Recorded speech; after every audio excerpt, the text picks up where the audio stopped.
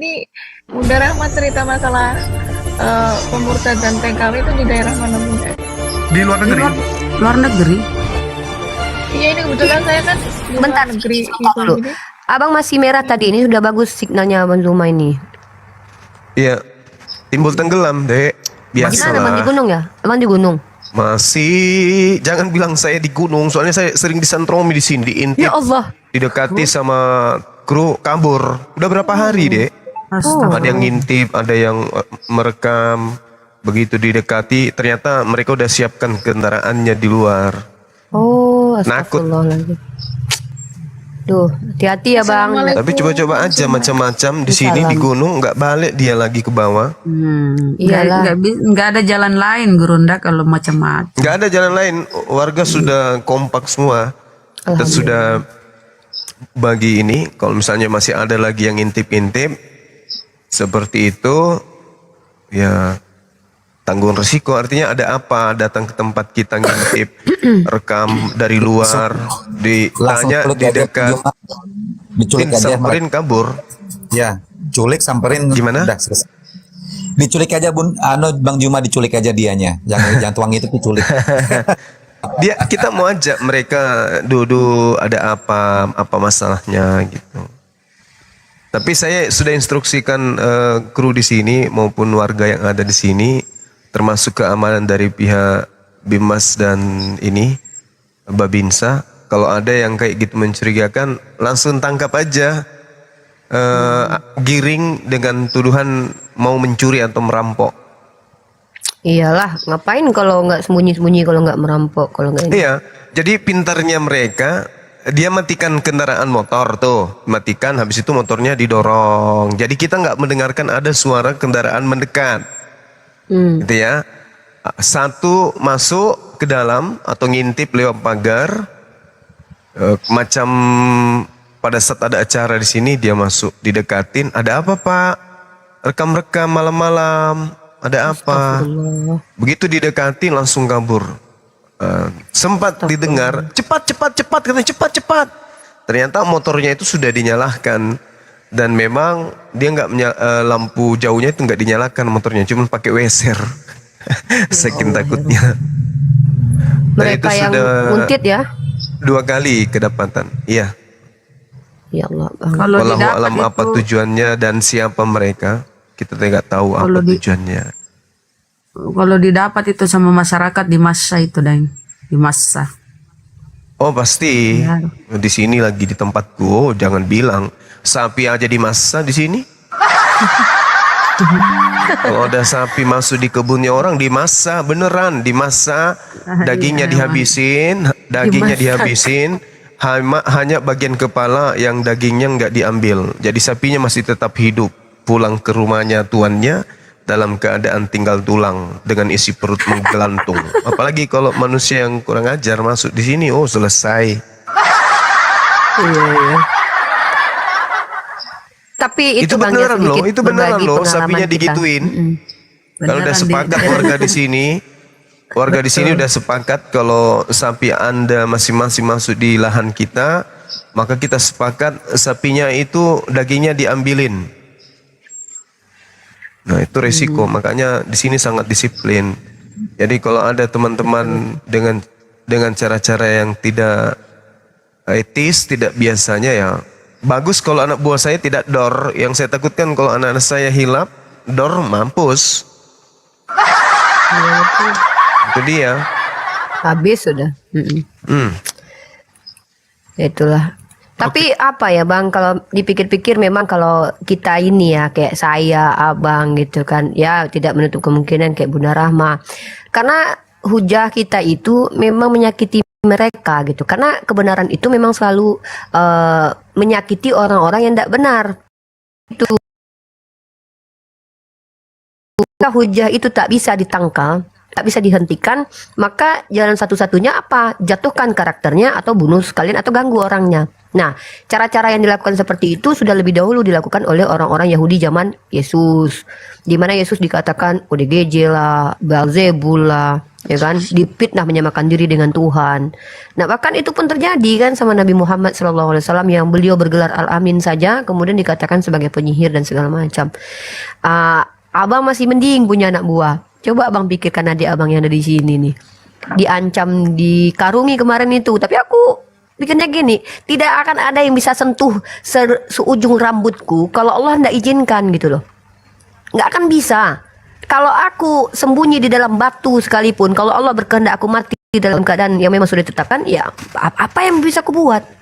Kematian itu kan pasti. Tapi masalahnya memang kita kan harus berikhtiar kan bang. Dia agak kemarin agak inilah, nggak mau lagi lah cerita kalau oh aku lagi di sini gitu. Apalagi pengalaman abang kemarin yang ke Tanah Toraja itu bang. Iya. Iya kan? Saya masuk di markasnya tapi nggak ada. Cuma ngancam-ngancam doang. Justru setelah saya kembali ke markasku, mereka coba datang sini cari apa ya? Cari buah sukun kali. Sapinya bukan dimutilasi, enggak. Sapinya utuh tulangnya, dagingnya ada yang dikerok. Sampai sapinya berdiri pun sudah gemetaran. Penganiayaan sih sebenarnya, tapi mungkin mana itu sudah kesepakatan warga. Ngeri kali ya.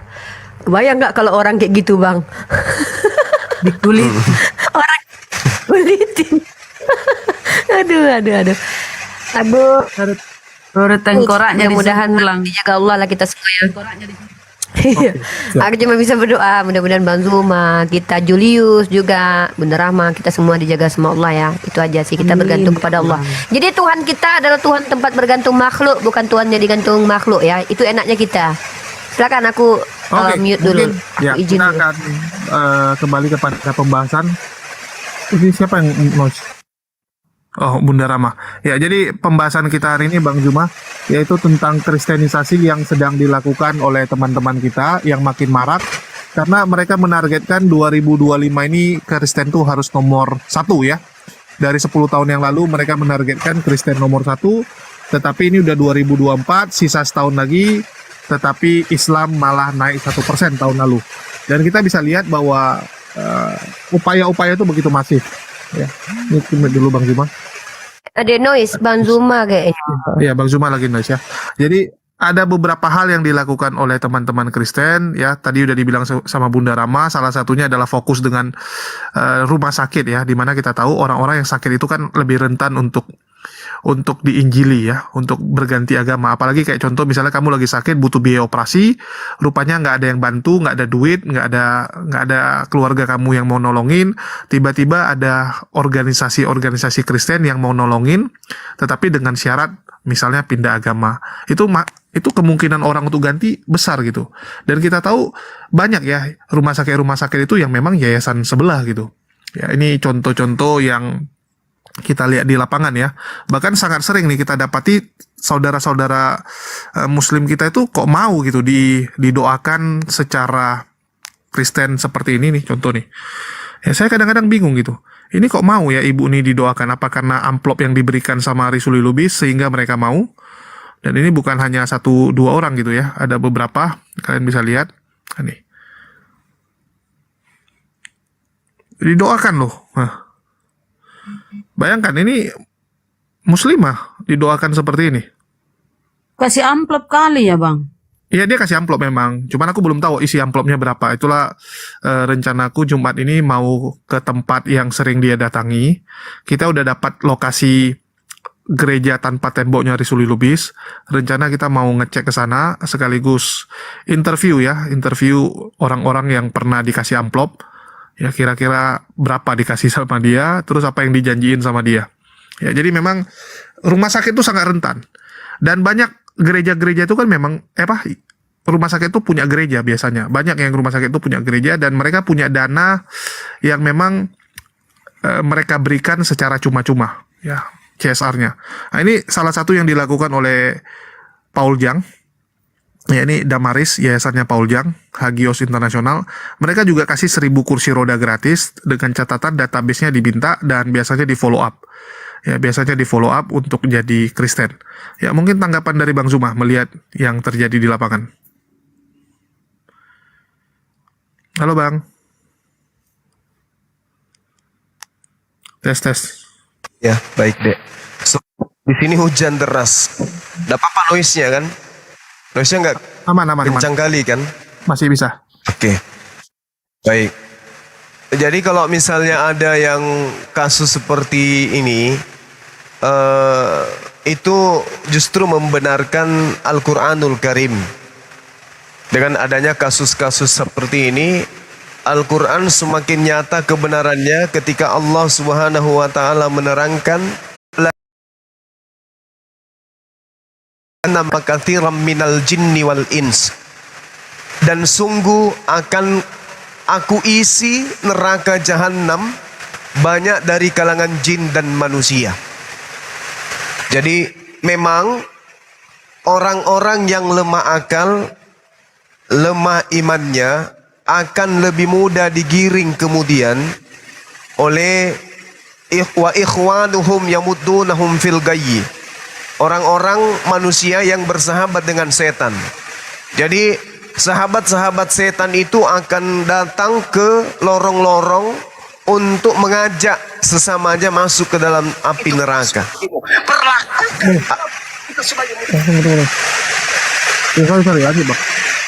Al-Quran menarasikan dengan sangat jelas, lahum qulubun la yafqahun biha padanya, walahum a'yun la yubsiruna biha padanya, walahum azanun la yasma'una biha. Jadi Allah mengatakan mereka memiliki hati tetapi tidak dipergunakan untuk memahami. Mereka memiliki mata tapi tidak dipergunakan untuk melihat. Mereka mempunyai telinga tapi tidak dipergunakan untuk mendengarkan. Kata Allah, ulaika kal an'am balhum adallu ulaika humul ghafilun. Mereka seperti hewan, bahkan lebih sesat dari hewan. Mereka itulah orang-orang yang lengah. Jadi antara korban dan juga pelaku itu sama-sama. Itu sama-sama. Yang satunya lemah, yang satunya sesat. Jadi yang sesat ini kemudian mengajak yang lemah untuk sama-sama masuk ke dalam api neraka. Nah inilah yang kemudian Al-Quran narasikan. Tugas kita saat sekarang ini adalah mengurangi angka penduduk neraka. Dengan cara apa? Membentengi akidah umat Islam. Cukuplah mereka yang memang sudah kafir dari lahir. Teman-teman yang muslim, yang masih Islam, yang masih bisa diselamatkan, mari kita galakkan kekuatan. Kita bahu-membahu kemudian untuk menghalau pergerakan-pergerakan antek-antek iblis yang ingin memurtadkan umat Islam. Biarkanlah mereka dan keturunannya yang masuk ke neraka. Jangan pernah membiarkan saudara-saudara kita yang lemah ini untuk menjadi korban terlalu jauh, terlalu banyak. Jadi saya menghimbau kepada semuanya ya, agar supaya kita ini bahu-membahu menghalau pergerakan pemurtadan yang dilakukan oleh antek-antek iblis. Ya, supaya saudara-saudara kita bisa diselamatkan. Saya sendiri pernah mengalami itu. Waktu bencana di Palu, saya lihat dengan mata kepala sendiri bagaimana mereka melancarkan aksi pemurtadan. Saya lihat dengan mata kepala sendiri. Baik itu yang ada di asrama haji maupun yang ada di rumah sakit Wahidin.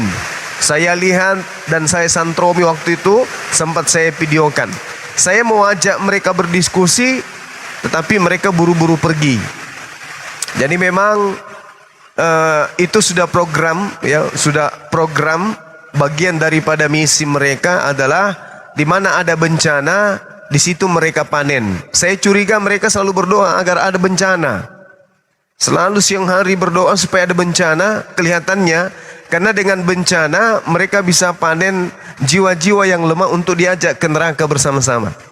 Demikian sahabat-sahabat sekalian, silakan. Oke ya, kalau kita bicara rumah sakit, saya memang karena dulu di kekristenan kita tahu sekali lah, karena banyak rumah sakit itu yang milik yayasan Kristen dan memang itu nggak perlu profit. Jadi memang misalnya profit tahun 2023 ada 100 miliar, maka 100 miliar itu dipakai di tahun 2024 untuk menyantunin dan membantu orang-orang yang susah. Dan Ya biasanya kan kalau yang mau dibantu tuh kan disurvei, terus ada konselingnya, ada istilahnya yang inilah mementorin serta memah. Ya susahnya di situ. Cuman mungkin tanggapan Bang Zuman ya, apa yang dilakukan oleh kaum sebelah nih, apa yang harus dilakukan umat Muslim untuk menangkal misi-misi yang dilakukan oleh mereka, karena kalau mau bicara di lapangan kan mereka ini kuat sekali dan banyak Bang. Bahkan ini Suli Lubis dia sangat sering nih bikin kegiatan di tempat-tempat Muslim kayak gini. Bahkan dia mukulin Bang Zuman nih, lihat nih. Dia memprovokasi gelandangan-gelandangan untuk membenci Bang Zuma. Nih, Ustadz ini dikuliti oleh gereja tanpa tembok. Jadi ini Risuli Lubis, Bang Zuma dipukulin. Jadi kalau kita nonton, Iya, beliau malah putar video saya di gereja Iya. itu deh. Dia putar di gereja, terus di sini dia putarin juga Bang. Jadi dia putarin, terus dia kasih tahu kepada orang-orang di sini ya. Dia bilang ini lihat nih ajaran Islam nih jahat gini-gini kan. Jadi dia provokasi orang-orang di sini nih Bang. Ya. Ya mungkin tanggapannya Bang, bagaimana menghadapi orang-orang seperti ini? Iya. Iya, saya dengar-dengar beliau itu murtadin, mantan pencuri motor katanya. Waktu di Islam dia mencuri motor. Iya wajar dia murtad, ternyata pencuri waktu dia di Islam. DP-nya aja yang Islam. Nah sekarang kalau Anda Rusuli Lubis itu benar, kenapa Anda itu hanya mutar video saya? Saya masih hidup dan kita satu negara. Anda main di TikTok, saya juga di TikTok. Kenapa nggak berdialog sama saya? Kenapa? Kalau Anda ingin memurtadkan jauh lebih banyak lagi orang Islam, hadapi kami. Hadapi teman-teman apologet Islam ini. Kalahkan kami seperti kami menggulung habis para pendeta yang berdialog dengan kami.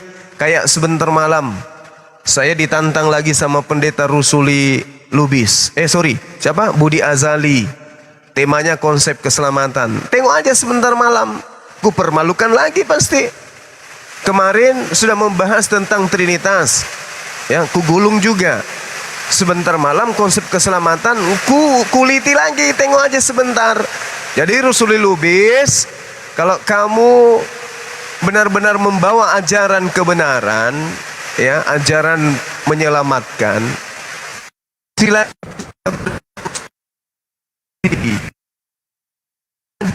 Apain kau ceritain Bang Suma di belakang?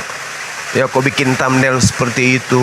Video-video saya kau potong-potong.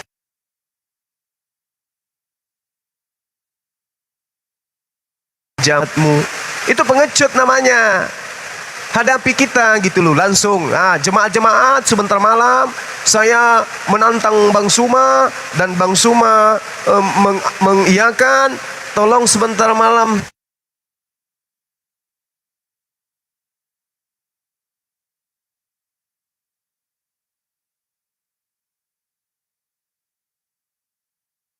temanya ini dan ini. Kayak gitu. Sama seperti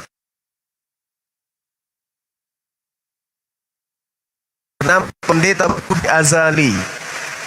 Itu adalah untuk membuktikan apakah benar agama kalian itu atau tidak. Ini tidak. Wah, curhat kemana-mana. Ya, mudah-mudahan kalau Rusuli Lubis itu masih tetap melakukan aksi-aksi tipu-tipu kayak begitu, jangan sampai di masa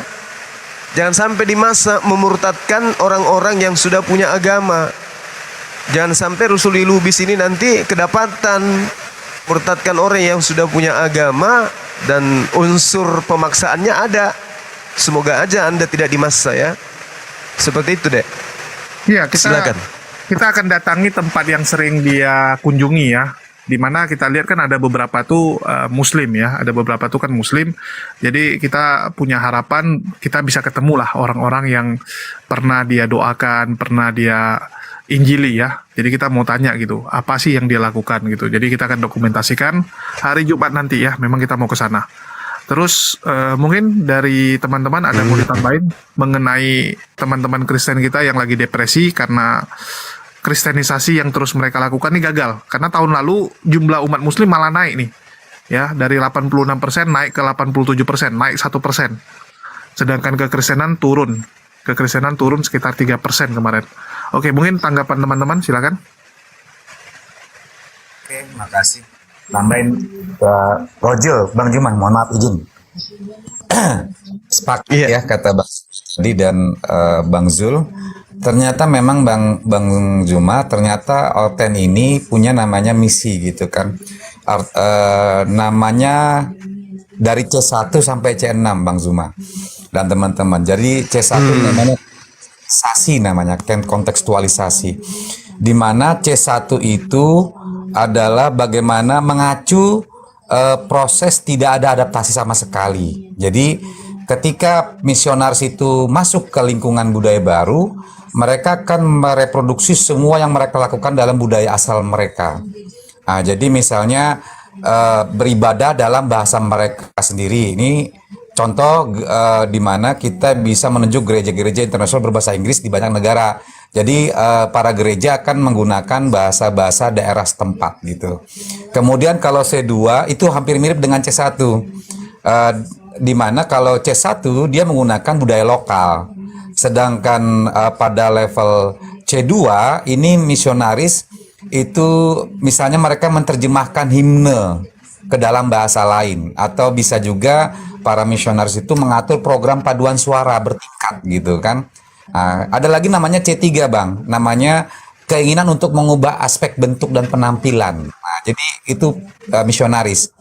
Jadi bagaimana gereja C3 ini di lingkungan muslim akan bertemu di sebuah gedung gitu kan, bangunan yang sesuai dengan gaya arsitektur lokal gitu kan.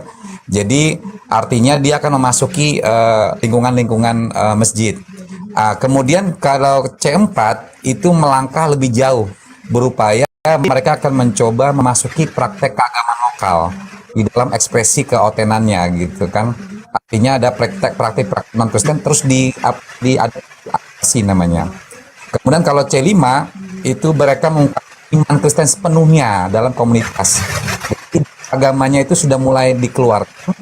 Tetapi di level C6 ini mereka menjaga rahasianya. Nah, jadi ada C6 sebentuk misionaris mereka. Ini ditetapkan oleh Jay Smith ya sebagai evangelika internasional. Nah, teman-teman sebagai informasinya. Oke, makasih Bang Lot. Ini ada putus-putus siapa nih Bang Lot ya? Ya, di sini sudah ada Evangelis Yonatan Nandar. Assalamualaikum Bang. Ya, mungkin dari Salam Fajul. Bang Faroji. Assalamualaikum Gurunda Juma. Yol, Waalaikumsalam. akun baru Gurunda Juma, Bunda Rahma, Bang Lor Oreo, Bang Akademik, Puniripa. Assalamualaikum Julius. Assalamualaikum warahmatullahi. Silakan dilanjut dulu. Saya lagi menyiapkan sumber-sumber dari Kristen yang tentang masalah kristenisasi. Oke, siap. Bang, mungkin aku mau nanya Bang Zuman nih, apa yang harus dilakukan umat muslim? Kayak contoh kita dapatin nih Bang, di Malang kemarin ya, di kota Malang itu Paul Jang kan ada bantu pembibitan dan barang-barang pertanian. Cuman dia bikin bantuannya dua. Satu yang untuk umat muslim, satu yang untuk Kristen. Jadi yang muslim cuma dibantu sekali, yang Kristen dibantu berkali-kali. Jadi begitu yang muslimnya komplain, loh kok saya cuma dikasih sekali gitu, kok yang teman saya dikasih beberapa kali. Dibilanglah sama mereka, loh dia karena Kristen, kita bantu lebih banyak. Masya Allah. Jadi ada juga yang muslim kemarin kedapatan, dia terakhir jadi Kristen, tapi masih sholat. Yang bingung temannya gitu, loh kamu jadi Kristen tapi masih sholat. Iya dia bilang, jadi dia jadi Kristen tuh supaya dapat bantuan doang. Itu gimana tuh Bang? Ya itu dia salah satu aspek gerakan mereka itu membantu dengan cara seperti itu.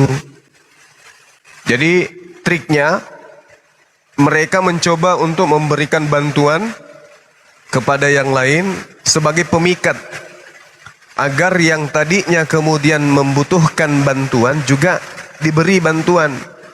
Jadi caranya mereka itu halus, tidak sekaligus persyaratan murtad, enggak. Tapi nanti begitu berjalannya waktu, mereka akan selalu didatangi dan diajak ikut acara-acara kegiatan keagamaan. Nah, nanti kalau misalnya dia melihat ada titik kelemahan di situ, maka baru misi planning B itu bergerak. Apa itu? Boleh, tapi kamu ikut ibadah ya. Nah, dikasihlah bantuan. Seperti itu adanya. Nah, tugas kita kemudian itu tadi, ya harus menghentikan ini. Ada bukti-bukti kemudian yang benar-benar valid, ya segera dilaporkan aja. Dilaporkan, didatangi kemudian korbannya, disampaikan keadaan yang sesungguhnya, bahwa tujuan daripada bantuannya itu seperti ini. Nah, kalau misalnya mereka sudah merasa korban, wah iya betul, kami dikasih bantuan, kami diajak begini, itu bisa dipolisikan, dilaporkan aja. Artinya mereka menjebak orang yang sudah punya agama untuk masuk ke agama mereka dengan cara-cara tipu muslihat. Itu nggak boleh. Itu seperti itu deh. Silakan. Cuman kadang kendalanya gini bang, waktu itu pernah juga ada satu daerah ya di Jawa Barat, orang-orang Kristen tuh melakukan seperti yang dilakukan oleh si Paul Jang lah ya, ini sama lah. Jadi mereka itu selain ngasih obat-obatan gratis ya kayak ini, ya ini kan dia kasih kursi roda gratis, terus mereka kasih lagi konsultasi medis secara gratis. Jadi bisa berobat secara gratis, bahkan kadang-kadang untuk obatan juga dikasih gratis. Orang yang sudah ditolong ini, ya terutama Muslim yang sudah pernah dibantu ini, mereka juga nggak mau istilahnya bentrok dengan mereka. Jadi walaupun mereka tahu ini kristenisasi, tapi mereka juga nggak mau melaporkan ataupun nggak mau jadi saksi lah kalau terjadi hal-hal kristenisasi kepada orang yang sudah beragama. Ini jadi kendala juga loh bang. Yang terjadi di daerahku ya, daerah Goa, dia masuk di Nah, desa-desa. itu beda lagi tuh. Beda lagi iya. tuh. Silakan Bun. Ya ini modusnya ini, nah, coba kita lihat. 3 orang anak di Desa Manjaling, Kecamatan Bajing Barat, Kabupaten Goa, Sulawesi Selatan, menjadi korban pemurtadan. Kasus terbongkarnya saat orang tua mengetahui anaknya sudah dibaptis dan namanya diganti oleh pelaku. Mengetahui hal itu, orang tua anak langsung melapor ke Majelis Ulama Indonesia Kabupaten Goa dan aparat kepolisian. Para warga juga mengusir Sabinus K karena dianggap menjadi pelaku kristenisasi bagi anak-anak di pemukiman mayoritas Muslim. Guna menghindari hal yang tidak diinginkan, petugas TNI Polri bergegas mengamankan pelaku pemurtadan. Sabinus K diberikan surat pernyataan untuk mengembalikan ketiga anak tersebut kepada orang tuanya dan meninggalkan desa. Saya yang tanda tangan bawah ini. Nama Sabit Ukaiti. Ini ada tempat tanggal lahir 4 Mei 1957, pekerjaan wira swasta. Alamat Talaborong, Desa Manjaling, Kecamatan Bajing Barat, Kabupaten Goa. Menyatakan bahwa saya bersedia mengembalikan kepada orang tuanya anak yang saya asuh masing-masing bernama satu, Ismail umur 18 tahun, Aziz Adrian umur 11 tahun, saya umur 9 tahun. B. Menyatakan bahwa saya bersedia meninggalkan tempat tinggal saya di Dusun Talaborong, Desa Manjaling, Kecamatan Tegikan akibat dari pernyataan ini menjadi tidak sah. Menjalin 27 Februari 2023 yang menyatakan ini seperti ini. Dulu Bang. Sebelumnya, ketiga anak Suara hujan. I 12 tahun, AA 11 tahun, dan S 9 tahun diangkat menjadi anak asuh oleh Sabinis K pada tahun lalu dan berjanji menyekolahkan mereka.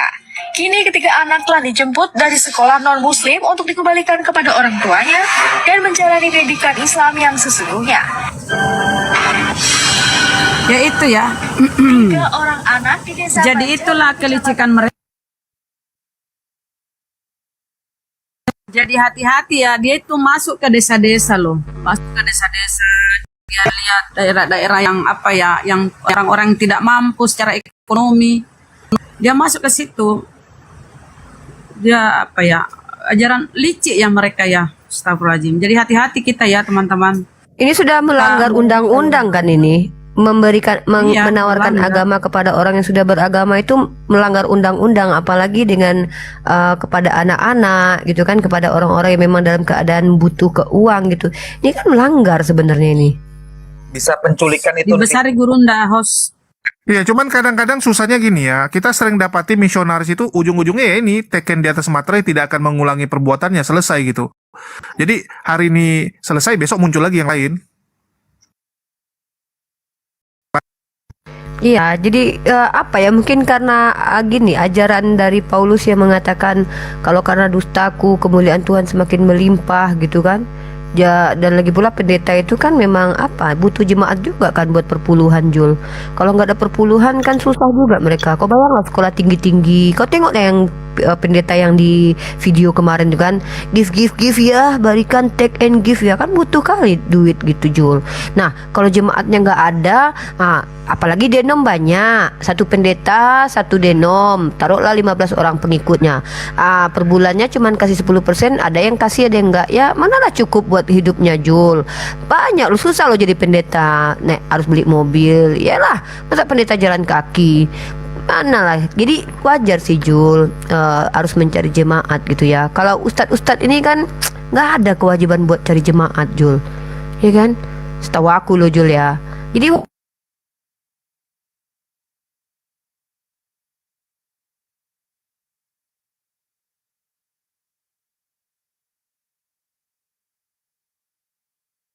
aku aja kalau seandainya si Razi itu Kristen, Uni, malu aku. Uni, dia dibaptis. Iya, Si Razi. udah dibaptis. Astagfirullah. Udah Bayang ada ya, videonya. udah. Iya serius ya, si Razi yang penyo aja bersyukur kali loh orang Kristen loh, kayak dapat apa mereka gitu kan. Padahal si Razi aja loh, kalian bayangin lah, umat tusbol ya kan. Aku aja loh, geli aku kan. Jadi itulah, memang mereka membutuhkan jemaat. Kenapa? Karena perpuluhan itu dibutuhkan memang. Itu ya teman-teman ya. Jadi kita bisa melihat bagaimana kebanggaan teman-teman Kristen kita dengan hadirnya Razi menjadi salah satu murtadin favorit orang Kristen, yang walaupun penyok tetap saja membanggakan. Jujur aja, ini bukan body shaming ya, bukan. Ini penyok dalam artian apa? Kan perangainya yang penyok. Kalau masalah fisik tuh nggak boleh dihina ya, itu ciptaan Allah. Perangainya penyok, kan dia tukang tusbol, Jul. Jadi itulah kira-kira. Makasih. Waduh, gawat nih, gawat. Ya kalau misionaris ini memang belakangan ini kita lihat makin agresif ya. Saya nggak tahu nih apakah lagi banyak kucuran dana, karena dibandingkan dengan tahun-tahun lalu, belakangan ini makin ngeri gitu, makin rajin lah mereka untuk turun ke lapangan. Bahkan kita lihat ya, dulu aku pernah bongkar yayasannya Paul Jang. Yayasan Paul Jang tuh sebulan kurang lebih 700 sampai 900 juta. Ya, itu duit yang diturunkan di lapangan untuk membantu orang-orang, baik dia bagi-bagi nasi, bagi-bagi bantuan, dan termasuk yang tadi saya perlihatkan ya, dia kasih kursi roda, dia kasih bantuan pupuk ke orang-orang. Dan ini kadang jadi kendala kita gitu, karena orang kalau dikasih sesuatu juga dia pasti akan bela yang ngasih gitu ya, dia akan ngebela yang ngasih dia itu. Bahkan sekarang yang paling sering kita dapat itu anak-anak. Jadi mulai anak-anak tuh didoktrin gini. Jadi anak-anak itu kan banyak yang mereka ajak ke tempat mereka, terus di situ dikasih hadiah, dikasih makanan dan sebagainya. Dan anak-anak tuh diajari gitu, kalau terima hadiah tuh ngomongnya apa? Haleluya, haleluya. Jadi ada beberapa penonton itu bingung gitu, kok tiba-tiba anak dia pulang-pulang ke rumah ya mulai ngomong haleluya. Rupanya setelah diselidiki, gara-gara main ke tempat yang kakak itu, yang tempat orang Kristen itu, mereka setiap dapat barang, mereka harus bilang haleluya. Bahkan sudah mulai anak-anak kecil tuh bisa lagu rohani. Nah, ini yang gawat ini. Ya, dan kita sebenarnya butuh aksi nyata sih untuk menangkalnya, selain cuman istilahnya kita ngomong gini ya. Karena apapun ceritanya yang kita lawan ini kan orang-orang yang ada di lapangan gitu. Iya. Mungkin Bang Farudin ada mau disampaikan, silakan. Sedikit lagi sebelum Kang Farudin ya. Silakan. Jadi aku yang kutunggu-tunggu murtad tuh Bu Yuni, tapi kok si Raji gitu loh. Maksud aku tuh kan Bu Yuni ini kan kasihan juga. Di Islam pun kelakuannya macam itu ya. Kristen pun ditolak dia loh. Kenapa? Ayolah orang Kristen, terimalah Bu Yuni. Dia udah akrab kali loh sama Mikana. Nanti bisa dia cari-cari jilbab sama Mikana nanti ya kan. Ayolah bantulah, terimalah Bu Yuni. Dia butuh loh bantuan kalian. Kalian nggak lihat rumahnya kayak gitu? Nggak kasihan kalian Kristen? Nampak kali lah umat Islam ini banyak kayanya loh. Sultan-sultannya bertaburan. Nah kalian katanya kalian kasihi musuh, dipinjam uang nggak nolak. Bu Yuni aja nggak ada kan bantuin. Kupikir dengan berkawannya Bu Yuni dengan Mikana, Bu Yuni itu udah diskusi di tempat yang udah kayak Mikana gitu, udah buka camp di tempat-tempat kayak Mikana. Tahu-tahu masih ada sempak juga di belakang dia dijemur. Ayolah, kalian kan orang kaya, Ten. Nih Mikana kan berkawan sama Bu Yuni, jangan cuma di mulut aja berkawannya. Kasihlah Bu Yuni tuh singa sekali-sekali biar senang hatinya. Capek loh dia live tiap hari loh. Aku lihat dia live tiap hari tuh aku yang sesak nafas. napas. Bayangkanlah. Tapi kalian Oten bekawan, si Ruth bekawan katanya, Bu Uti bekawan katanya sama si Bu Yuni. Kasihlah duit kalian sama dia. Yesus kan ngajarkan gitu. Bagaimana caranya guru biar masuk ke dalam kerajaan surga? Apa jawab Yesus? Bukankah engkau tahu ada hukum Taurat? Aku sudah melakukannya sejak usia mudaku. Masih ada yang kurang. Jual hartamu Mikana, jual hartamu Pak Bom, kau berikan kepada fakir miskin kayak Bu Yuni. Itu ajaran Kristen. Memiskinkan diri itu diajarkan di Kristen. Kok nggak mau kalian kayak gitu? Katanya bekawan. Kalian tengoklah aku nih Aku ya kalau nggak makan tahu Bang Zuma, nggak dibiarkannya besok transfer. Julius kalau tahu dia aku nggak makan transfer. Kayak gini kami Muslim. Kalian katanya bokawan basi raji penyo aja kalian bangga gitu kan. Tapi ya sudahlah ya, memang sulit memang ajaran yang diada-adakan tapi tidak diajarkan oleh Yesus, dibuat oleh oknum-oknum yang mengatasnamakan Yesus, itu tidak mungkin terrealisasi karena tidak relevan. Tidak ada orang yang mau memiskinkan diri coba. Mana ada yang mau jual hartanya terus kasih kepada orang miskin? Nggak ada. Maaf ya, ajaran kalian tidak relevan. Makanya aku nggak mau jadi Kristen. Andai ada pilihan Unirifa wajib menyembah manusia, aku pilih nyembah Raffi Ahmad. Serius, udahlah ganteng, kaya lagi. Yesus mohon maaf, Yesus kan miskin. Gimana aku mau minta harta sama dia ya kan? Terus Yesus nggak punya istri, gimana mau minta jodoh sama dia? Mending sama Raffi Ahmad aku nyembah. Kalau nauzubillah min zalik ya, kalau seandainya aku terpaksa harus nyembah manusia gitu. Mohon maaf ya, aku ini terlalu jujur kadang. Lanjutlah mungkin yang lain. Oke, baik. Saya akan menyampaikan 1, 2, 3, 4, 5, 6 ya.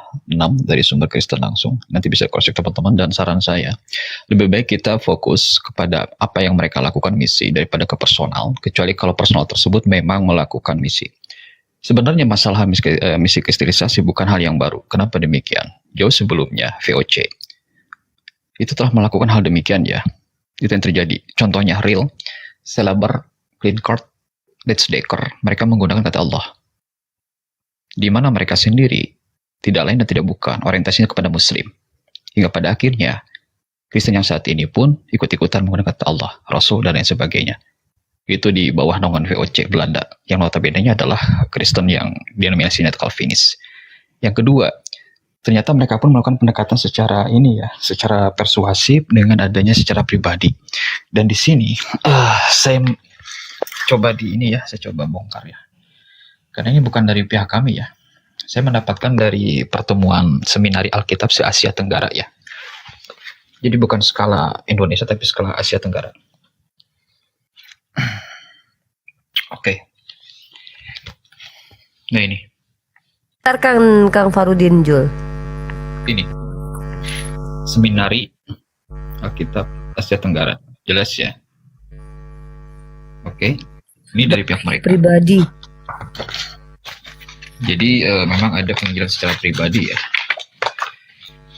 Cetakan saya tahun 92. Apa metodenya Kang Farudin, misinya? Ruralisasi bukan? Yang digunakan oleh mereka itu di dalam buku ini. Jadi mereka sudah memiliki teknik ketika melakukan pembicaraan penginjilan secara pribadi ke seseorang. Ketika seseorang itu katakanlah memberikan jawaban A. Nah, misionaris ini sudah memiliki adanya jebakan-jebakan. Kalau dia menjawab B, dia pun sudah memiliki jawaban-jawaban. Jadi sudah disetting dan mereka sudah belajar tentang hal tersebut. Jadi sudah tertangani segala sesuatu yang akan pihak kita sampaikan ketika adanya penginjilan secara pribadi. Contoh, halaman 20. Oke. Nah ini. Contoh untuk menjelaskan diagram penginjilan dialog yang memungkinkan. Yang mengajak bercakap-cakap, yang diajak bercakap-cakap. Mereka mempelajari ini sampai segininya mereka. Nah, percakapan yang kepercayaan. Yang mengajak bercakap-cakap, yang diajak bercakap-cakap. Gimana? Sama kita nggak berani mereka bercakap-cakap Bang, malah kabur-kaburan mereka dari ini kita. Secara pribadi. Jadi secara pribadi nih, ketika kita didatangi ya, karena saya pernah mengalami hal tersebut ya, saya sengaja masuk ke mereka dan seperti itu yang mereka lakukan di Bandung. Nih, ini pembicaranya sudah disetting, jelas ya. Ketika posisinya seperti ini pertanyaannya, mereka akan mengalihkan pembahasan-pembahasan yang ada, termasuk ketika mereka membahas tentang Allah.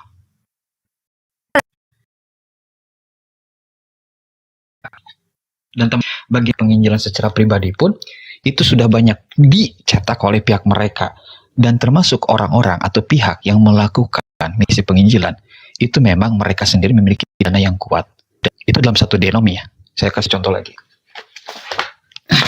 Buktinya. Jadi memang misi mereka itu untuk satu denom, kemah Injil. Ini dari mereka ya. April 2008. Ini covernya. Jelas ya. Oke, sebentar gelap. Jelas ya. Tahun 2008. Pak Lamsen muda ya. Oke. Bentar. Halaman selanjutnya 38. Itu bukan Bang Ramsen. 39. Nih.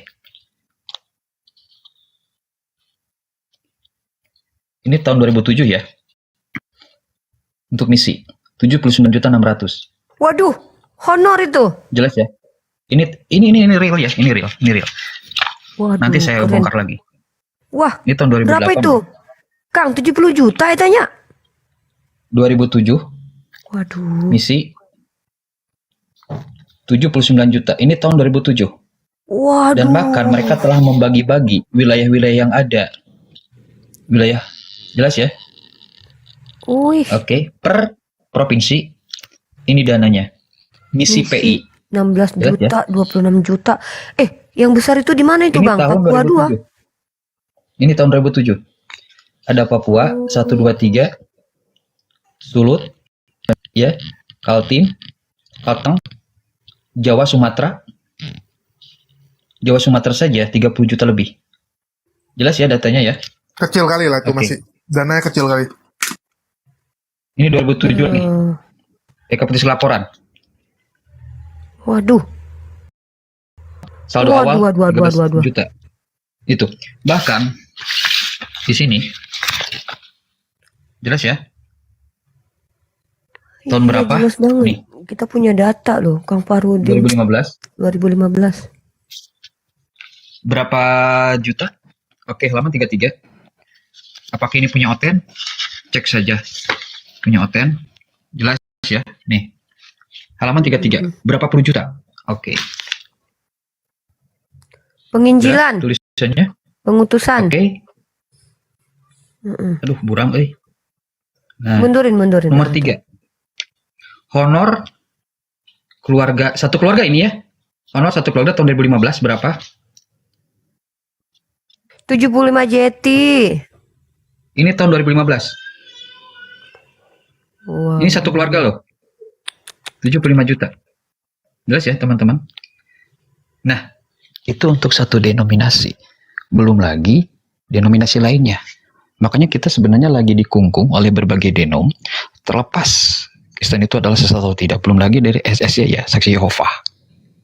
Yang posisi untuk di Bandung itu di jalan dekat Pasir Kalikilah, seberang Hotel Ruby.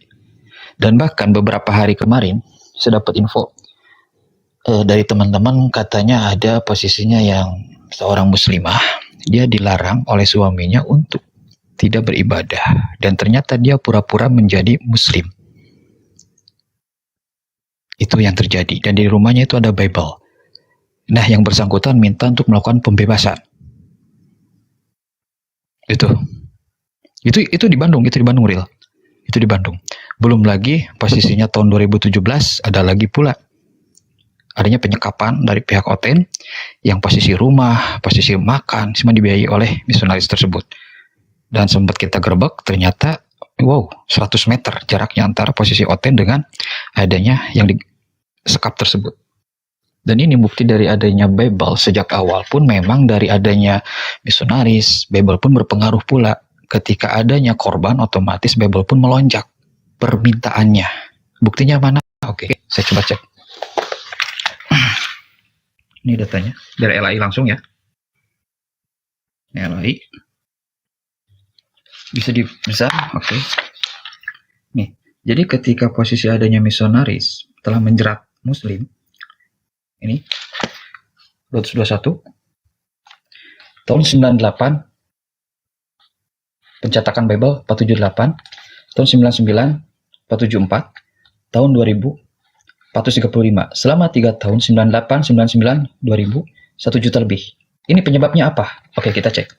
Penyebabnya ialah banyaknya pesanan khusus sekitar 20% dari total penyebaran Bible oleh lembaga-lembaga, misi, dan jelas ya, teman-teman.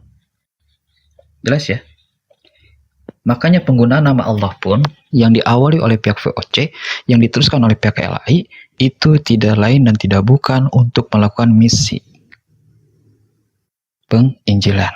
Karena diakui maupun tidak, kita muslim ini sedang dicabik-cabik oleh berbagai denominasi untuk berlomba-lomba agar masuk ke tempat mereka, meskipun beda denominasi. Buktinya mana? Oke, saya kasih bukti lagi. Ini dari mereka langsung ya.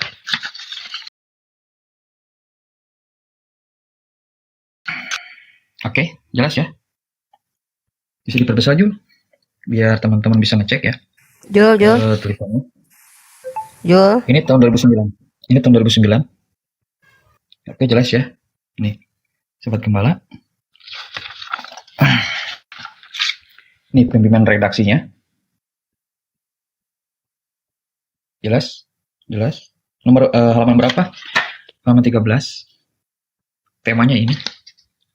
Persaingan dalam, jelas ya? Bukan hanya antar agama-agama saja. Ternyata persaingan juga melanda semua gereja, baik yang dalam satu denom maupun berbeda denom. Dalam buku yang ditulis oleh orang ini, telah banyak disinggung berbagai persaingan internal dan eksternal yang sedang dihadapi oleh gereja. Gereja berusaha menyediakan pelayanan yang terbaik untuk memenuhi kebutuhan jemaatnya, mulai cara memformat tata ibadah yang menarik sampai kepada sistem pemasaran gereja. Penulis kedua orang ini telah membongkar bagaimana teknis mereka agar jemaat itu betah diibadah di tempat mereka. Mana bukunya? Ini bukunya, ini penulisnya. Nih. Jadi sampai warna gedung, sampai pelayanannya, semuanya ditata, ditulis di sini. Ini penulisnya, bersumber dari pihak hotel lagi. Ini judulnya. Ini bukunya. Jadi memang kita sedang dicabik-cabik oleh denominasi mereka. Dan itu otomatis kita, bagi teman-teman, kalau saya boleh menyarankan, jangan terlalu terlena di dunia maya. Tapi tolong perhatikan pula dunia nyata. Itu. Karena seringkali kita lupa ya, menangani dunia nyata yang begitu masif di tengah kita, tapi kita terlalu fokus kepada dunia maya. Dengan berbagai motif. Wallahu a'lam bishawab. Silakan dilanjut. Oke, makasih atas penjelasannya Kang Farudin. Ya, itulah saya bilang, kalau di medsos kita udah menang telak, tapi di lapangan kita masih kelabakan. Ya, kita masih kalah telak. Dan untuk itulah, kenapa di 2024 ini ya, saya secara pribadi akan fokus lebih di lapangan. Ya, di 2024 saya akan lebih rajin di lapangan, dan kita akan kunjungi tempat-tempat yang didatangi oleh misionaris. Ya, walaupun mungkin kita nggak bisa berbuat apa-apa, ya minimal kita tanya-tanya lah. Ya, kita akan tanya-tanya. Kita juga akan berbagi Jumat berkah di daerah-daerah seperti itu. Dan saya sudah tuliskan ini di komunitas di channel saya sendiri. Ya, mungkin teman-teman bisa lihat. Ya, jadi lokasi yang Risuli Lubis kita sudah ketahui, jadi kita putuskan ya, ini lokasi Risuli Lubis sudah kita ketahui, dan kita putuskan hari Jumat nanti. Ya, hari Jumat nanti tanggal 19 Januari, kita akan mendatangi tempat tersebut untuk berbagi Jumat berkah. Adapun 3 alasan kenapa kita harus turun ke lapangan. Yang pertama untuk menguatkan iman saudara kita yang terus dicekokin oleh pemahaman tentang Kristen oleh para misionaris. Terus yang kedua ya tentu saja untuk membantu saudara kita yang kekurangan, karena memang sudah tanggung jawab kita sebagai seorang muslim untuk membantu saudara kita. Terus yang ketiga, untuk memastikan tidak ada kecurangan-kecurangan ataupun penghujatan-penghujatan kepada agama Islam yang dilakukan oleh para polikardus-polikardus ini. Karena sering kita dapati saat mereka sedang jualan agama, ya mereka bukan hanya fokus menjelaskan agamanya, tapi menjelekkan agama orang. Ini yang sering. Ya, sering sekali kita dapati mereka selalu bilang apa? Oh, di agama kalian gak ada janji keselamatan. Oh, agama kalian itu ya sebenarnya pagan karena begini begitu gitu kan. Kalian gak tahu bahwa agama kalian itu nyembah batu dan sebagainya. Untuk itulah saya bilang kita akan fokus turun ke lapangan ya untuk membantu saudara-saudara kita yang kekurangan. Dan ini sudah kita mulai dari tahun 2023 sebenarnya. Cuman saya sempat stop karena ngurusin masalah saya ya. Saya fokus ngurusin masalah saya, jadi saya stop. Dan kita akan aktifkan lagi Jumat Berkah. Ya, dan ini udah kita mulai dari 2 minggu yang lalu. Ya, ini waktu itu. Ya, kita akan terus turun ke lapangan. Dan bagi teman-teman yang mau ikut serta dapat menghubungi saya. Dan kita akan tentukan lokasi kita ngumpulnya di mana. Dan kita akan turun kemana. Dan begitu juga untuk akun TikTok saya ya. Semua akun TikTok saya hibahkan untuk Jumat Berkah. Semua pendapatan yang saya dapat lewat stiker itu akan kita pakai untuk kegiatan Jumat Berkah kita. Karena saya pikir ya sudahlah, kita lebih fokus di lapangan aja untuk tahun 2024 ini. Oke, mungkin ada mau ditambahin dari Bang Zuma?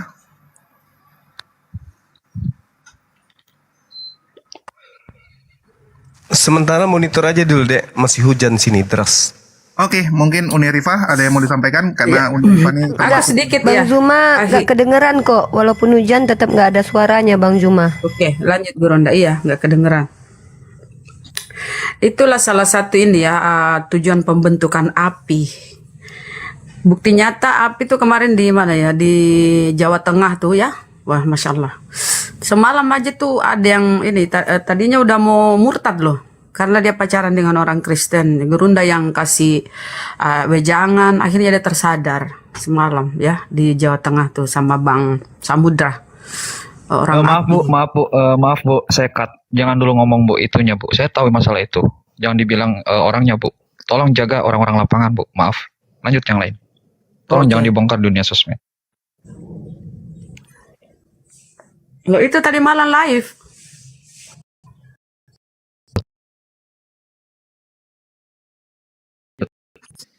Lanjut.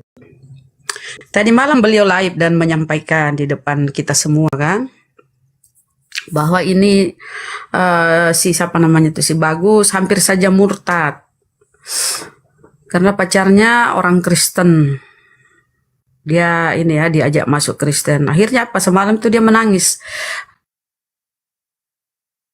Gurunda, nasihat dari Gurunda. Akhirnya dia menangis dan berjanji loh. Semalam tuh terharu kita ya. Dia berjanji tidak akan dia akan bersumpah ya bahwa dia insya Allah dia akan Islam seumur hidup gitu loh. Dia nggak akan apa ya? Yang nggak akan murtad, nggak mau murtad dia. Artinya harus tersadarkan gitu loh Bang. Masya Allah ya. Dan jadi nggak apa-apa ya kita ekspos di umum ini ya, biar teman-teman yang lain yang nyimak itu tersadarkan bahwa jangan kita terlena ya. Mereka itu aktif bergerak di sekitar kita ya. Sasaran mereka itu ya saudara-saudara kita yang mohon maaf ya, yang kurang mampu. Seperti kemarin di tempat saya kan, di daerah di desa-desa itu ya. Dia menyasar orang-orang di desa dengan kedok apa ya, orang tua asuh dan pendidikan gratis. Tapi akhirnya ketahuan ya, hampir di masa itu, tapi ada aparat setempat yang ini ya, aparat yang mengamankan dia. Akhirnya dia akan dia udah ini ya, udah pergi dari situ daerah itu. Kalau tidak pasti dia di masa. Jadi gak apa-apa kita bongkar di depan, di muka umum ini ya Bang, biar saudara-saudara kita yang lain tuh apa lebih memantau ya anak-anaknya, pergaulan anak-anak kita, dengan siapa anak-anak kita bergaul ya, kita harus pantau. Jangan terlalu apa ya melepas anak-anak kita keluar tidak dipantau. Karena banyak juga ya tiba-tiba anaknya itu murtad loh. Misalnya anaknya sekolah di luar daerah, dia ngekos, tahu-tahu anaknya sudah murtad. Karena apa? Dia tidak memantau apa yang dilakukan anaknya. Jadi sekalipun anak kita misalnya kuliah di mana, di tempat mana, tetap kita pantau. Karena mereka itu segala macam dia pakai loh, ajaran Paulus kan. Kalau dengan dusta aku kemuliaan Tuhan makin melimpah. Boleh dia berdusta, ajaran memang ajaran orang Kristen memang gitu. Dengan amanat agungnya, jadikanlah semua bangsa muridku. Jadi lebih ekstra hati-hati kita ya. Minimal lingkungan sekitar kita, keluarga dekat kita. Ya, kalau kita sudah waspada itu insya Allah. Karena memang Indonesia jadi target ya. Indonesia jadi target. Indonesia adalah muslim terbesar. Jadi tolong dipantau anak-anak kita. Itu aja ya, silakan. Oke, kita ambil contoh ya, Effendi Usman. Tiba-tiba waktu itu kan Effendi Usman tuh dari muslim, tiba-tiba murtad, tiba-tiba kabur dari rumah, mamanya selama setengah tahun lebih mencari dia ya. Kasihan tuh mamanya nangis tiap hari. Loh kenapa mikirin Pendi Usman cariin Yesus Aku aja?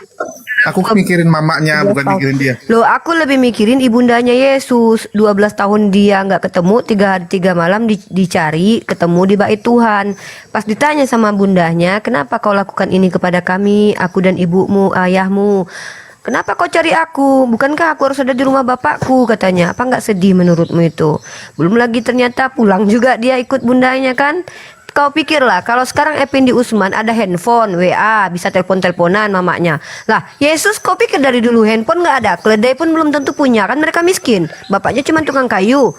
Kau bayangkan apa nggak sedihnya jadi Bunda Maria? Ini ada datanya loh.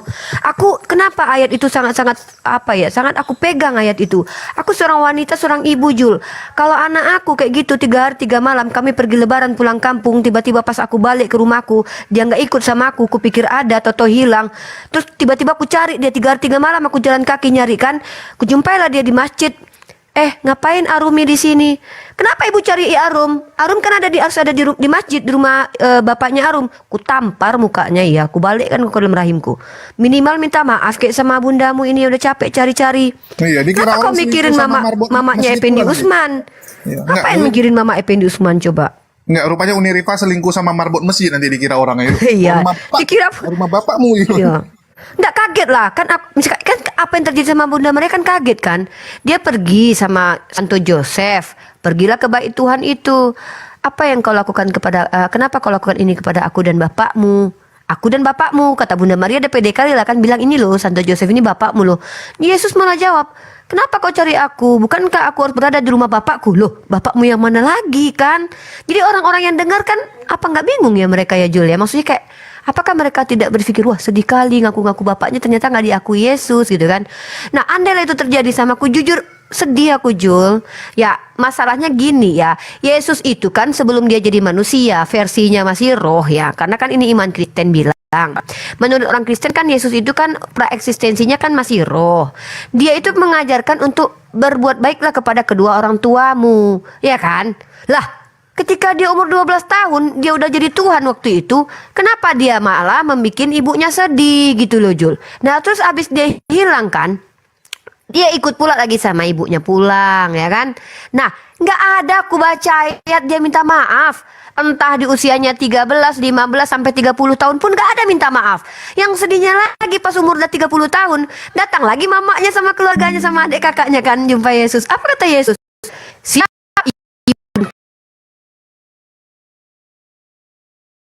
yang mendengar firman? Enggak sendiri Jul. Aku ya Jul ya, kalau anakku Tuhan ya, janganlah anakku Tuhan, taruhlah anakku presiden ya kan. Agak masyarakat jelata lah, duduk-duduk terus anakku presiden. Datang laku kan, bangga laku itu anakku loh, presiden loh. Ini apalagi anak kita Tuhan loh Jul. Weh, kau bayangkan lah kalau anakku Tuhan, nggak tahu lagi lah aku. Wah, berani aku sama semua orang kan. Lah, tiba-tiba dia datang lah jumpai anaknya. Apa kata Yesus? Siapa ibuku? Siapa saudara-saudariku? Mereka yang mendengar firman Tuhan. Apa nggak sedih kali Jul? Nah makanya aku mulai berasumsi kan, apakah ini yang menjadi asbab Bunda Maria tidak diketahui kehidupannya sampai sekarang? Perempuan itu Jul, dia memiliki psikis yang berbeda dengan laki-laki Jul. Perempuan itu sangat baper Jul. Terkait tentang suami dan anak Jul, jangan main-main Julius. Tidak diakui suami dan tidak diakui anak, mati kita Jul. Aku sempatlah Arum ya nggak ngakui dia. Ku tampar bolak-balik Arum itu serius. Oh nggak berani kau nggak ngakui aku mamamu. Ku masukkan kau lagi ke dalam rahim ya. Sini. Ini bayangkan anaknya sebagai Tuhan Jul. Giliran di hadapan publik diturunkannya roti. Dia bisa merubah air menjadi anggur. Kau bayangkanlah ya, apa nggak bangga kali itu kalau jadi Bunda Maria. Tapi kena yang membuat aku sedih sebagai ini kan aku kan bukan Kristen, nggak punya Roh Kudus, jadi kan wajar kalau aku berpikiran begini secara logika kan. Ketika seorang ibu datang kepada anaknya dan mengaku bahwa aku loh ibunya loh, kan bangga lah kita ya Jul ya. Tau nggak kalian yang merubah air jadi anggur itu siapa? Anakku loh itu. Tau nggak kalian siapa yang menurunkan roti dari langit itu? Anakku loh itu. Kan bangga kan Jul kalau kita bicara di publik diakui bahwa inilah ibuku. Tahu-tahu apa kata Yesus coba? Siapa ibuku? Siapa saudari-saudariku? Mereka yang mendengarkan firman Tuhan. Apa nggak lunglai lah lutut aku kalau aku jadi Bunda Maria, Jul? Mungkin Bunda Maria orang yang kuat ya, Jul ya. Dia adalah orang yang sangat luar biasa. Makanya beliau tidak bersedih hati. Bahkan ketika melihat anaknya digantung di tiang salib pun dia nggak nangis kayaknya, Jul. Nangis nggak, Jul? Kau baca nggak Bible-nya? Nangis nggak? Nggak ada. Manggil anaknya Ah. pun nggak? Minta, Nah, minta, minta anaknya jangan dihukum nggak? Nah, itu aku khawatir, Jul. Takutnya kayak, ya mohon maaf ya, Bunda Maria ini mungkin nggak sekelas lah sama ibunya Malin Kundang. Ibu Malin Kundang ngeri loh, Jul. Nggak diakui sedikit langsung dikutuk jadi batu. Coba kau bayangkan, Bunda Maria nggak dikutuknya anaknya memang, walaupun Paulus yang mengutuk di Galatia pasal 3:13, Bunda Maria cuman diam aja. Aku takutnya terlalu sakit hati seorang wanita, maka dia hanya bisa diam. Kau tahu dalam ranah psikologi, wanita ketika sudah marah sekali, Jul, dia nggak ngamuk-ngamuk nyarinya kayak anak kecil, Jul, jambak-jambak rambut, enggak, itu kekanak-kanakan. Wanita yang punya karakter, wanita yang berjiwa kuat, wanita-wanita kayak kelas-kelas Kak D lah, kayak aku gini ya kan. Ya kan? Kami kalau marah nggak nangis-nangis, nggak meronta-ronta, Jul. Tapi kami diam, Jul. Dan marah itu, Jul. Wah, Bunda Maria diam ketika Yesus disalib. Aku takut, Jul. Bunda Maria marah, Jul. Karena umur 12 tahun dia udah sakit hati, kecewa. Kan ketika Yesus berkata begini, kenapa kau cari aku? Bukankah aku harus berada di rumah Bapakku? Dia nggak ngerti loh, Jul, apa yang disampaikan Yesus. Ditulis loh di situ. Mereka berdua tidak mengerti apa yang dikatakan oleh Yesus. Bayangkanlah. Apakah terpendam selama ini kan? 12 tahun. Umur 30 tahun pun woman katanya. Kau nggak baca KJV ya, Jul? King James Version. Woman.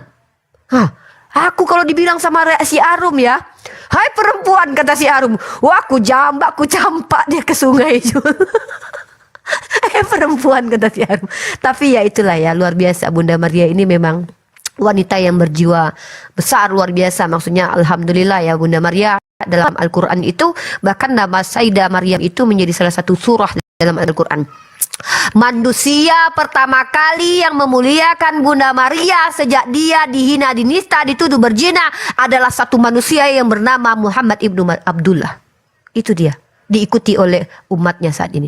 Itu manusia pertama yang sangat-sangat memuliakan. Bahkan nama surah di Al-Quran bernama surah Maryam. Dia memiliki anak, bahkan anaknya yang dikatakan terkutuk, Galatia 3:13, dikatakan penyihir, orang ODGJ oleh banyak orang pada waktu hidup. Bahkan cerita tentang dia berseliweran. Manusia pertama kali yang mengatakan dia wajihan fid dunya wal akhirah itu adalah Muhammad ibnu Abdullah. Kemudian diikuti oleh umatnya. Jadi kenapa Oten dibenci sama kita? Kenapa mereka coba memurtadkan umat Islam? Toh andai kita di Islam pun, kita tidak menghina kedua tokoh ini. Toh andai kita menjadi penyembah Allah, pengikut Muhammad SAW, kita tidak meletakkan posisi Nabi Yesus dan bundanya di tempat terhina, tempat terkutuk, tempat tak layak. Kita bahkan memuliakan mereka berdua gitu, Jul. Inilah kadang-kadang aku sedihnya Oten nih, oknum Kristen ini ya, yang demi perpuluhan, demi uang saku. Kenapa kalian murtadkan umat Islam? Sudah baguslah umat Islam itu memuliakan. Ketika menjadi Kristen, percaya orang Islam yang murtad ini dengan Galatia pasal 3:13. Kan tadinya memuliakan kok jadi mengutuk. Udahlah, percuma juga gitu loh. Kalian memurtadkan selagi masih ada Bang Zuma dan Bunda Rahma, ya. Tapi nggak apa-apa, tolonglah murtadkan itu Yuni, tolonglah, serius. Tolonglah aku sama kalian. Keluarkanlah kemampuan suhu kalian yang oten-oten yang betul-betul mampu amat. Serius, muak kali aku lihat dia. Maaf ya, aku jujur aja nih soalnya. Oke, lanjutlah Bang Zuma. Itu Bang Nandar, belum angkat suara Bang Nandar.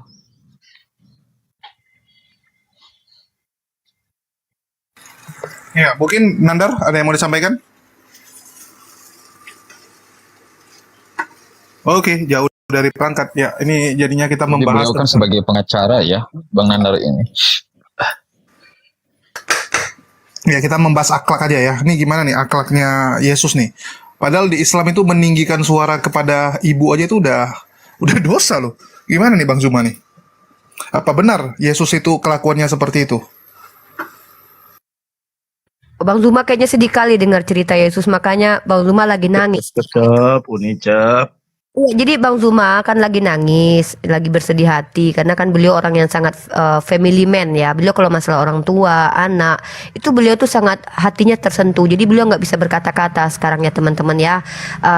Maafkanlah abang kita ya, karena memang beliau kalau udah masalah ibu, masalah istri, masalah anak, beliau sangat-sangat tersentuh hatinya gitu loh. Jadi kalau beliau sekarang masih terseduh-seduh menangis dan tidak bisa berkomentar, janganlah kalian hakimi Bang Zuma. Itu hal yang lumrah dan wajar Aku ya. bela Yesus. Aku bela Yesus. Uni. Silakan.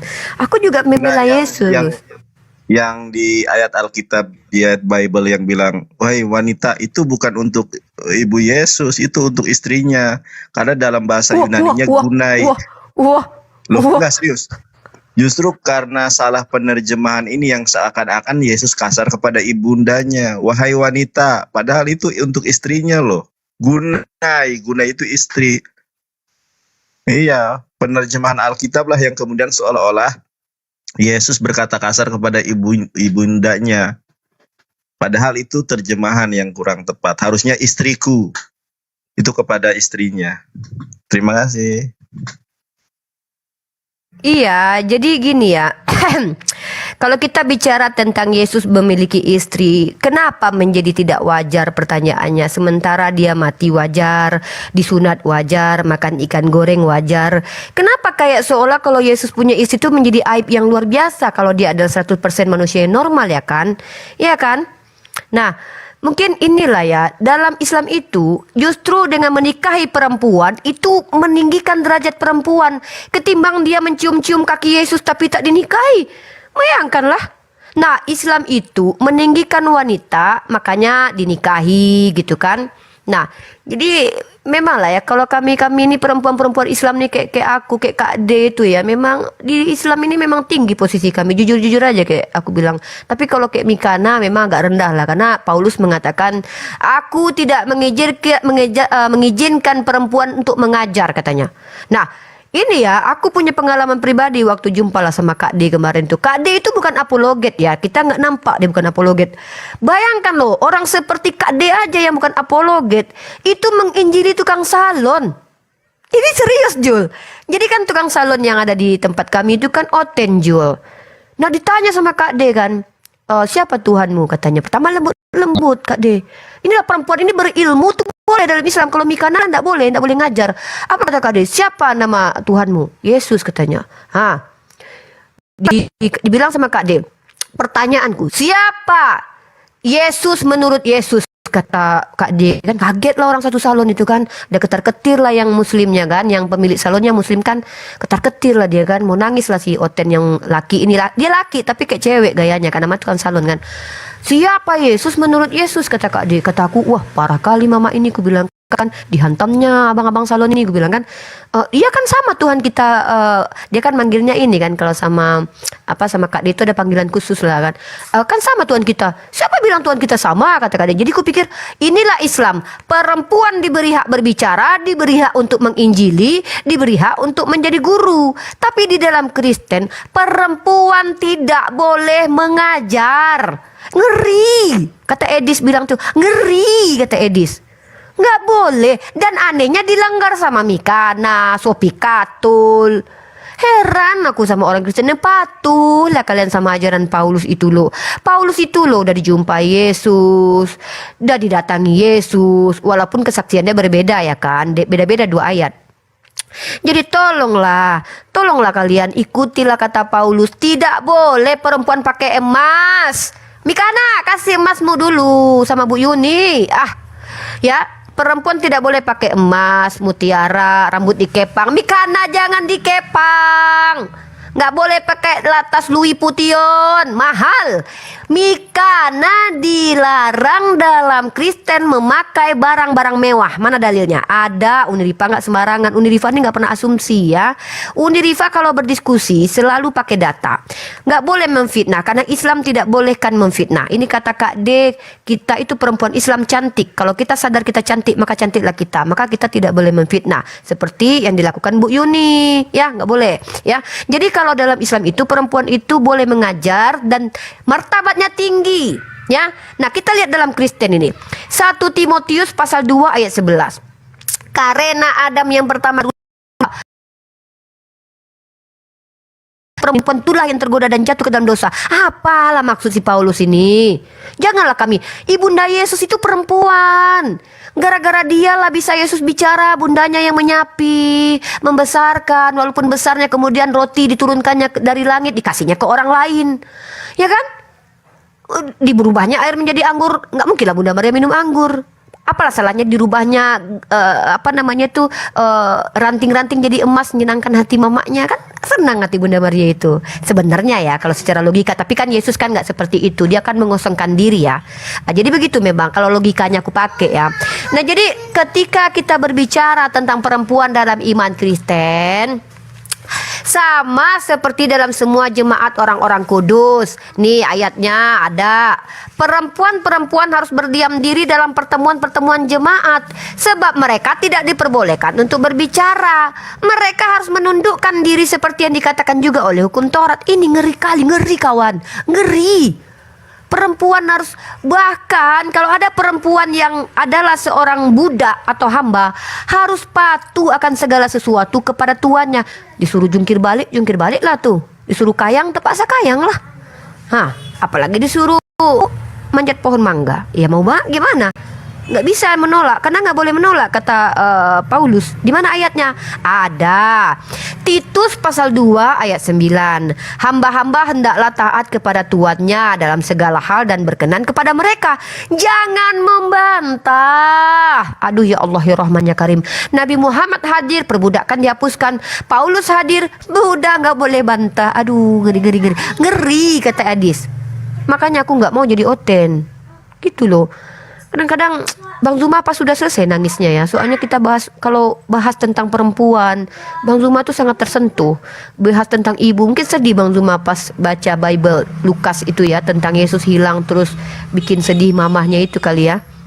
Udahlah Bang, jangan sedih Bang. Memang kadang-kadang kisah-kisah yang kita baca dalam Bible itu memang membuat syok kita umat Islam ya. Kalau umat Islam itu baginda Rasulullah Muhammad SAW itu ya, bundanya wafat. Beliau tidak sempat bertemu dengan bundanya. Beliau tidak berinteraksi ketika dewasa dengan bundanya. Kalau seandainya beliau berinteraksi, banyak sekali lah ilmu yang bisa kita dapatkan. Tapi pasti ada hikmah dari Allah. Tapi Yesus hidup bersama dengan bundanya. Apa yang aku dapat ketika baca Bible? Kesedihan Bunda Maria. Kenapa kau lakukan ini kepada ibumu dan ayahmu, nak? Kenapa kau cari aku? Bukankah aku harus berada di rumah bapakku? Ya Allah ya Rabbi. Ini astagfirullah. Bunda Rama, kalau seandainya begitu anak Bunda Rama apa yang Bunda Rama lakukan sebagai seorang bunda? Kok pada nangis semua ini? Memang sedih, jujur memang sedih ceritanya. Tapi nggak perlu semua nangis tutup camp. Gus Jonathan Nandar menangis, Bang Zuma menangis pada siang kali ini, Lord Oreo menangis, si Julius pun menangis. Iya, ini sedih, tapi gini ya, mungkin ada hikmah dari teman-teman kita Kristen mendengarkan cerita Yesus ketika ibunya bersedih ini ya, tapi nggak apa-apa lah. Mudah-mudahan teman-teman Kristen kita bisa menjawab, apa sih hikmah dari kisah Yesus seperti ini gitu. Bukankah dalam Torah dikatakan, hormatilah orang tuamu, berbuat baiklah pada mereka. Tapi kenapa gitu loh, Yesus sendiri kok begitu gitu loh. Katanya, kenapa Yesus itu suruh kasih musuh? Ibundanya begitu dibikinnya. Kenapa kok Paulus disayang dia gitu loh? Makanya pernah aku bikin argumen, emang agama Kristen ini agama yang paling cocok untuk penjahat. Uni, apakah Yesus termasuk anak durhaka? Ya kalau dalam istilah Islam betul durhaka, karena berkata saja kepada orang tua kita sudah berdosa Bunda. Makanya Malin Kundang itu jadi batu sampai sekarang, dikutuk sama mamanya.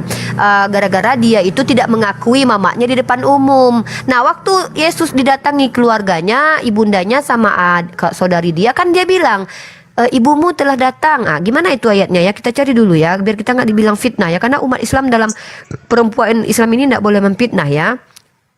Ntar ya, saya cari datanya dulu ya. Ya, para murid berkata, ibumu ada di luar mencari kamu. Kemudian bayangkanlah kronologinya. Yesus, siapa ibuku? Siapa saudaraku? Dia nggak kenal ibunya gitu. Nah, ini betul-betul. Ini kayak gini bunyinya ya. Kita baca teman-teman ya. Kalian yang punya pikiran, kalian bayangkan kisah ini di era tahun 2024 terjadi ya. Kalian bayangkan ini terjadi kepada diri kalian. Ini bukan monolog ya. Ini saya sedang mempertanyakan kisah ini. Ini bukan menjelaskan. Masuk ranah-ranah ITE kalau saya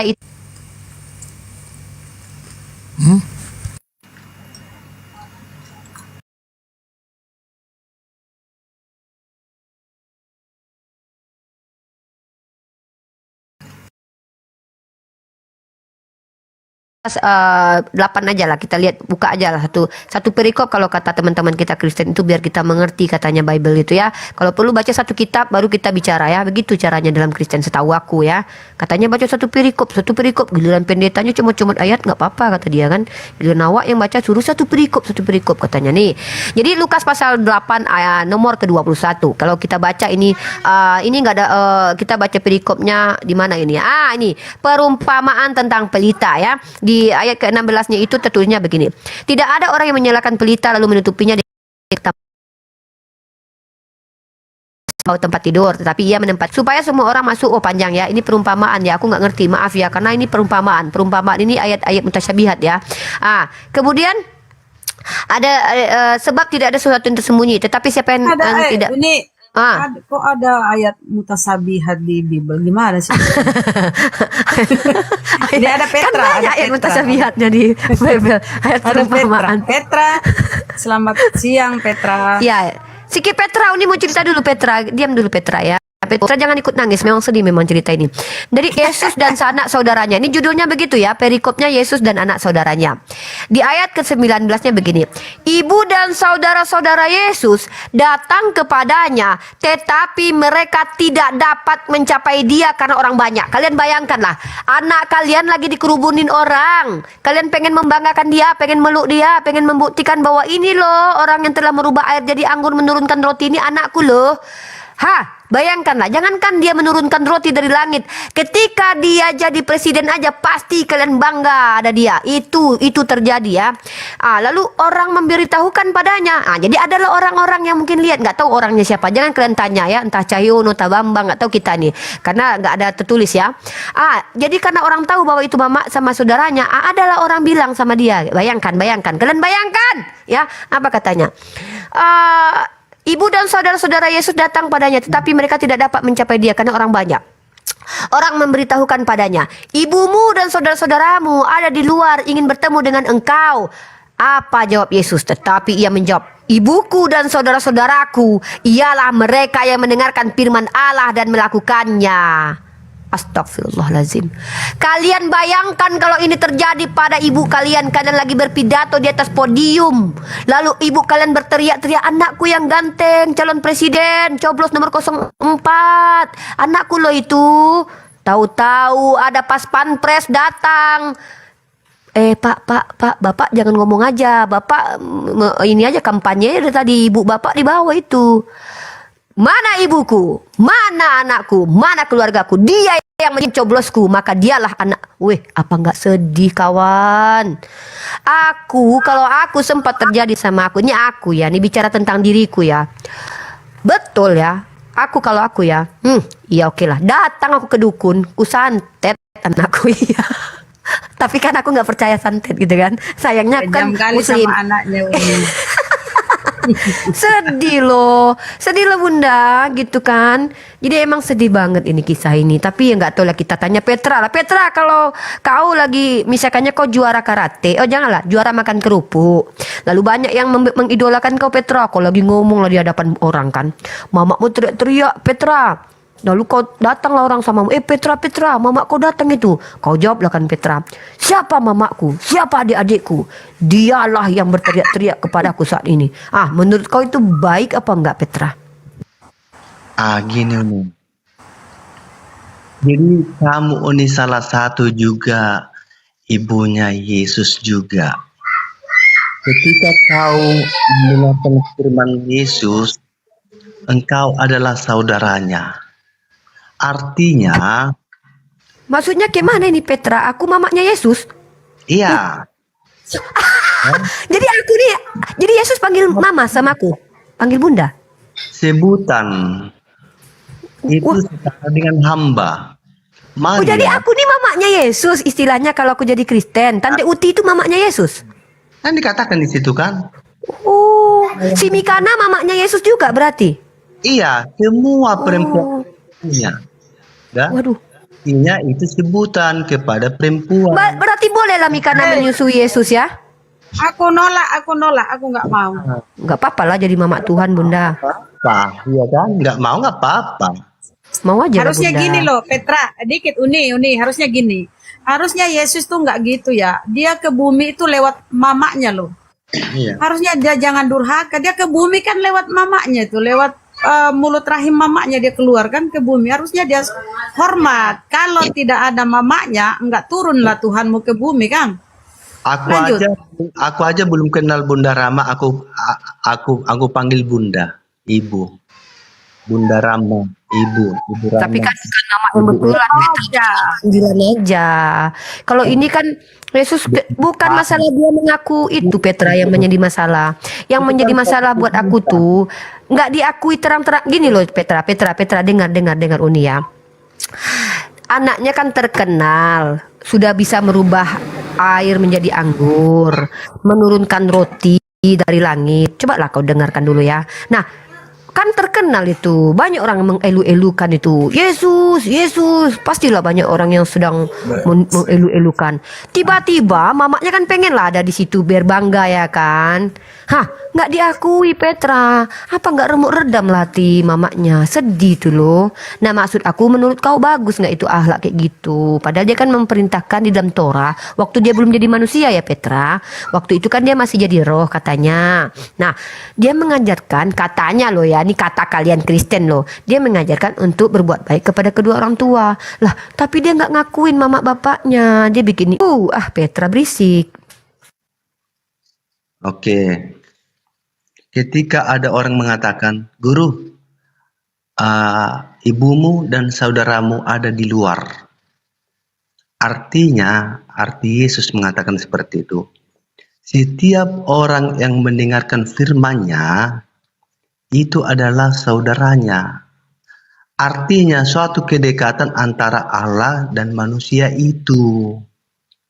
Gitu loh. Kalau mama sama saudaranya termasuk nggak dalam kategori yang dia sampaikan itu? Semua saudara dia. Pengakuan dia kalau mama sama saudaranya termasuk orang-orang yang mendengarkan firman Tuhan. Baik sama si Bang Juma ini, baik sama Jadi kalau Bang Juma ini apa? Bapaknya Tuhan? Bukan. Oh, bisa juga dipanggil Yesus Bapa. Karena jadi Bang Juma ini bisa dipanggil. Loh, dia kan sudah dikatakan bahwa Yesus itu menyetarakan dirinya dengan manusia itu. Ya, tidak ada umpamanya. Jadi Bang Juma setara dengan Yesus. Ya, tidak ada suatu istilah. Ya udah kalau gitu saya panggil Assalamualaikum Bapaknya Yesus. Iya, Waalaikumsalam. Bang Zuma setara loh Bang, ternyata sama Yesus loh Bang. Berkeliaran kemana-mana orang sakit ini. Pak Juma ini virus kita panggil abang. Itulah Tuhan yang benar. Kalau Tuhan yang tidak benar itu, Allah itu, mana bisa dia datang ke dalam dunia? Orang manusia ini tidak ciptaan si Allah. Bang, signal, bentar dulu, diam dulu Petra sebelum Bang Juma ngomong. Abang, signal abang satu Bang. Manusia itu. Diam dulu, mute dulu Jul. Udah mulai dia menghujat ini Jul. Diam kau dulu ya, Bang Zuma lagi signalnya lagi satu itu. Nanti dulu, nanti ku bahas itu, nanti dibahas sama Bang Zuma itu. Diam kau dulu, menghujat kau. Dengar dulu. Allah tidak pernah menciptakan manusia. Jul, mute dulu. Itu Bang Zuma signalnya satu merah.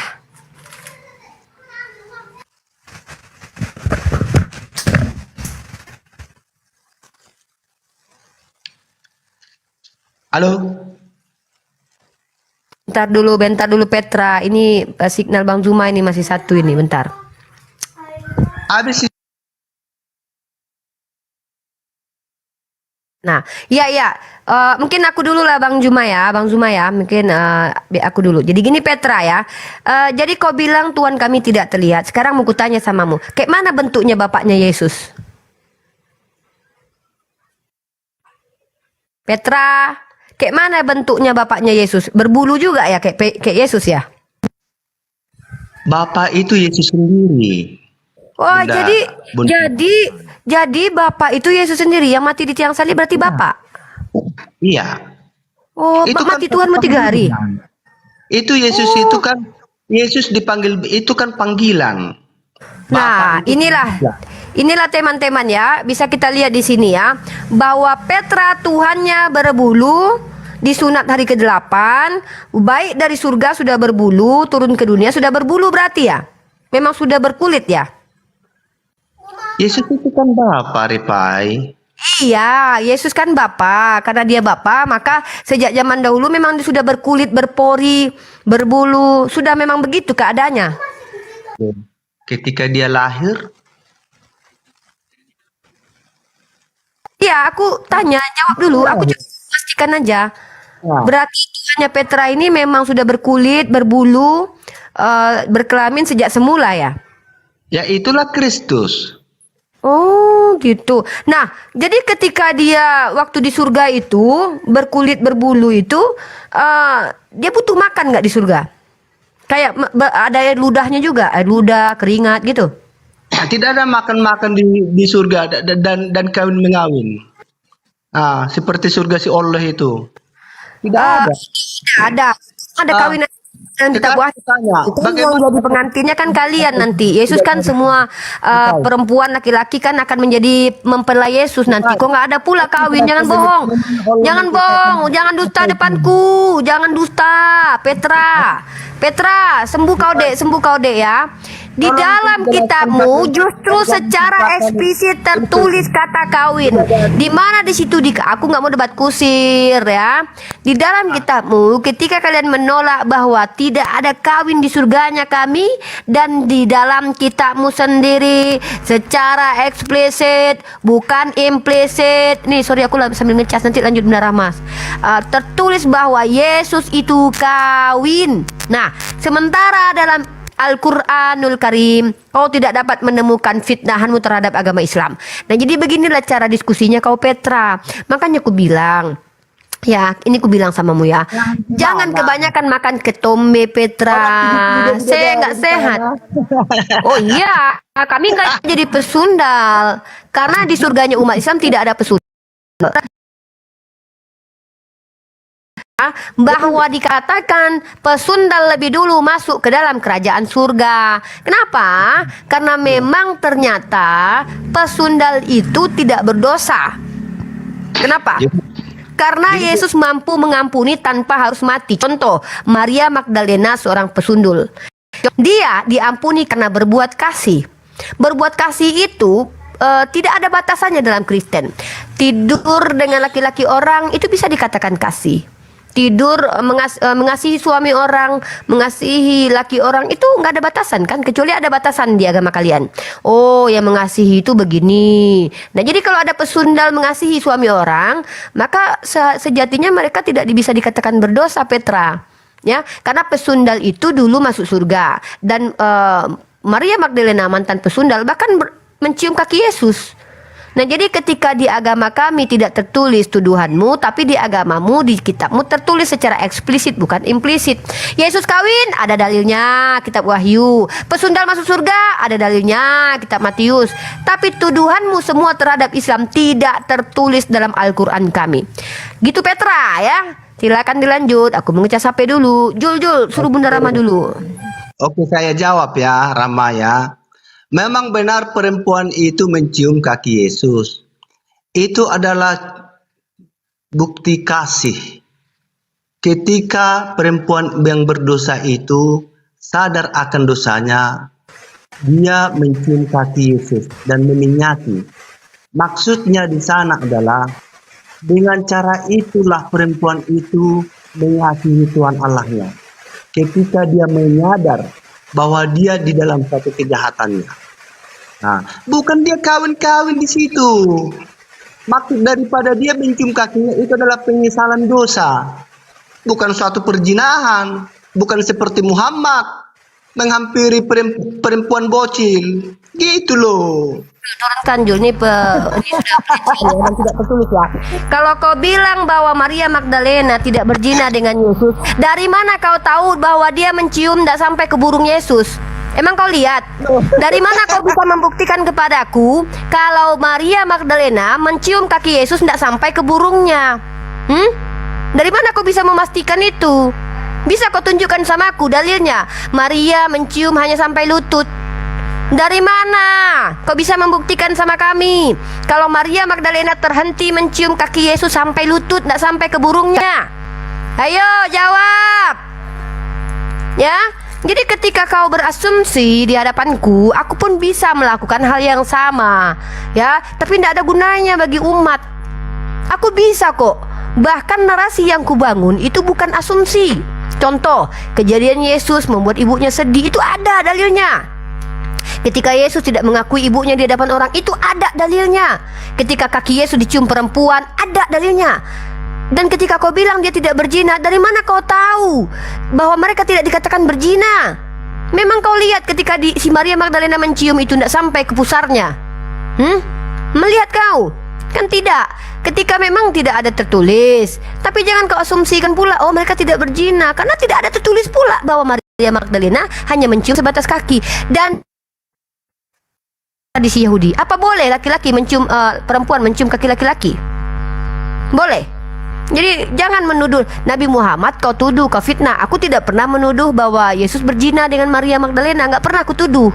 Tapi ketika kau mengatakan sebuah klaim Maria Magdalena tidak menzinai, tidak berzina dengan Yesus, tapi cuma mencium bentuk kasih, memang kau lihat mereka berdua pada waktu itu. Jadi jangan asumsi depan kami ya. Naiklah, tolonglah yang ngoten yang naik ini yang pintar lah sikit gitu. Ya, begitu. Ya kalau mau diskusi itu minimal bawa data. Sudah capek loh, kalian udah berapa kali kalian blunder ini? Banyak loh. Bahkan kurasa kebanyakan dari kalian ini ketika berdiskusi hanya karena kebencian terhadap agama Islam. Kalau aku nggak pernah benci sama Kristen, aku cuma sedih aja. Katanya Yesus mengajarkan kasih orang tua, tapi kenapa Yesus bersikap seperti itu gitu? Kepada musuh kasihi, tapi kenapa kepada ibundanya dia begitu sikapnya? Ada apa gitu? Barang siapa yang tidak membenci ibunya, bapaknya, itu diajarkan dalam Kristen dan itu tertulis eksplisit bukan implisit. Ya, aku akan bacakan ini contohnya ya. Makanya pernah aku bilang agama Kristen ini agama yang cocok untuk para penjahat, karena Yesus datang untuk para penjahat, mentaubatkan para penjahat gitu. Nih ya, di datanya gini ya. Barang siapa yang tidak membenci. Nah, ada ajaran membenci itu. Ya, apakah gara-gara ini Yesus menunjukkan bahwa dia tidak? Nih, Lukas pasal 14 nomor 26. Jikalau seorang datang kepadaku dan dia tidak membenci, diperintahkan untuk membenci loh. Membenci bapaknya, ibunya, istrinya, anak-anaknya, saudara-saudaranya, laki-laki atau perempuan, bahkan nyawanya sendiri, ia tidak dapat menjadi muridku. Nah ini pertanyaannya. Jangan kau fitnah baginda Rasulullah Muhammad SAW ya dengan kebencianmu. Aku bacakan data, aku bacakan dalil. Begitu, tunjukkan dalilnya. Katanya, iya aku umat Islam ini mana lah pernah berdusta nih.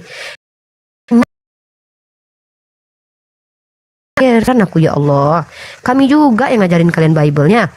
Oten di bawah, tolong ini dibuka kitab Lukas pasal 14:26. Ya, oten di bawah tolong dibuka ayat ini. Ya, nih. Ya, nih. Ini baca.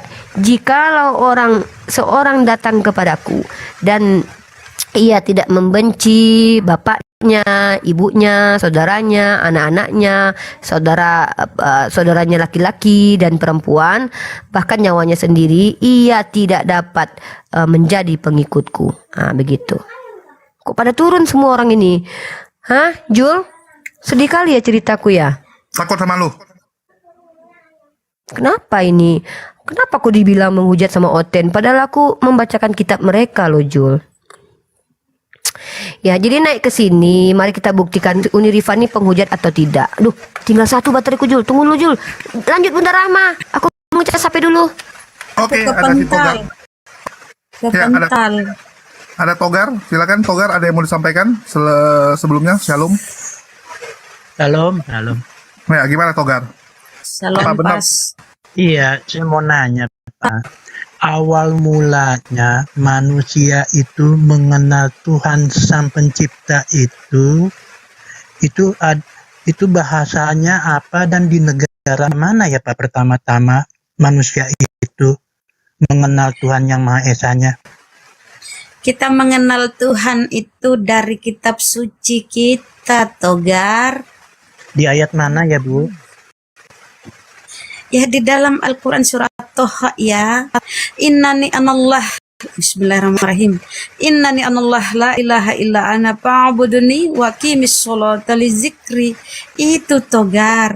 Aku ini Allah, tidak ada Tuhan selain aku.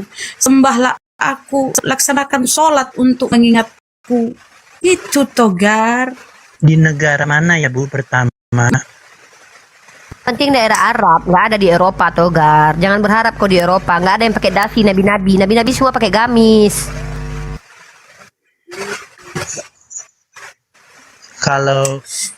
Kalau Adam dan Hawa itu awal mula perjalanan hidupnya dari mana dulu ya Bu ya? Ya pokoknya daerah Arab, nggak ada yang di Eropa. Ya Arab kadrun semua rata-rata itu toko-toko baik-baik semua itu kadal gurun semua. Pakai Di mana Adam dan Hawa pertama tinggal di Arab? Ya nggak tahu lah aku RT-nya, RW-nya, tempat lokasi persisnya. Yang penting nggak ada di Eropa, nggak ada nabi-nabi Bani Israel itu yang hidupnya yang menginjili di Eropa. Eropa itu cuma Paus Vatikan aja. Nggak tahu pula aku kenapa ada Kristen ajaran Yesus di Eropa. Heran juga aku. Kenapa mayoritas banyak orang Kristiani ya Bu? Mayoritas mana? Di seluruh dunia Ibu. Karena Ya, penjajahan. Karena Kan penjajahan. sedikit yang dipilih. Kan kata Yesus gitu, banyak yang masuk neraka, banyak yang terpanggil, sedikit yang dipilih. Yang sedikit itu lah yang betul. Nah, yang paling banyak mana? Kristen. Jadi Kristen nggak masuk surga lah, karena paling banyak. Tapi negaranya modern dan bahagia ya Bu. Mana ada? Kau tengok itu di Afrika Selatan sana. Kau ngeklaim-klaim aja kau, jangan-jangan. Burundi. Burundi, kau pikir kayak mana Burundi itu? Parah kali kau Togar. Kita Sedikit bandingin ya, dekat lah. Kita bandingin dekat. Filipina Togar. Indonesia lah. Negara yang Filipina paling Indonesia. indah kebanyakan di negara Eropa Bu, bukan di Arab. Itu di Timur itu miskin, Togar. Itu mayoritas itu Katolik, Togar. Togar, coba kamu dengar ya. Yesus disunat secara agama Yahudi, ya. Yesus ditahirkan secara agama Yahudi. Yesus dibaptis secara agama Yahudi. Yesus mengajar untuk agama Yahudi. Yesus dikubur secara agama Yahudi. Nah, oten-oten pakai jas. Dari mana kau dapat itu, Togar? Itu inisiatif manusia Bu. Kenapa Ibu? Itu kenapa dari I- Eropa, kenapa Ibu Togar. Dari galau? Roma Kenapa Ibu sana, galau? Togar. Itulah inisiatif Togar. manusia buat Tuhan. Inisiatif manusia juga membuat Tuhan sendiri. Muter ya, cium-ciumin batu. Daripada Tuhanmu itu batu penjuru yang dibuang tukang-tukang Nggak apa-apa bangunan. lah kalau nyium batu daripada nyium Nyium batu berebut. nggak apa-apa nyium batu daripada nyium kelamin orang. Itu paling indah lah. Ternyata Oten otaknya mesum kayak gini ya. Daripada ini kan nontonin onta bloon. Togar. Togar, selamat Sedikit-dikit, siang, Bang. Ya, Sini saya kasih tahu Togar. Bang, sedikit saya kasih tahu Togar. Mohon maaf, sedikit, 1,5 menit. Ketika Tuhanmu Togar keluar lewat itunya Maria. Gimana Tuhanmu itu keluar lewat itunya Maria? Dia cium nggak? Dia sentuh-sentuh nggak tuh? Keluar lewat itunya Maria. Ketika Rasakan. Allah jadi penghulu, di mana di bawah Allah itu? Itu dulu Togar. Tuhanmu keluar lewat itunya Maria. Itu dulu kau keluarkan dulu. Sebentar, Allah jadi- Togar, sebentar. Saya tinggal di Spanyol. Asumsi kamu di Eropa mana? Kamu pernah ke Eropa mana? Hah? Kemana saja bisa? Asumsi kamu tadi tentang Eropa mana kamu? Amerika Saya tinggal di Madrid. Serikat. Amerika Serikat. Swedia. Amerika udah pindah Eropa itu coy. bukan Eropa, Togar. Swiss. Belajar dulu, Togar. Chris nggak pernah Kristen. Inggris. Bahasa Inggris kau. Kalau kau pernah di Eropa. Agama itu. Sekali. Negara harus tahu dulu. Saya di sini hampir 20 tahun loh, Togar. Di Swiss paling indah tuh. Itu tiap hari itu orang masuk ke Islam loh ya. Itu menurutmu. Oh, Itu ketawa menurutmu. Itu kan bisa-bisamu. Saya Indostani Makanya baca Al Imran ayat 64. Saya punya di Belanda. Al Imran ayat di sini, 64. Togar. Ngomong tuh pakai otak loh. Makasih. Kamu mau main banding-bandingin Eropa? Negaramu bagaimana? Negara kita lebih bagus daripada Filipina yang Kasih Bang Juma aja udah. Bang tolonglah Bang, ini Bang, ada hewan ini. Ada pasien. Iya, ini agak akut nih, Togar. Bang Juma. Iya, Ndul. Saya mau nanya ini. Awal mulanya manusia itu mengenal Tuhan yang Maha Esa. Awal mulanya di negara mana dan bahasa apa? Ya bahasa manusia lah. Bahasa manusia yang kayak gimana? Ya bahasa manusia yang dimengerti manusia. Bahasa manusia yang kayak gimana? Seluruh dunia juga punya bahasa manusia, Bang Juma. Iya, bahasa manusia, alat komunikasi manusia itu apa? Maksudku, bahasanya bagaimana dan pertama orang yang mengakui bahwa ada Tuhan yang Maha Esa itu awal mulanya di negara mana semenjak Adam dan Hawa turun ke bumi itu. Enggak dijelaskan di dalam. Gimana keberadaannya Adam dan Hawa itu? Ya di bumi lah. Dan bahasa apa ya? Terlalu berat kau bahas itu. Hah? Terlalu berat itu kau bahas. Kalau kamu karena itu tidak ada korelasinya dengan iman. Mau Adam itu turunnya di Makassar, Adam turunnya di Manado, itu nggak ada hubungannya dengan iman. Mending bahas iman aja. Kalau bahas iman, kita harus akui dulu keadaan Adam dan Hawa ciptaan pertama itu bahasanya apa? Iya, kita berbicara ini aja, berbicara mengenai kitab suci kita masing-masing aja. Nanya itu dulu. Bagaimana dia bahasanya dan adanya di mana pada saat itu Adam dan Hawa itu berada. Itu tidak dijelaskan di dalam Al-Quran. Saya tidak punya kapasitas untuk menjelaskan di luar Al-Quran. Di Bible dijelaskan nggak? Wow, sangat dijelaskan. Oke, di mana Adam diturunkan pada saat kemudian dia dilempar dari Gan Eden? Di mana? Tertulis di mana? Waktu perjalanan hidupnya selama dia ada di bumi sampai punya keturunannya itu, itu di mana? Berada di Kana. Di mana? Berada di negara Israel. Ada dalilnya? Ada, Pak. Ada. Kan Bang Juma lebih hafal tentang ayat Alkitab. Iya, makanya saya tanya. Karena dalil itu nggak ada. Kau ngarang-ngarang sendiri. Ada Bang Juma. Oke, tunjukkan. Di mana tertulis? Di mana? Kalau aku turun lagi ngelihat dalilnya, di mana tuh tertulis? Nggak bisa naik lagi Bang Juma. Nanti Bang Juma aja deh yang koreksi dia. Di kejadian ya. Di kejadian. Itu ada itu di kejadian. Apa tertulis di situ? Turunnya di Bang Juma nanti kejadian tahu. Apa kejadian? Jadi begini Bang Juma ya. Setahu saya ya. Makanya gimana? itu negara Israel itu negara bahasa Tuhan. Karena waktu perjalanannya Abraham, Nuh, Musa itu selalu diperhatikan dengan Allah cara hidupnya. Sampai terjadi Godom dan Gomora, sampai lautan dibelah, sampai Nuh bikin batera. Itu semua. Jadi ahli-ahli Taurat di Israel itu ya. Makanya dibilang di Al Imran ayat 64, ahli Taurat itu mesti menunjukkan mukjizatnya baru dibilang ahli Taurat. Gitu. Pak. Jadi menurut saya ya bahwa keadaan orang pertama yang tahu tentang Tuhan yang Maha Esa itu adanya di Israel gitu loh Bang Juma. Gitu ya. Iya. Iya, baguslah kalau begitu. Duluan mana Kristen dan Yahudi di Israel? Ya? Duluan mana Yahudi atau Kristen di Israel? Duluan mana? Yahudi itu kan bangsa Israel. Gimana sih Bang Juma ini? Ya, oke. Berarti Yahudi yang lebih tahu. Emang Yahudi ada bangsanya juga. Berarti Yahudi lebih tahu daripada Kristen.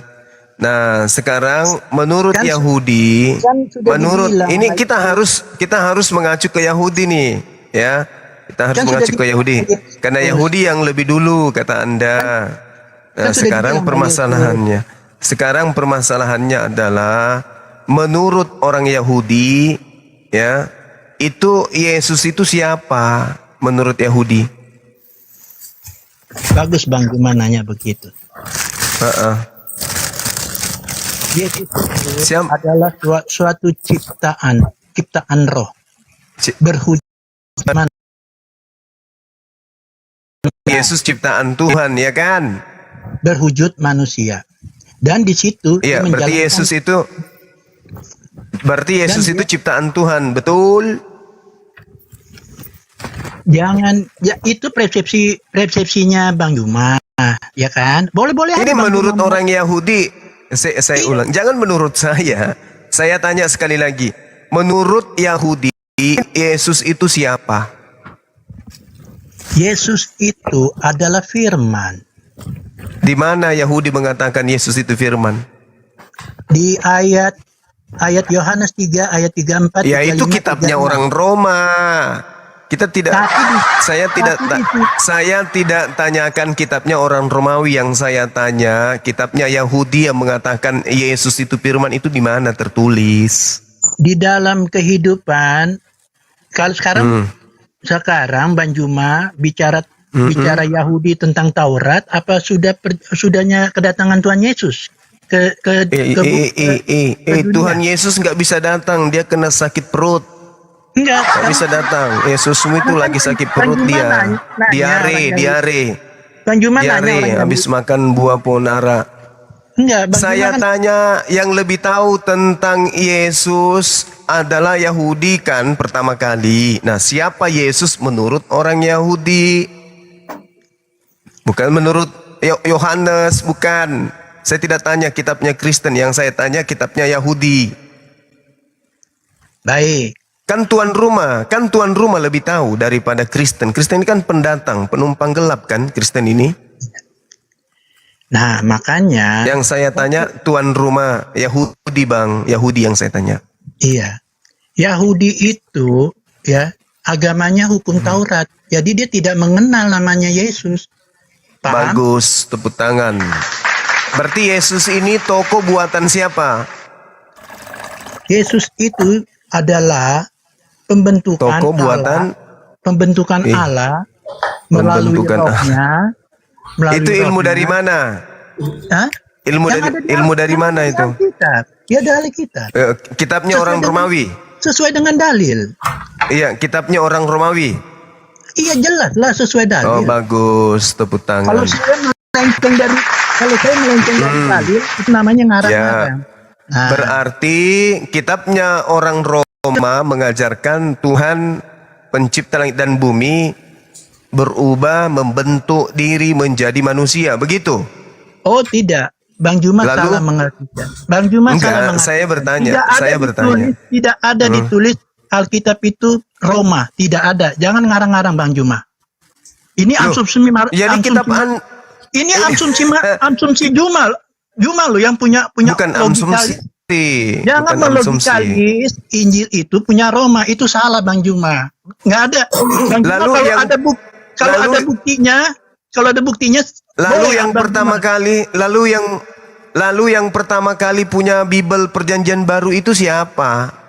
Murid-murid Tuhan Yesus beraneka ragam. Di mana ada muridnya Yesus punya kitab? Ngarang bebas. Jadi waktu kelahiran Tuhan Yesus, murid-murid Tuhan lahir. Ini ilmu dari mana Tuhan lahir? Ini ajaran dari mana ini Tuhan lahir? Ajaran dari mana? Kan Allah Maha Kuasa.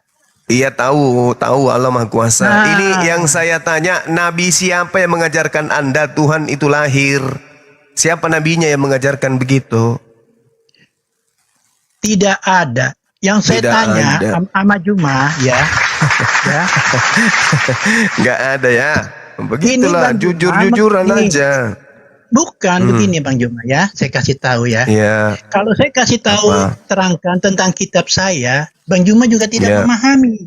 Oh, saya paham. Saya paham karena saya pakai otak, saya pakai akal. Yang Anda maksud itu adalah, kalau saya menjelaskan kitabku kepada Bang Suma tidak akan pernah paham karena kitabku tidak masuk akal. Itu yang betul. Sementara akal dan pemahaman itu adalah satu ikatan yang tak bisa terpisahkan. Anda mengatakan Tuhan saya lahir. Masuk akal tidak? Tidak masuk akal. Siapa yang mengatakan Tuhan lahir? Ya kitab Anda. Makanya kitab Anda tidak masuk akal. Betul? Makanya Bang Juma juga ditanya waktu siapa yang pertama percaya kepada Tuhan Yang Maha Esa dengan bahasanya apa? Bang Juma tidak bisa, tidak ada dalil di Al-Quran. Adam percaya kepada Allah pencipta langit dan bumi. Wa is qala rabbuka lil malaikati inni ja'ilun fil ardi khalifah. Qalu ataj'alu fiha may yufsidu fiha wa yasfikud dima. Wa nahnu nusabbihu bihamdika wa nuqaddisu lak. Qala inni a'lamu ma la ta'lamun wa 'allama Adama al-asma'a kullaha thumma aradahum 'alal malaika faqala anbi'uni bi asma'i haula'i in kuntum sadiqin qalu subhanaka ma. Dikatakan Nabi Adam alaihi salam mengaku tentang Allah. Oke, fatalaqqa Adamu mir rabbih kalimatin fataba alaihi innahu huwat tawwabur rahim. Nabi Adam alaihissalam mengaku tentang Allah. Iya, itu keadaannya lagi di mana? Di surga atau di bumi? Itu di jannah, di taman, bukan di bumi. Taman apa? Taman Aden atau surga Aden. Jadi atau kitabnya orang Yahudi menyebutnya Aden, Ganbi Eden dalam bahasa Ibrani. Jadi keadaannya di bumi bagaimana? Di mana di kotanya, negaranya? Apanya? Keadaannya Adam itu waktu di bumi di mana kotanya? Tidak dijelaskan di dalam Al-Quran. Oh, tidak dijelaskan. Berarti Hawa juga tidak dijelaskan diciptakannya. Tidak dijelaskan di dalam Al-Quran. Yang jelas mereka berdua diturunkan ke bumi untuk berkuasa dan menjadi pemimpin. Keturunannya kelak menjadi pemimpin di atas muka bumi. Itu tidak masuk logika pemikiran itu. Kalau Tuhan lahir masuk logika. Tapi kenapa bisa tahu makan buah koldi? Nah, itu yang anehnya. Kenapa aneh? Al-Quran yang menarasikan itu. Tidak tahu Al-Quran yang menjelaskan itu. Tapi malaikat aku bingung definisi kota apa ya? Setahu aku penduduk kalau masih dikit namanya desa. Ini kok bisa jadi kota ya zaman Adam? Bukan desa lagi karena cuman berdua Adam Hawa aja. Karena pada saat itu di otak dia udah ada kota, ada tempat belanja. Udah nggak usah terlalu banyak neko-neko. Gini aja. Itu keterangannya ada di siapa saya. Nabi siapa yang mengajarkan Tuhan lahir? Itu Nabi mana yang mengajarkan itu? Tidak ada. Terus kenapa ada konsep Tuhan lahir di agama Anda? Dari mana asalnya? Karena waktu Tuhan Yesus lahir ke dunia, barulah ada konsep. Yang lahir ini Tuhan atau manusia? Firman. Makanya. Kok larinya ke firman? Inilah ya, itu baca inilah yang dikatakan Al-Quran. Orang kafir itu penyesat. Ayat 3. Bagaimana ceritanya? Yang lahir ini Tuhan atau manusia? Firman. Gimana ceritanya? Turun dulu lah. Jangan potong. Gimana ceritanya ada firman lahir? Maksudnya apa ya ini? Firman kok lahir?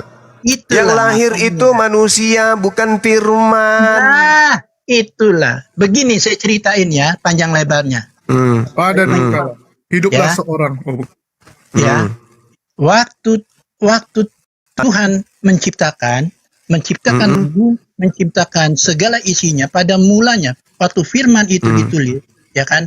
Pada mulanya firman itu bersama Allah dan melayang-layang di atas bumi dan roh Allah. Melayang-layang apa? Parakang.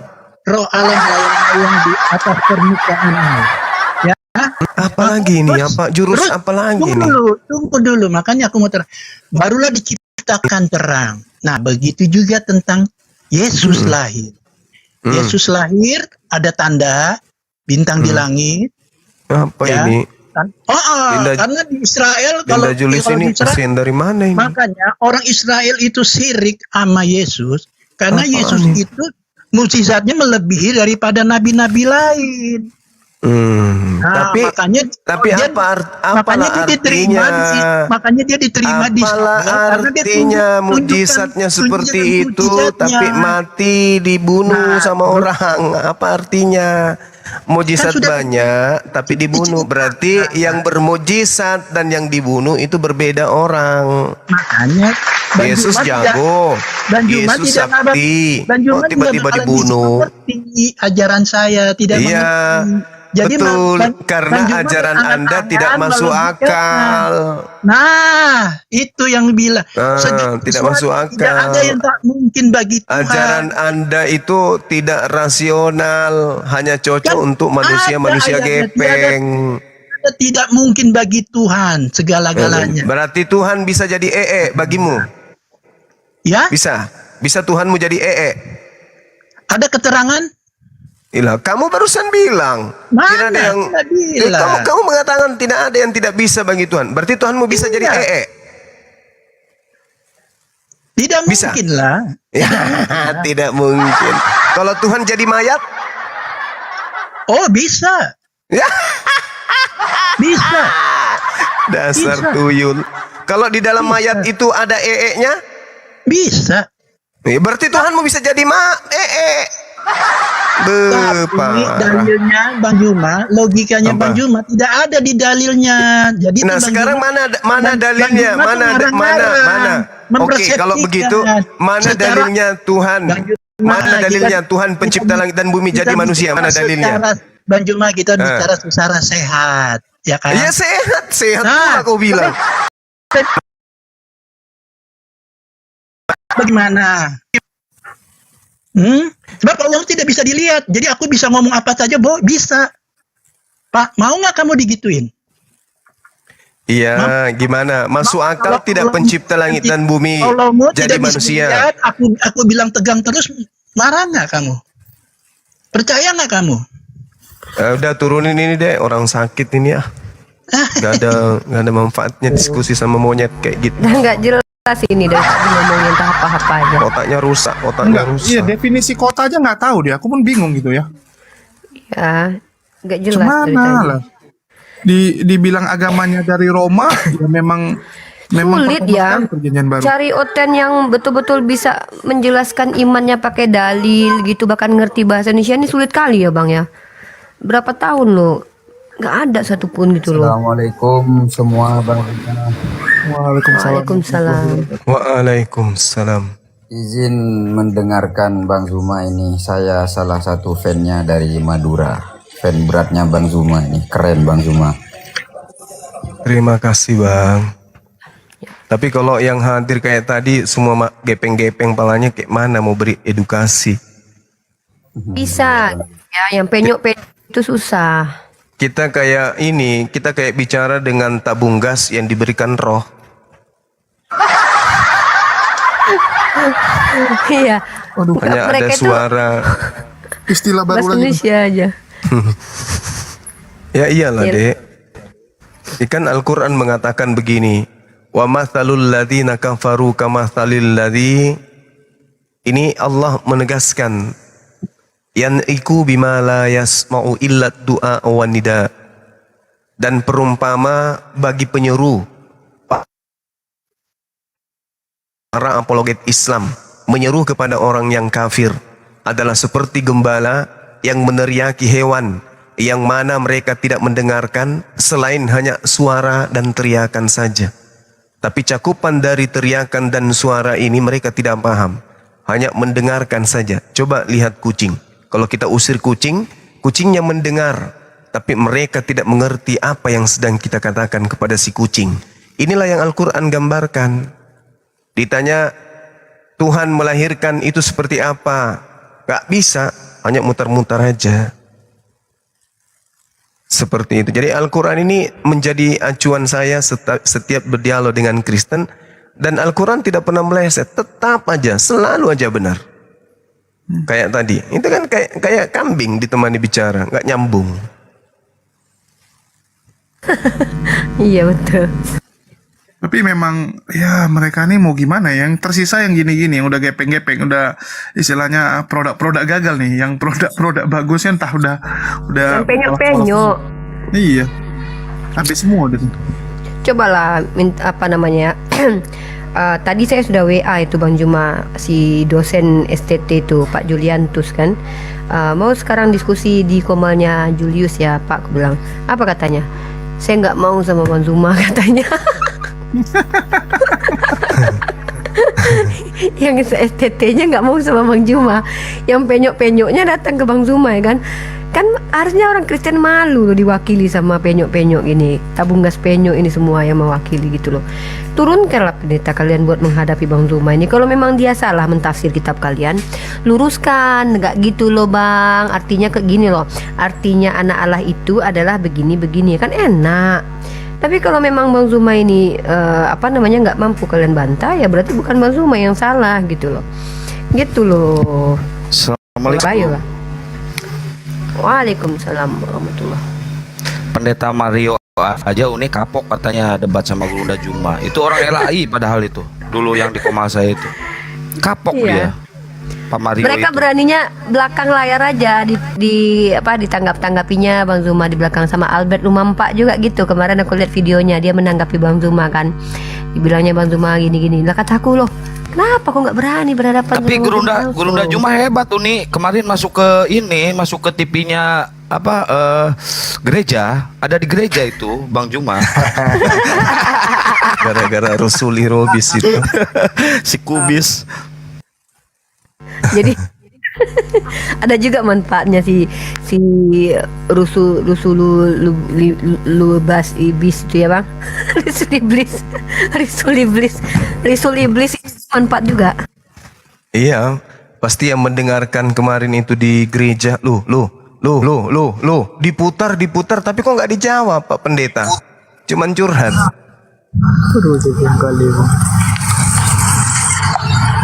Nah, ini belum apa udah pakai helmet dia nih Bang. Mungkin lebih bulat. Halo Bang, helmet. Halo Bang. Ya, dari Yahudi. Oh, assalamualaikum. Waalaikumsalam warahmatullahi wabarakatuh. Kirain Yahudi. Madura Bang. Islam KTP-nya.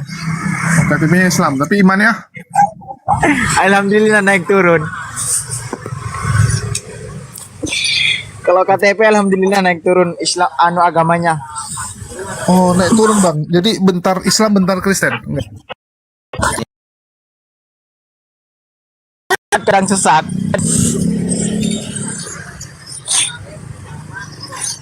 Abang orang mana? Kami orang-orangan Bang. Ini kita di sini diskusi Bang. Kalau ada yang mau disampaikan silakan. Biar kita apa namanya isi tempat kita ini langsung dengan dikeluarkan sama Kristen. Ya, jadi kita di sini diskusi lintas iman. Kalau semua hujah, semua cerita yang saya sampaikan, apa pemaparan Bang Zuma itu menurut kalian salah, kalian punya hak kok untuk menyanggahnya. Bahkan kami beda ya dengan Komal Oten ya. Di Komal kami, cobalah kalian tengok berapa menit tadi si apa tadi ngomong itu menceracau. Kami biarkan. Kalau di Komal kalian ada nggak? Bahkan kami membawa dalil Al-Quran kami pun kalian kick. Nah ginilah kami izinkan kalian menjawab asal kalian menjawab, jangan kalian menceracau kayak Togar tadi gitu ya. Mungkin begitu, silakan disapa dulu Jo tamu-tamu. Bawa pula. Iya. Yang naik yang diskusi aja ya, yang minta permohonan naik yang diskusi aja ya, karena kita di sini lagi diskusi, lagi debat ya teman-teman, mohon maaf ya. Ini ada Gimana Niripa Julistinus gimana? Enggak berani next ini. Itu tadi saya udah kirim ke dia itu, Pak Juliantus boleh naik ke atas, saya bilang kan nggak mau dia sama Bang Zuma katanya. Sama Bang Ardian saja kemarin babak belur gitu kan. Aduh. Bisa disuruh Lubis saja diundang Bang Jul, mumpung ada Gurunda Juma kan, biar dia Karena klarifikasi. mereka sudah didoktrin gini ya. Dia bilang apa gunanya kita debat dengan umat muslim. Ya dia bilang kalah malah jadi badut, menang pun tak ada yang percaya dia bilang. Jadi mending kita memenangkan hati penonton dia bilang. Ya, Tapi pertanyaannya kapan mereka bisa menang Bang Jul? ya memenangkan hati penonton ya dengan kasih cicip lah. Kan dengan cara Indomisasi kan memenangkan hati umat muslim. Oh di ini ya, dipegang kepalanya ya. Iya, buktinya berapa banyak itu tadi ku kasih lihat kan orang-orang yang didoakan Risuli Lubis. Pernah nggak Akang Satria bisa doain orang Kristen seperti itu? Enggak pernah. Cuma ngedoain Uni aja, kepalanya saya pegang. Hei kamu, semoga kamu tidak menyesatkan lagi umat Kristen. Aing mau. Kalah kan? Coba lihat, aku kasih lihat lagi ya teman-teman yang baru hadir. Ya, inilah yang akan jadi perhatian kita di 2024 ini. Ya, kalian bisa lihat di mana nih Akang sama Uni Rifa atau Bang Zuma nih bisa seperti ini, lihat nih. Kok efek lagi nih? Mana efeknya? Ya teman-teman, nanti Bang Julius akan mengadakan Jumat Berkah ya pada hari Kamis malam Jumat berarti. Terus habis hari itu Jumat, ke Kamis malam, tempatnya Jumat tanggal 19. Terus habis Iya itu nih, ke Baduy ya, yang disosorin sama Risuli Lubis kemarin. Lihat nih keren nih, lihat nih umat muslim diginiin. Bisa nggak kalian? Anku itu yang Islam yang dipegang-pegang sama Rasul Iblis itu kok bahagia mereka dipegang lihat nih. Aduh. Oh ibu-ibu, kalian yang tertangkap dipegang kepalanya sama pendeta ini, coba kalian tengok, coba kalian perhatikan foto kalian itu. Nah kalian kasih sama bapak kalian, nggak malu kalian? Coba yang kepalanya dipegang itu Uni Ripa sama Risuli Lubis. Wow, diinjilin sama Uni Ripa tuh. Aku sebubur mukanya pakai air ludah. Jadi ini gereja tanpa tembok dia bilang ya. Gereja tanpa tembok, tanpa atap, tanpa alas, tanpa semua nih. Wih, keren gerejanya. Jangan alasannya kok aneh Jul, minta mintalah kasih batu, lempar batu bata gitu. Hah? Iya. Jangan gitu. Tapi jangan lupa juga ini dukung pelayanan lewat rekeningnya. Wah, ada pesawat ini. Jaga koleran, Bang. Makasih buat Abang MDL atas Jutaan pesawat orang Islam jetnya. Diinjili, keren dia nih. Berapa banyak yang sudah dipegang kepalanya? Kita belum pernah loh. Nanti kita besok bikin juga yuk, pegang-pegang kepala.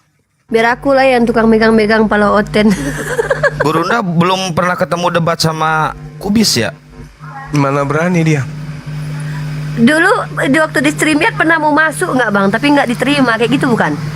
Di arena itu dulu. Ya, dia menghindari memang. Takut ular naga keluar dari kupingnya kiri kanan. Iya dulu kan dia kan Ular naga yang mau perang itu di surga nanti di langit itu sudah bertengger di dalam kepalanya dia tuh. Iya. Kemarin tuh aku pernah ketemu dia di room dia ya, aku masuk gitu kan. Aku ajak ngopi. Oh boleh kalau ngopi, dia bilang kan. Ya gue bilang sekarang diskusi agama. Ya ngapain kita, lebih bagus kita berlomba-lomba dalam kebaikan, dia bilang.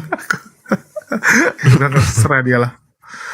Lucu dia. Berlomba-lomba dalam kebaikan. Larinya ke Islam lagi tuh.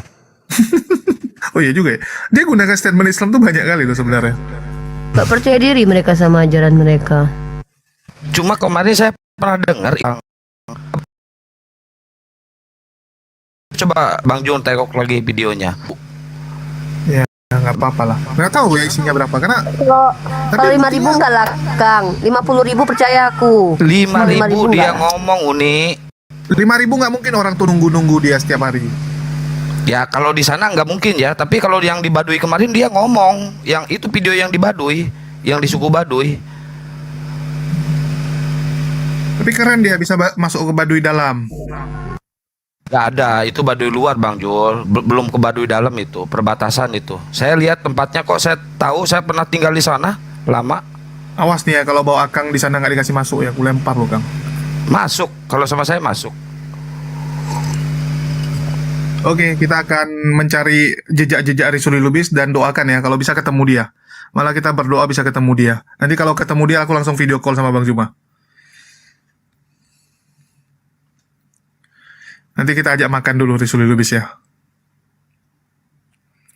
Ya, mari kita berdoa ya ketemu Risuli Lubis, karena pingin kali aku ketemu dia, karena lucu orangnya memang. Nanti baru kita ini ya, kita lihat tingginya. Sama-sama Kores cocok gitu, biar dia sepinggang aja. Cuma yang kehilangan jejak ini Bang Jul, yang nggak ada di TikTok sama sekali itu siapa? Orang tuanya Bang Jul tuh, bapak angkatnya Bang Jul yang di Bekasi. Loh, dia kan memang nggak pernah mau masuk. Yang bilang Tuhannya itu monyet. Kalau Tuhan saya monyet, emang kenapa kalian?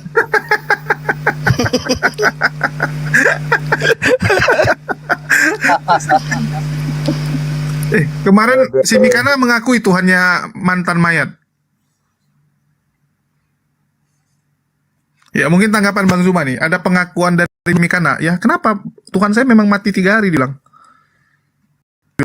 Tunggu aku putarin dulu ya. Mana pengakuan Mikana nih. Pernah mati dan bangkit. Tapi pernah jadi mayat. Iya, 3 hari saja. Pernah jadi mayat. Iya, tapi 3 hari aja dia jadi mayat. Ya, nggak apa-apa. Ya, mungkin tanggapan teman-teman.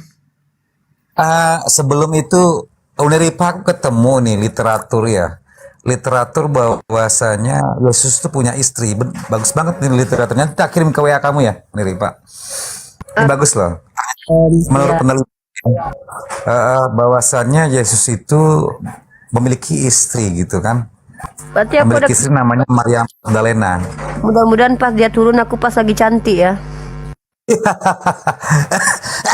Ada papirus berusia 1300 tahun yang memuat kalimat Yesus berkata kepada mereka istriku gitu kan. Jadi betul apa yang dikatakan Bang Yonatan Andar. Jadi ini menarik sekali ini. Nanti kita akan bongkar ya, kita bedah. Nanti saya kirim ke tempat Uniripan. Tapi saya terjemahkan dulu bahasa Indonesia gitu kan. Karena memang menarik ini Bang Kian Santang. Pasti pada para gerejawan kelojotan kalau tahu bahwasanya Yesus itu punya istri gitu kan. Nanti kita kirim di WA ada. Itu aja tambahnya. Okay. Lanjut. Oke, tapi sebelumnya kita mungkin bahas ini dulu ya. Mungkin tanggapan teman-teman saya putar ulang. Ini dari Mikana ya. Pernah mati dan bangkit. Tapi pernah jadi mayat. Iya, 3 hari saja. Jadi pada saat jadi mayat, orang Kristen kan mengimani bahwa Yesus itu adalah Tuhan. Jadi pada saat dia jadi mayat, Yesus juga jadi Tuhan pada saat di situ, pada saat jadi mayat. Ya, dia bangkit pada hari yang ketiga, di mana tubuhnya saja yang mati, ya. Keilahiannya tidak pernah mati, bro. Makanya dia bisa membangkitkan juga orang mati. Jadi 3 hari dia pernah jadi mayat ya, dan itu tubuhnya aja yang mati ya. Oke, mungkin silakan teman-teman, apa tanggapan? Ya, ini ada kontre. Salam, selamat siang kontre. Assalamualaikum Bang. Waalaikumsalam. Muslim Bang. Muslim alhamdulillah Bang. Ada yang mau disampaikan Bang? Iya, saya cuma karena kita lagi diskusi. Ini yang pertama. Oke. Cuma mau satu. Ya. Tadi yang host sempat mention ya, yang ada flag hostnya tuh saya nggak tahu nama username-nya siapa. Kalau bisa, kalau ngomong terkait Nabi Isa alaihissalam, itu jangan nadanya bercanda. Baik, nanti itu di belakang layar aja Pak, nggak ada yang bercanda di kami kalau masalah tentang agama ya Pak ya. Maksudnya, maaf ya, Pak. maksudnya yang mana? Maksudnya yang mana Pak? Udah, bias jadinya. Maksudnya apa? Oke, mungkin dari B6444. Ya, ada yang lucu Bang. Itu si Fitimi karena itu yang bertebaran itu dia bilang dia hidup di zaman Yesus, dia ikut menyalib Yesus. Terus ada yang komen Bang, Pak polisi tolong salib tangkap si Mikana katanya. Dia ikut menyalib Yesus Tuhan ya. Itu gimana tuh bang? Ada videonya bang? Ada bang bertebaran, coba lah tengok itu. Oh nanti kita tengok. Iya, ya itu Oh, saja. maksudnya Mikana pengen menyalibkan Yesus? Ya, terus saya baca komen itu lucu semua bang. Itu Pak polisi tolong Mikana telah membunuh Tuhan katanya.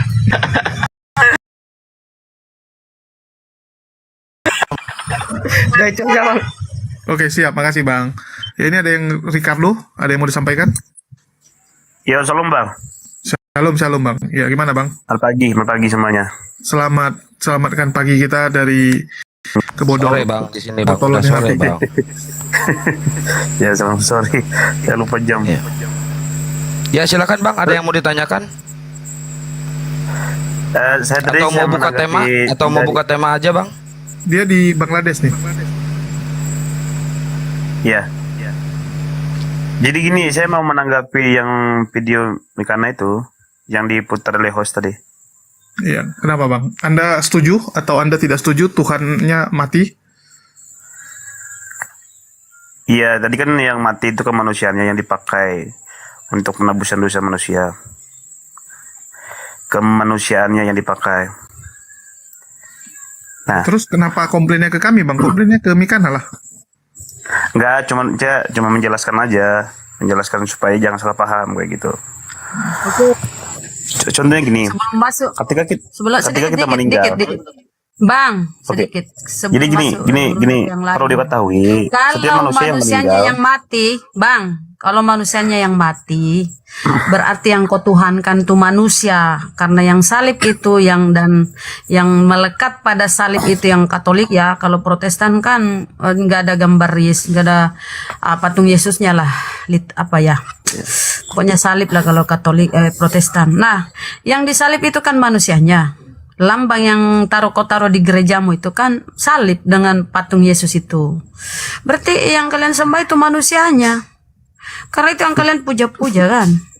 Jadi yang menebus dosamu itu manusia. Ingat kalau manusia itu sudah tertular dosa waris Adam. Jadi gagal penebusan dosa waris. jadi Gagal gini, total. Bunda. Baik, mungkin dengan Gurunda hormat- Juma mau dengan- menanggapi Gurunda Dengan hormat sama Bunda ya. seputaran penyaliban sama Yesus katanya pernah jadi mayat Gurunda. Boleh ngomong nggak nih untuk menanggapi Bunda dulu? Boleh nggak teman-teman? Ajar Kalau bang. boleh sih, kalau nggak boleh nggak apa-apa. Bunda Rama nggak apa-apa lah dikarungkan, angkat. Boleh bang, silakan bang.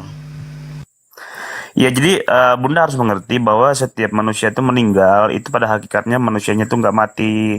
Yang kematian kita itu adalah tubuh jasmani kita, tentang rohani kita, jiwa kita itu tidak akan mati. Itu akan ditempatkan kepada alam maut atau ke alam surga kayak gitu. Alam barja. Dua tempat. Jadi yang meninggal itu adalah kemana daging ini kembali ke tanah. Dan kemudian jiwa dan tubuh kita itu akan dihakimi seperti Oke, itu. sebelum Yesus disalib kayak gitu juga nggak? Apa? Sebelum ada Yesus di dunia, manusia memang akan mengalami kematian juga kan? Sama aja kan? Ya, setiap manusia itu akan mengalami kematian. Oke, jadi apa bedanya? Nggak Setiap ada guna manusia dong? akan mengalami kematian, kecuali ada beberapa manusia yang tidak mengalami kematian. Misalnya seperti Henokh bergaul dengan Tuhan 400 tahun, dia diangkat hidup-hidup. Ilya juga diangkat bergaul dia? hidup. Apa? Oh, dia bergaul dengan Tuhan, jadi dapat inilah prioritas ya. Iya, prioritas karena dia kan bergaul dengan Tuhan selama hidupnya. Dia kan seorang nabi yang besar juga. Seperti Ilya, seperti Henokh, seperti itu kan. Dia tidak mengalami maut, tidak mengalami kematian. Saya cuma menjelaskan aja kalau memang diterima ya. Tunggu puji Pak, Tuhan. itu Kalau yang tidak diterima mati juga itu nggak apa-apa. manusia apa Tuhan Pak? Itu pertanyaannya Pak. Ya, yang mati itu kemanusiaannya yang dipakai. Ya, untuk kalau penebusan yang mati dan kemanusiaannya berarti yang nebus dosa waris itu manusia Pak, bukan Tuhan Pak. Karena yang mati manusianya. kemanusiaannya. Iya, berarti yang nebus dosa waris kalian kemanusiaannya. Karena yang mati itu manusia, bukan Tuhan Pak. Kok diam? Lagi mikir. Oh iya. Bingung. Padanya. Bingung dia. Nah, kalau gitu apa Iya, bedanya jadi Yesus mati nggak mati? kemanusiaannya Tetap aja ini manusia mati. yang mati itu pun Iya, selama berarti yang malam mati penggenapan setiap manusianya penubuhan. Pak. Pak, pahami Pak, pakai ini jangan gepeng Pak, pakai monitor logika Pak. Ya kalau yang mati manusianya berarti yang nebus dosa waris kalian adalah manusia, karena yang mati di tiang salib itu adalah manusia, bukan Tuhan Pak. Diam lagi, kok ketawa Pak? Abang kan Jangan gini-gini, mungkin jawab yang benar Pak, pakai abang, ayat Pak. Abang gini. Iya. Saya mau menjawab, tapi kalau dipotong-potong kan tidak bisa untuk menjawab, Bang. Ini dalam hormat saya tidak, menyudutkan Abang, enggak. Ya. Jadi Allah itu punya visi dan misi untuk menyelamatkan manusia, karena manusia yang berdosa ini, dan hukum Allah itu setiap manusia yang berdosa ini harus digantikan oleh maut, oleh hukuman, karena manusia sudah berdosa. Oleh karena itu penggenapan firman-Nya harus terjadi melalui manusia itu. Jadi manusia inilah yang dipakai Tuhan, firman yang menjadi manusia ini yang dipakai Tuhan.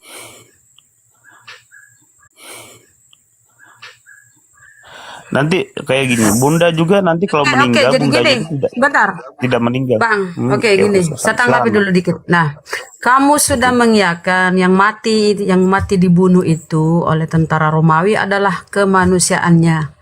Berarti fix yang menebus dosamu itu adalah manusia. Kalau silakan dulu. Yang bentar, lanjut. Saya makan. Oh iya.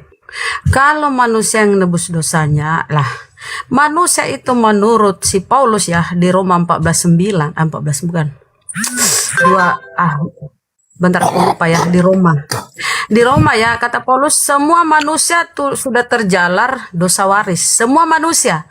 Jadi kalau manusia yang mati berarti nggak lolos penebusan dosanya si Yesus, karena dia juga manusia. Kok sopi-sopi lagi. Jadi gagal ya penebusan dosa ya, karena semua manusia sudah jatuh ke dalam dosa. Begitu kata si Paulus.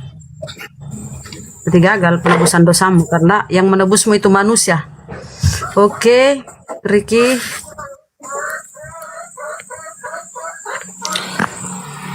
Jadi gini Bunda, setiap keyakinan dan setiap agama itu ketika punya iman dan punya ketetapan itu sebenarnya punya aturan masing-masing ya.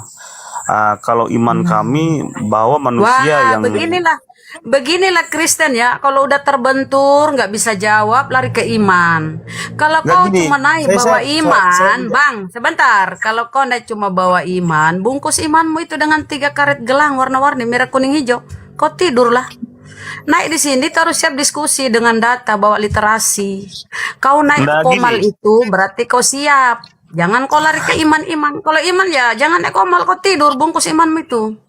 Lanjut Bunda, yang lain. kalau bisa jangan dipotong, saya ngomong dulu, selesaikan Ya dulu. kau lari ke iman, kau lari ke iman. Kalau Ya iman gimana kami nggak bisa dipotong ganggu. Pak, gimana nggak dipotong kalau misalkan narasi Bapak ini sangat membagongkan dan tidak masuk akal. Pantas Bunda Rahma motong juga Pak, pakai data bukan pakai iman Pak kalau diskusi Pak. Enggak, saya kan mau menyampaikan bahwa setiap agama itu punya iman dan ketetapannya masing-masing. Saya mau menjelaskan gini, tapi ketika iman kami dalam Yesus Dasarnya iman Bapak dari mana Pak? Dasarnya Pak? Nah, dasar kami adalah bahwa Yesus Kristus itu bangkit dari antara orang mati dan naik ke Itu surga. tertulis di mana Pak? Itu tertulis di mana? Itu Kisah Para Rasul. Ya udah pakai data, makanya Pak, kalau Bapak punya data, bantah data dengan data, jangan bantah data dengan asumsi Pak Gabrul. saya tidak mengasumsi. Saya tidak mengasumsi kalau sang firman menjadi manusia itu ada datanya juga. Kalau dia datang ke dunia untuk menyerahkan Ya udah nyawanya makanya gini Pak, tunjukkan datanya bahwa yang mati itu manusia Pak. Berarti yang nebus dosa waris kalian itu manusia. Tunjukkan datanya Pak, mana? Gabrul. Itu kan asumsi abang seharusnya abang asumsi itu. kan asumsi. Asumsi Bunda Rahma, lanjut. Saya lagi kerjain ini nih. asumsi abang seperti itu. Seharusnya abang itu, nah, menebus dosa manusia bukan Yesus misalnya. Saya bukan Jangan asumsi, justru saya menjawab jawaban dari Bapak, bahwa kata Bapak yang mati di kayu salib itu manusia, bukan Tuhan. Nah, berarti yang nebus Bukan dosa waris manusia. kalian itu manusia. Bukan Tadi Bapak bilang manusia. Kemanusiaannya. Ya berarti manusia. Kalau kemanusiaannya bukan Power Ranger, Pak. Kemanusiaannya, tapi pada hakikatnya Allah itu tidak bisa mati, tapi kemanusiaannya yang dipakai itulah yang mati selama 3 hari 3 malam. Berarti yang nebus dosa waris kalian itu yang mati. Siapa yang mati? Kemanusiaannya, bukan keilahiannya. Gepeng. Nah, dia lagi kan? Tidak. Kalau tidak yakin Pak, saya kasih data. Coba baca Roma 5:18. Sebab itu sama seperti oleh satu pelanggaran semua orang beroleh penghukuman. Demikian pula oleh satu perbuatan kebenaran semua orang beroleh kebenaran untuk hidup. Jadi sama seperti oleh ketidaktaatan satu orang, semua orang telah menjadi orang berdosa. Semua orang. Jadi kalau kau bilang yang mati adalah keorangannya, kemanusiaannya, berarti yang menebus dosamu itu orang atau manusia. Gagal. Karena manusia itu sudah jatuh ke dalam dosa. Masa orang berdosa menebus orang berdosa? Nggak mungkin. Nah, jadi gini Bunda, setiap manusia yang kita ya bukan Yesus ya, yang kita ini itu semuanya dari tanah, dari debu tanah yang diciptakan menjadi manusia. Dan Yesus ini bukan dari debu tanah, dia itu anak Allah yang Pak, hidup. apanya yang bukan dari debu tanah itu apanya, Pak? Biar simpel. Nah, itu kemanusiaannya atau kalau kita Bang, gini saya mau menjelaskan.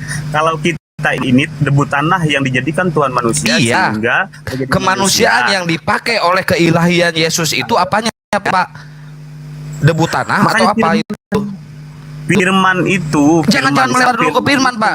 Jangan dulu melebar ke firman. Ini kemanusiaannya ini terbuat dari apa, Pak? Debu tanah, terbuat dari ingus atau terbuat dari apa, Pak? Jelasin. Itu aja, Pak.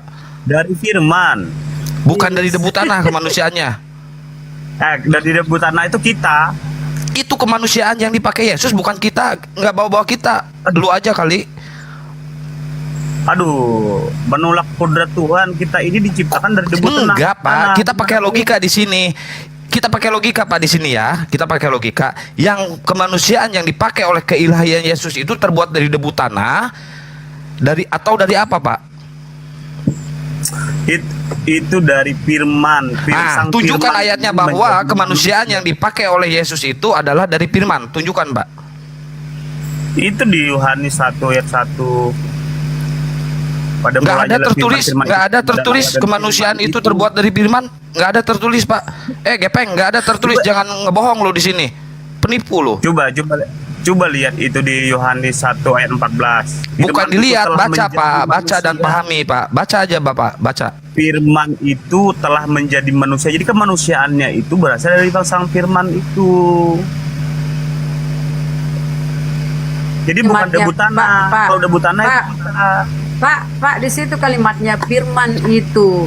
Ya, perintah Allah itu telah menjadi manusia. Bukan firman itu Yesus. Firman itu telah itu kata telah di situ artinya berproses, ya. Berproses. Yesus berproses 9 bulan. Makanya tidak tertulis firman itu Yesus. Firman itu telah menjadi manusia. Ya, jadi kita ini hasil dari firman semua. Iya, kehendak Allah. Ya, perintah Allah. Firman itu adalah perintah Allah untuk menciptakan. Jadi terciptalah Yesus. Firman itu telah menjadi manusia. Jadi kalau kita minta mana datanya Yesus itu firman, seperti yang kalian imani, Yesus itu firman, Yesus firman, mana datanya Yesus firman? Nggak ada. Tunjukkan kalau sampai 2 Yohanes 1 ayat 14 itu datanya firman itu. Oke, Pak, saya ikutin, Pak. Saya sedikit, Bunda Rahma, saya sedikit aja. Silakan. Baik. Lanjut, kalau Bang. misalkan kemanusiaan itu terbuat dari firman, kemanusiaannya itu berarti yang mati di kayu salib itu firman, Pak, bukan manusia, Pak. Gini. Enggak, jangan gini, Pak. Jawab aja, jangan pakai gini. Saya juga bisa kalau kayak gitu. Jawab aja, Pak. Berarti yang mati di kayu salib itu firman, bukan manusia. Karena si kemanusiaannya ini terbuat dari firman. Oke? Gini lagi, saya pentung nih kalau bilang gini lagi. Enggak, saya mau menjelaskan ini pemahaman abang itu tidak selurus dengan apa yang kita pahami. Enggak, kita Jadi sama Pak, pemahaman kita sama. Berarti yang mati di kayu salib itu firman, bukan manusia. Karena kata Bapak tadi, kemanusiaannya itu terbuat dari firman. Oke? Kemanusiaannya itu yang mati, sebagai kemanusiaannya itu yang mati selama. Nah, sekarang saya tanya, kemanusiaannya itu terbuat dari apa? Iya, dari firman itu yang telah menjadi manusia. Berarti yang mati di kayu salib itu adalah firman. Berarti yang mati di kayu salib itu firman kan? Firman itu adalah Allah. Oke, kalau merujuk ke Yohanes 1 pasal 1, firman itu adalah Allah. Berarti yang mati di kayu salib itu adalah, sangka lagi tuh ayat. Ayo, gepeng, diem kan? Lanjut Bunda Rahma. Udah tuh selesai itu. Lanjut Bunda Rahma. Apanya sudah selesai? Karena pemahaman abang mati di kayu salib itu adalah Allah, karena si kemanusiaan itu terbuat dari firman. Oke? Firman itu adalah Allah. Bang. Ya, kalau kita ke sana betul. Pada mulanya firman bersama-sama dengan sebentar Bang. Pada mulanya sebentar Bang. Penguraiannya gini, Bang. Oke, kita urai. Pada mulanya firman bersama-sama dengan Allah, dan firman adalah Allah. Firman adalah Allah. Jadi firman ini adalah Allah. Firman ini yang adalah Allah, bukan lagi bersama-sama. Firman itu adalah Allah. Jadi firman yang Allah ini telah menjadi manusia Yesus. Jadi firman atau Yesus ini adalah Allah. Yang dilahirkan Maria, Allah yang dilahirkan, yang menyusu pada Maria. Tadi bersama-sama, Pak. Jangan gini. Pada mulanya firman bersama-sama dengan Allah, dan firman adalah Allah. Nggak ada lagi bersama-sama situ. Dan firman itu atau Allah itu telah menjadi manusia. Ketika Maria ngeden, keluarlah Allah. Allah lahir. Ketika Maria menyusui, Allahku. Gimana ya kalau menyusui Allah ya? Ya mohon maaf ya, ini karena argumenmu, jadi aku bilang Allah yang disusui. Kemudian ketika Bunda Rahma jangan bilang Allah, Bunda Rahma. Kalau ke mereka Bunda Rahma bilang Allah.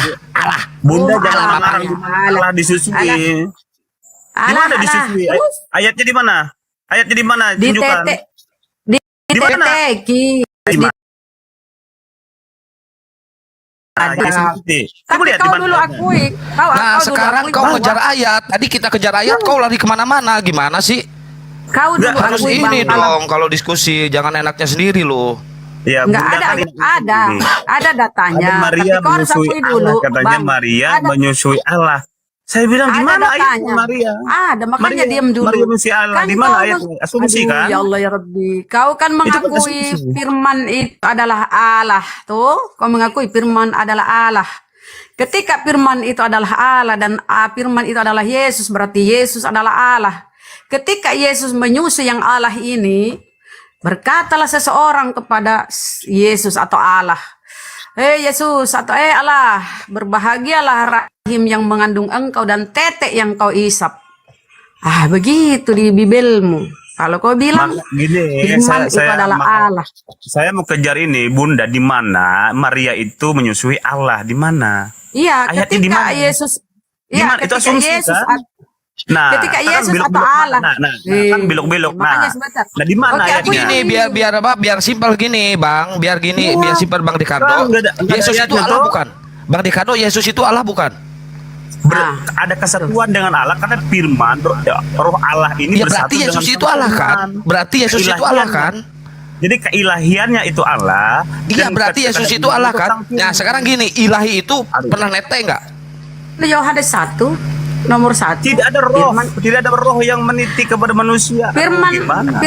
Berarti itu mayat, bukan yang nete itu mayat. Soalnya enggak ada rohnya. Rohnya tidak bisa dihidupi dengan susu. Kan firman adalah Allah. Bro, ngerti nggak roh? Kau bilang kau akui firman. Kau akui firman adalah Allah. Berarti yang menyusu sama Maria adalah Allah. Iya, kau akui dulu firman adalah Allah. Seperti Itu bersama-sama Yohanes 1 nomor dengan 1, firman Allah, adalah Allah dan dan firman firman ini itu adalah juga Yesus. Dan firman adalah Aduh. Allah. Firman yang Allah ini telah menjadi manusia. Ketika Yesus menetek berarti Allah yang menetek. Iya, betul. Kemanusiaannya yang menjadi manusia ini yang menete, yang bukan keilahian, Terus tadi kealahannya. Yohanes 1 nomor 1 firman adalah Allah. Makanya saya mau jelaskan pemahaman Bunda ini salah. Lo kok soalnya Keilahian dengan tadi kedagingan kau itu bilang beda. firman Keilahian Tadi kau dengan kedagingan itu beda, Bunda. Bedakan keilahian dengan kedagingan. Kalau kedagingan ini bisa makan nasi, makan apa, Terus itu bisa. kemana keilahiannya? Ketika Bang Keilahian Allah itu nggak perlu makan apa-apa. Harus mengerti membedakan dengan Kemana Allah ke dan Tuhan? keilahian Yesus. Oke, Bang. Kemana keilahiannya ketika menyusu? Bang, kemana keilahiannya ketika menetek sama mamanya? Kemana keilahiannya? Keluar dulu kah ke keilahian mall? Allah itu di mana-mana bisa ada, Bunda. Tidak dengan kita numpuk di satu titik, kemudian di sana tidak ada lagi Allah. Bukan seperti itu. Allah Ya, itu ketika semua Yesus, ada. Bang. Ketika Yesus dikandung mamahnya, yang dikandung itu kan ada Allah keilahiannya tuh. Ketika Cek, Yesus Gurunda dikandung, udah ada monitor, keilahiannya kan? Silakan Gurunda kalau mau masuk. Ingat, Lukas 2:11, yang lahir itu Tuhan loh. Telah lahir Tuhan di kota Daud. Yang lahir Tuhan berarti yang dilahirkan Maria Tuhan. Yang menyusu pada Maria Tuhan. Yang menetek ya, ada kan kata tetek di situ, tetek yang kau isap. Tapi itu sangat ini ya, menggelitik. Oke. Kau mengakui ya? Oh itu. Yesus nih Tuhannya. Gambar apa itu? Itu kan, itu ada gambarnya. Nah, ini Bunda Maria nyusuin lagi Yesusnya, netein ya kan. Nah, Makanya Bang, abangnya harus mengerti ada natur kemanusiaan. Kita dengar dulu jawaban dari si Ricardo ini. Kita dengar dulu jawabannya seperti apa. Ayo jawab dulu. Jadi gini, abang-abang di sini, bunda-bunda cantik di sini harus mengerti keilahian dan juga kemanusiaan.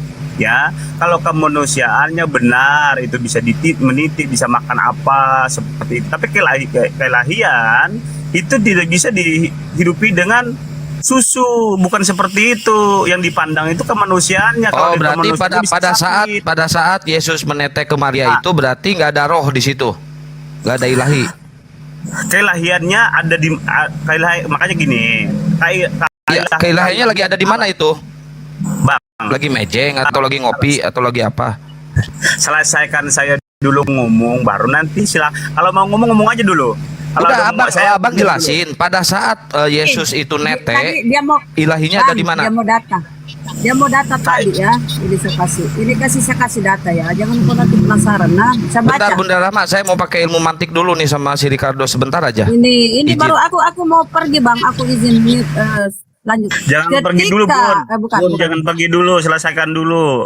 Kasihan ini ya teman-teman. Ada saudaraku, aku nyimak, tapi aku kerja, aku lagi buat sesuatu nih. Oke, siap. Tatkala Yesus, Bang, coba ya. Tatkala Yesus lagi mengatakan perkara itu, datang seorang perempuan dan dari antara orang sebanyak kok jauh sekali tulisannya. Banyak bersuara sambil berkata kepadanya. Ini perempuan ini berkata kepada Yesus ya. Itu Allahnya di dalamnya. Yesus itu harus mengerti. Yesus itu Pak, konteks Pak, konsep Tuhanmu itu 100% manusia, 100% ilahi.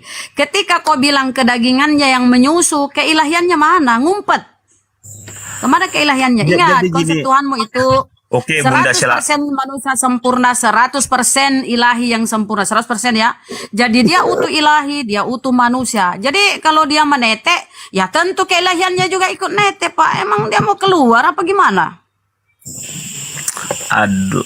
Gini Bunda, habiskan dulu, ngomong aja dulu. Jadi biar aku nanggapin nanti. Coba ngomong aja dulu. Habis dulu. Nanti biar silakan Bang Kian. Oke, lanjut. Kita kembali ke... Saya lagi kerja, lanjut aja Uniripa atau Gurunda udah monitor Gurunda? Biar saya naikin lagi otennya. Enggak, Bunda dulu selesaikan dulu dia, Abang. Selesaikan dulu dia biar unak-unaknya dia selesai dulu biar nanti aku Oke, baik. jawab gitu. Nah, saya ke Firman aja ya, ini komplain netizen. Kita ke firman. Coba kita baca Yohanes 17:3. Hidup yang kekal itu ialah mengenal Engkau satu-satunya dan mengenal Yesus Kristus yang Engkau utus. Sebab siapa yang diutus Allah, dialah yang menyampaikan firman Allah, karena Allah akan mengaruniakan rohnya dengan tidak terbatas. Jadi para utusan itu bisa bermukjizat karena dia dikaruniai roh dengan tidak terbatas. Di Yohanes 17:8, firman yang engkau sampaikan telah kusampaikan kepada mereka. Jadi Yesus itu adalah orang, ya, utusan yang menerima firman. Kau bilang Yesus adalah firman. Kami minta data di mana Yesus itu firman. Misalnya tertulis di Bibelmu, firman adalah Yesus. Nggak ada. Sebab Yesus itu penerima firman. Firman yang engkau sampaikan telah kusampaikan kepada mereka dan mereka telah menerimanya. Mereka tahu betul bahwa engkau yang telah mengutus aku. Itu Yohanes 17:8.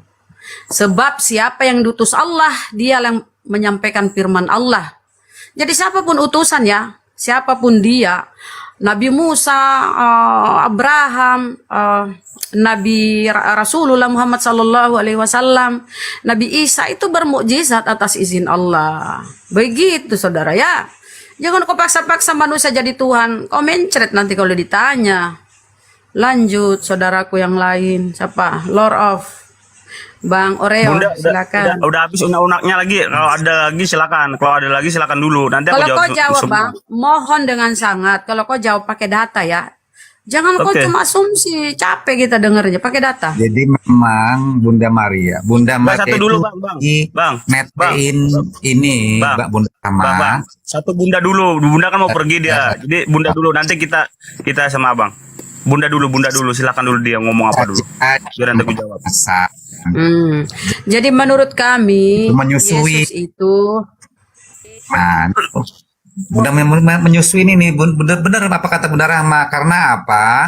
Yang disampaikan kedagingan atau keilahian itu adalah konsep dari konsili Nisea, ya, yang memusyawaratkan tentang apa?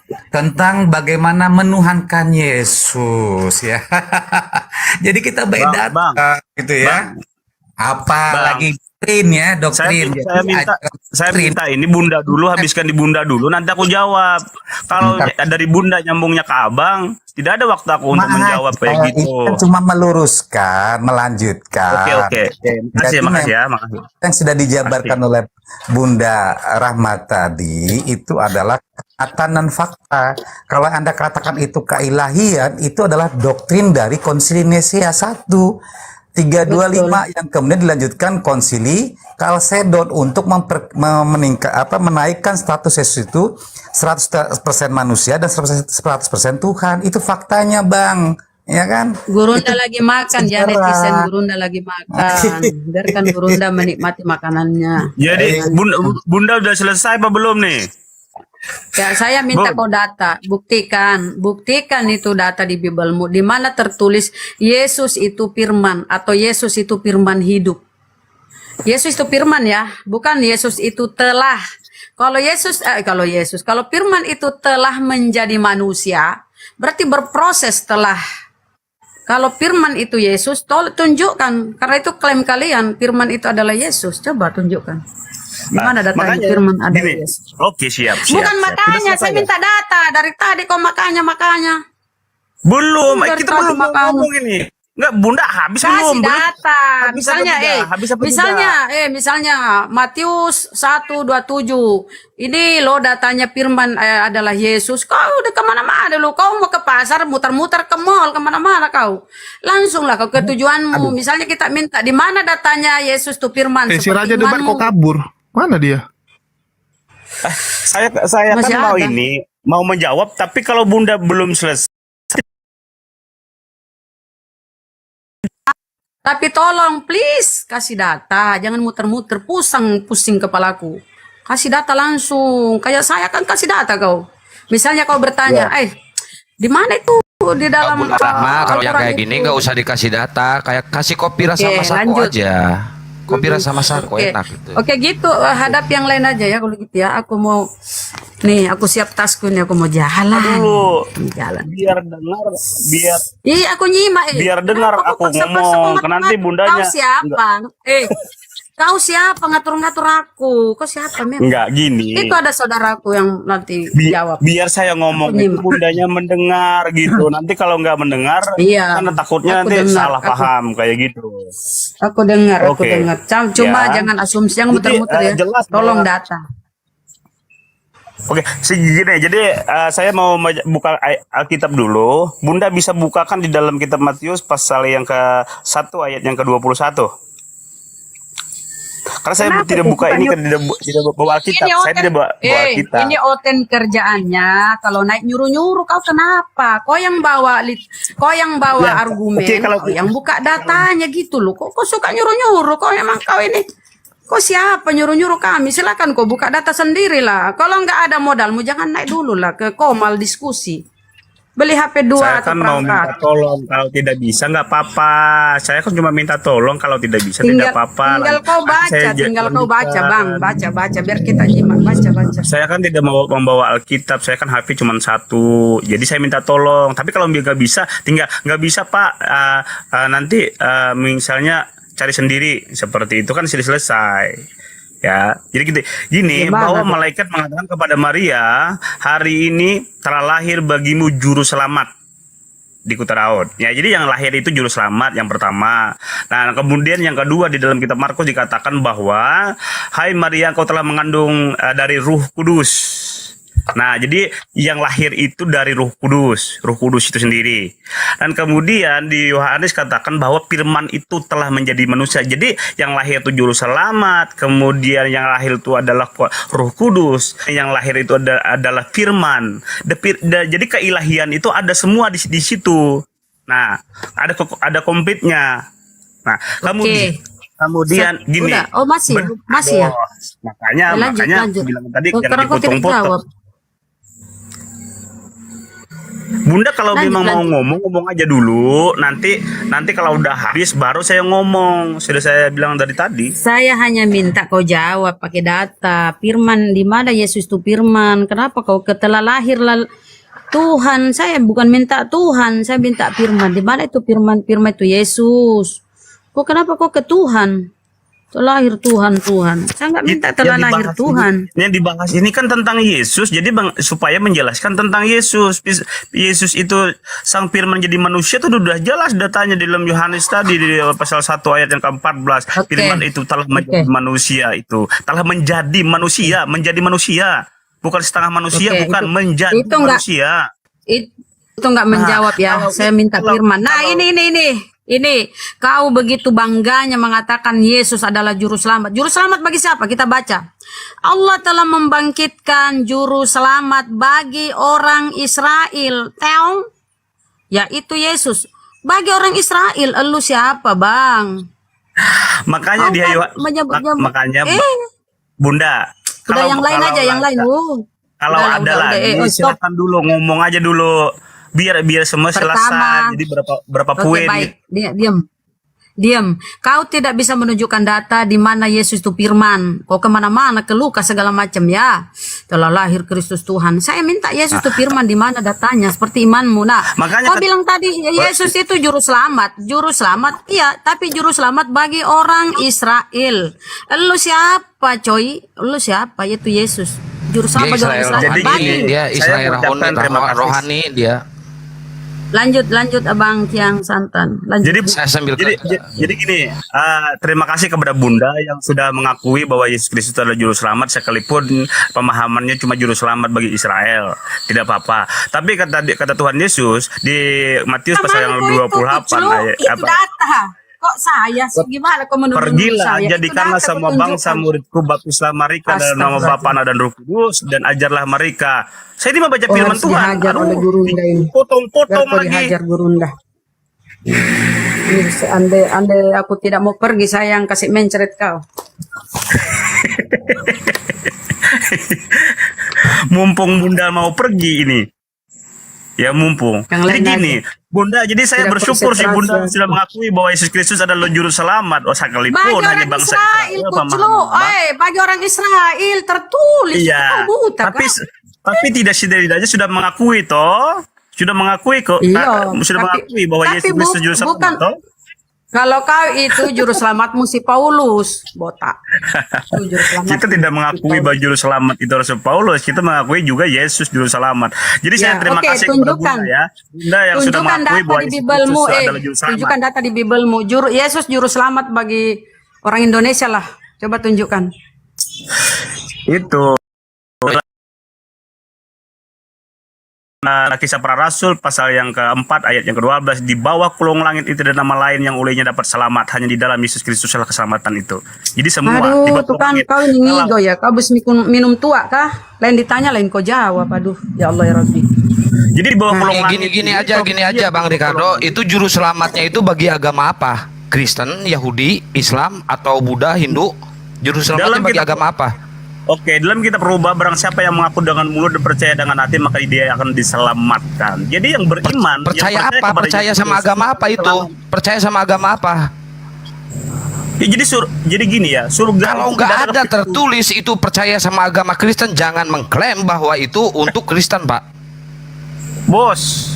Jadi gini, kenapa Pak. bos? Kalau nggak ada tulisan untuk Kristen, jangan mengklaim itu untuk umat Kristen. Karena itu keselamatan itu untuk Bani Israel atau umat Yahudi. Nggak ada tertulis di situ Kristen. Tunjukkan satu ayat tertulis Kristen di situ. Tunjukkan. Jadi kekristenan Nggak usah jadi, tunjukkan dulu satu ayat aja ada Kristen di situ. Nggak usah jadi gini, gepeng, jadi gini kau. Jadi ngomong dulu habis dulu abang dulu. Nanti saya jawab lagi. Tunjukkan satu ayat aja bahwa keselamatan itu untuk umat Kristen. Tunjukkan sekarang juga. Gepeng kau. Jadi saya ngomong di sini tidak ada keselamatan untuk orang Kristen, itu tidak ada, tapi orang yang beriman, orang yang Kalau percaya tidak dengan ada, Yesus kenapa kau jadi Kristen? Kristen tidak selamat. Kristen bakal digarami di neraka. Ayo, mau ngomong apa lagi kau? Cacus. Bang Jul lanjut dulu, saya sambil kerja. Kebetulan. Ya kebetulan jaringanku tadi agak merah, jadi agak turun. Jadi saya tidak dengar Bukan jaringan merah itu, kau nggak bisa jawab itu. Kayak mana pula kau? Aduh, itu di kontakku udah kelihatan tadi bahwa jaringanku merah. Masa tidak tahu?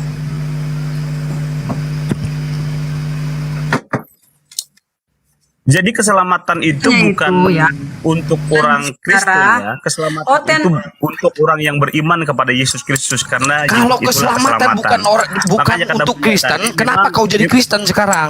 Kalau keselamatan itu bukan untuk Kristen, kenapa kau jadi Kristen? Jadi setiap orang yang mengikut Yesus banyak jadinya, jadi gepeng kau lama-lama. Di Antioquia, maka dibentuklah sebuah agama. Jadi pengikut Yesus itu disebut orang Berarti orang Kristen itu bukan dibentuk oleh Yesus, ya? Berarti Kristen itu bukan dibentuk oleh Yesus, dibentuk oleh Paulus di Antioquia. Kekristenan itu dikenal di Antioquia itu ketika orang-orang mengikut Yesus. Ketika orang-orang mengikut Yesus, maka disebutlah Kristen. Gimana orang-orang mau ngikut Yesus di abad 16? Yesus sendiri udah nggak ada. Gimana cara ngikutnya?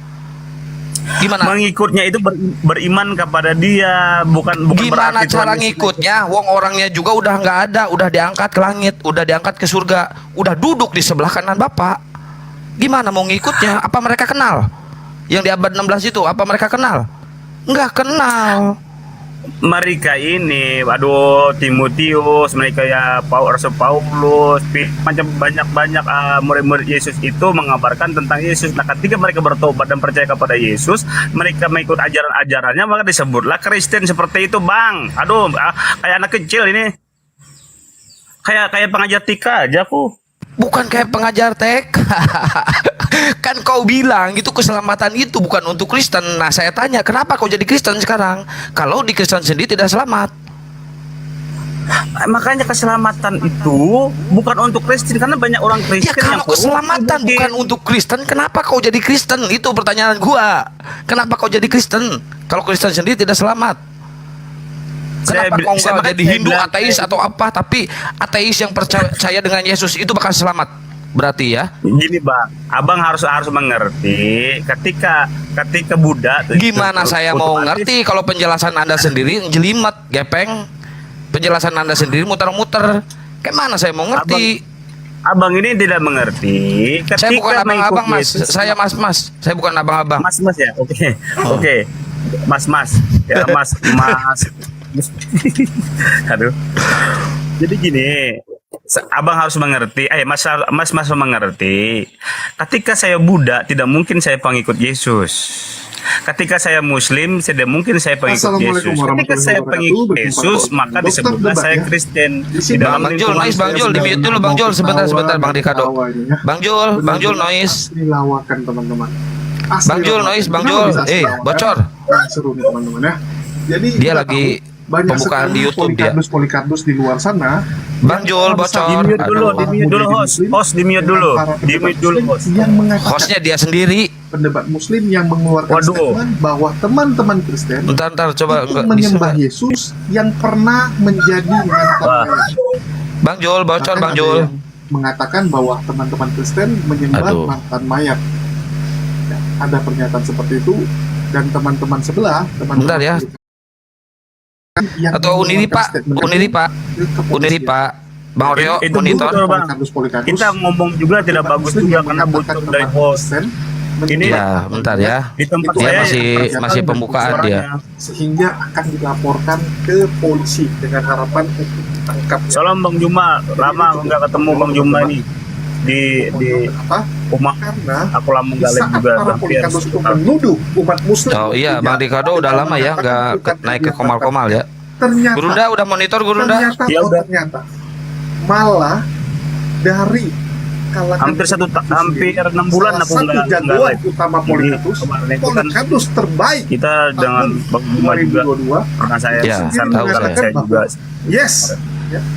Yes, bahwa Yesus adalah. Jadi gimana ini hostnya Victor ini? Bentar, hostnya cuma sebentar kok. Dia cuma 2 menit dia bernarasi di YouTube. Jadi nggak lama-lama jadi mayat. Kalau yang lain jadi mayat mungkin agak lama. Kalau Yesus cuma 3 hari kok. Jadi Nah, nggak kan. kali dan nggak Tuh. menyedihkan. Menurut Yesus umat pernah jadi mayat, coba bayangin tuh. Jadi ini Tuhan Anda, Ricardo, pernah jadi mayat tuh. Itu host yang bilang tuh. Iya, mereka makanya ke manusia menyembah kepada Yesus yang notabene pernah mati, pernah menjadi mayat, Bang Oreo udah monitor Bang Oreo. menjadi mayat. itu kan karena beda pemahaman aja. Dan menurut Mikana Bukan beda pemahaman, justru itu yang tertulis di kitab kau. Mau gimana teman-teman Kristen membantah bahwa Yesus Aduh, bentar saya telepon dulu Juliusnya. tertulis. Ya. Bahkan gugurlah. Bang Oreo di ini dulu ya, saya telepon dulu Julius. Iman Kristen itu akan gugur kalau menyatakan bahwa Yesus nggak pernah mati. Karena Yesus wajib mati. Dengan matinya Yesus di tiang salib, maka gugurlah dosa kalian. Kan begitu. Ini memang Matinya Yesus, dosa kalian ditebus. Itu yang jadi penekanan mereka.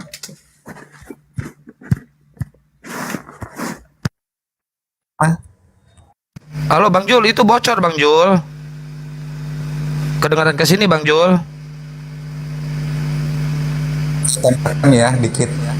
Jadi apa yang disebut dengan kedagingan atau keilahian tadi itu sebetulnya Bang adalah konsep doktrin ya, doktrin atau dogma dari gereja yang dimana 100% manusia 100% Tuhan tadi memang itu dimusyawaratkan para pemuka-pemuka gereja.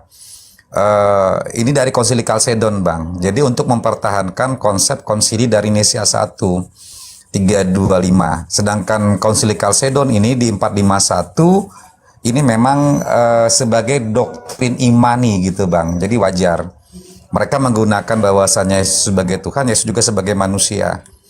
Nah, ternyata di dalam konsili ini juga Bang Kian Santang bahwasanya banyak terjadi pertentangan ya.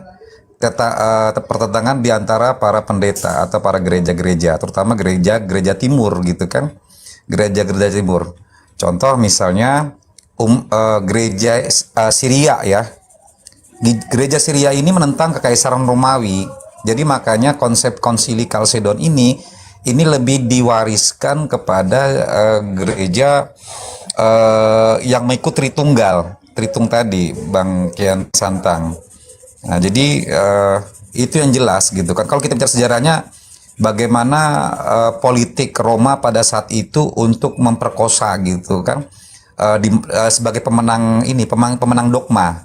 Pemenang dogmanya siapa Bang? Pemenang dogmanya adalah di Konsili Nisia 1, yaitu di 325, bahwasanya Yesus sebagai Tuhan. Di Kalsedon maka muncullah nanti pembidatan kepada konsep monoteisme, yaitu konsep Arianisme dan Ebionisme gitu kan. Nah, jadi memang teman-teman Oten memang tidak pernah belajar hal ini, karena memang hal ini sangat disembunyikan gitu kan. Sejarahnya ini menarik Bang kalau kita pelajari, kita bahas, karena ini akan menjadi keguncangan iman bagi mereka. Dan menurut bahan yang saya temukan di literatur contoh bagaimana tadi saya dapat gitu kan, data-data tentang dogma atau doktrin keimanan tadi memang harus diwujudkan dalam bentuk apa namanya, bentar, sebenarnya ada data-datanya Bang, tapi saya tutup kembali kayaknya, bahwasanya memang dogma imani saja itu muncul oleh Paulus gitu kan, sebagai namanya doktrin sola fide gitu kan, yang dinamakan namanya doktrin AC believism gitu kan. Ini sebagai doktrin warisan Paulus yang dipercayai oleh umat-umat Oten Protestan atau pengikut Martin Luther abad ke-16. Dan ini sebagai doktrin imani saja ini, tanpa ada perbuatan, cukup imani saja itu sudah terhapuskan semua dosa, cukup percaya dengan Tuhan Yesus, maka yang muncul adalah keselamatan. Itu yang dinamakan namanya doktrin keselamatan tadi yang dibangun oleh Paulus. Nah, jadi itu Bang tambahannya. Sebenarnya masih banyak sih ya, kalau kita bicara sejarah gereja ramai juga nih sejarah konsili. Tapi sayang kalau ini dibahas akan banyak terjadi ini pertentangan di kalangan mereka sendiri Bang. Karena memang doktrin pemenangnya adalah Tritunggal. Jadi itu dulu Bang Kian Santang tambahannya sebagai edukasi. Ya, lanjut Bang. Baik, makasih banyak Bang Oreo. Ya, bagi Oten yang mau naik silakan. Ini Bang Raja dari Raja. Sudah monitor host. Tadi suaranya ke sini Bang Jul, pembukaan di YouTube. Iya, lanjut iya. Bang Jul. Lanjut. Aku nggak enak air sama mama. Oh iya, bahaya nih anak-anak kecil nih. Ini anak siapa? Anak Bang Raja ini. Bang Raja anaknya mau debat.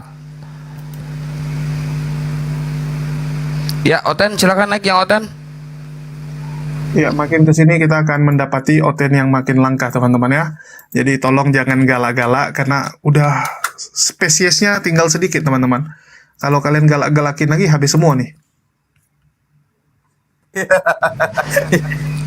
Kalau Bang Ricardo itu emang dia lama, debat lama juga Bang Jul. Dulu sering naik komal saya juga. Dia lumayan tahu juga. Cuma ngeyelnya itu aduh, puyeng.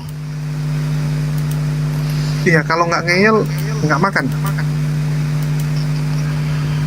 Saya pernah bilang ya, sebenarnya teman-teman Kristen ini kalau istilahnya nekatnya tanpa rasa malunya itu dipakai untuk yang positif, bagus loh. Contohnya jadi sales kayak gitu kan, ditolak di mana-mana tetap maju tak gentar gitu. Tapi sayangnya dipakai untuk hal iman pula gitu.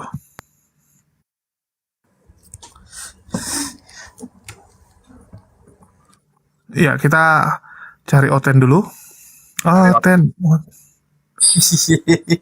Jangan galak-galak. Iya, jangan galak-galak lah kalian. Kalau saya tadi nggak galak, cuma pakai ilmu mantik sedikit, pendekatan persuasif gitu kan. Ternyata ya emang gabrul. Ya, kita sekali lagi ya. Kita kalau di ranah diskusi ini memang udah menang lah, udah menang telak. Jadi sekali-kali apa salahnya kita poin mereka.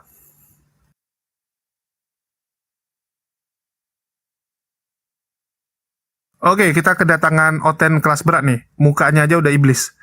Shalom, setan. Halo. Nah, ini Oten kelas berat nih. Coba lihat tuh bertanduk dia. Halo, Pera. Assalamualaikum Julius. Jul, ini disuruh YDA naik tahu lu. Oh, masa dikatain setan laki gua, parah banget lu Jul. Loh, kalau fotonya kan setan.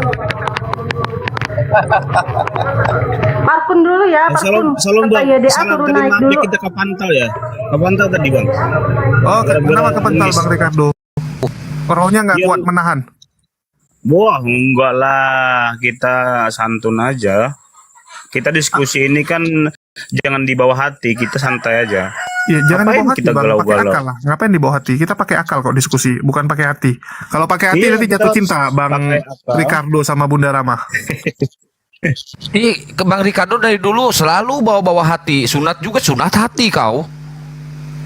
Sunat kulub itu bukan sunat hati. Nah kan gini, ada kan sunat yang sunat itu kan berbicara tentang pemutusan ya. Jadi gini, jangan kira orang-orang Kristen itu, orang percaya Yesus itu nggak bersunat semua, enggak.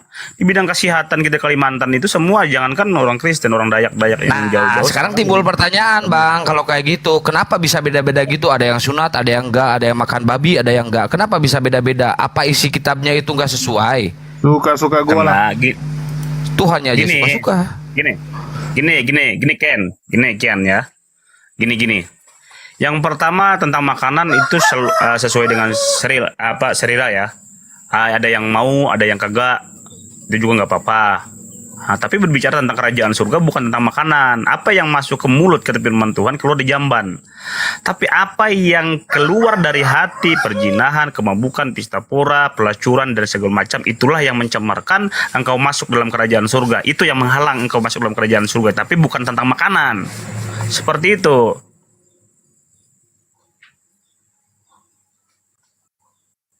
Ya, jadi yang mencemarkan kerajaan surga, yang mencemarkan kita masuk dalam kerajaan surga atau menjadi penghalang itu perzinahan, kemabukan, pesta pora, pelacuran, hal-hal pencurian, pembunuhan, hal-hal seperti itulah. Nah, sekarang gini, pelacuran dan pelacuran dan perjudian paling terbesar di dunia agamanya apa? Itu tidak membawa agama. Kan itu semua agama ngumpul di situ. Enggak ada semua agama ngumpul di situ, enggak ada. Islam itu benar-benar melarang keras orang yang berjudi, berzina, bermabuk-mabukan, itu ada ayatnya.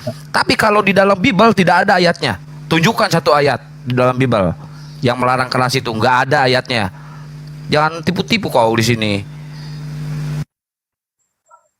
Kan tadi sudah dikatakan perzinahan, pembukaan, pesta pora, itu kan semua hal-hal yang buruk. Itu yang dilarang, itu yang disunat, itu yang dibuang maksudnya. Kalau pesta pora itu berbicara tentang mabuk, pesta pora itu berbicara tentang perempuan, pesta pora itu berbicara tentang diskotik, pesta pora itu berbicara tentang hal-hal yang tidak berkenan di hadapan Tuhan. Perzinahan dan macam-macam. Pesta pora itu umum sudah. Kemambukan, pesta pora, perzinahan, pelacuran, hal-hal seperti itu yang dilakukan oleh orang-orang dunia. Itu firman Tuhan jelas mengatakan, termasuk rokok juga. Tidak ada. Itu termasuk pesta pora.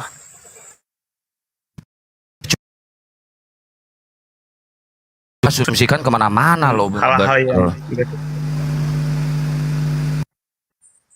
aduh, pesta pura itu mengandung di dalamnya banyak, makanya ada yang khotbah, ada khotbah itu menjelaskan tentang hal-hal yang dangkal seperti ini. Itu khotbah itu supaya mereka mengerti kalau pesta pora itu bukan tentang dengar dulu Ricardo. Berarti kalau pesta pora itu menyalahi aturan agama atau aturan Tuhan kau ya, berarti lu nikah terus dipestakan, bikin hura-hura di situ, pasang musik lah atau apalah, itu berarti dosa.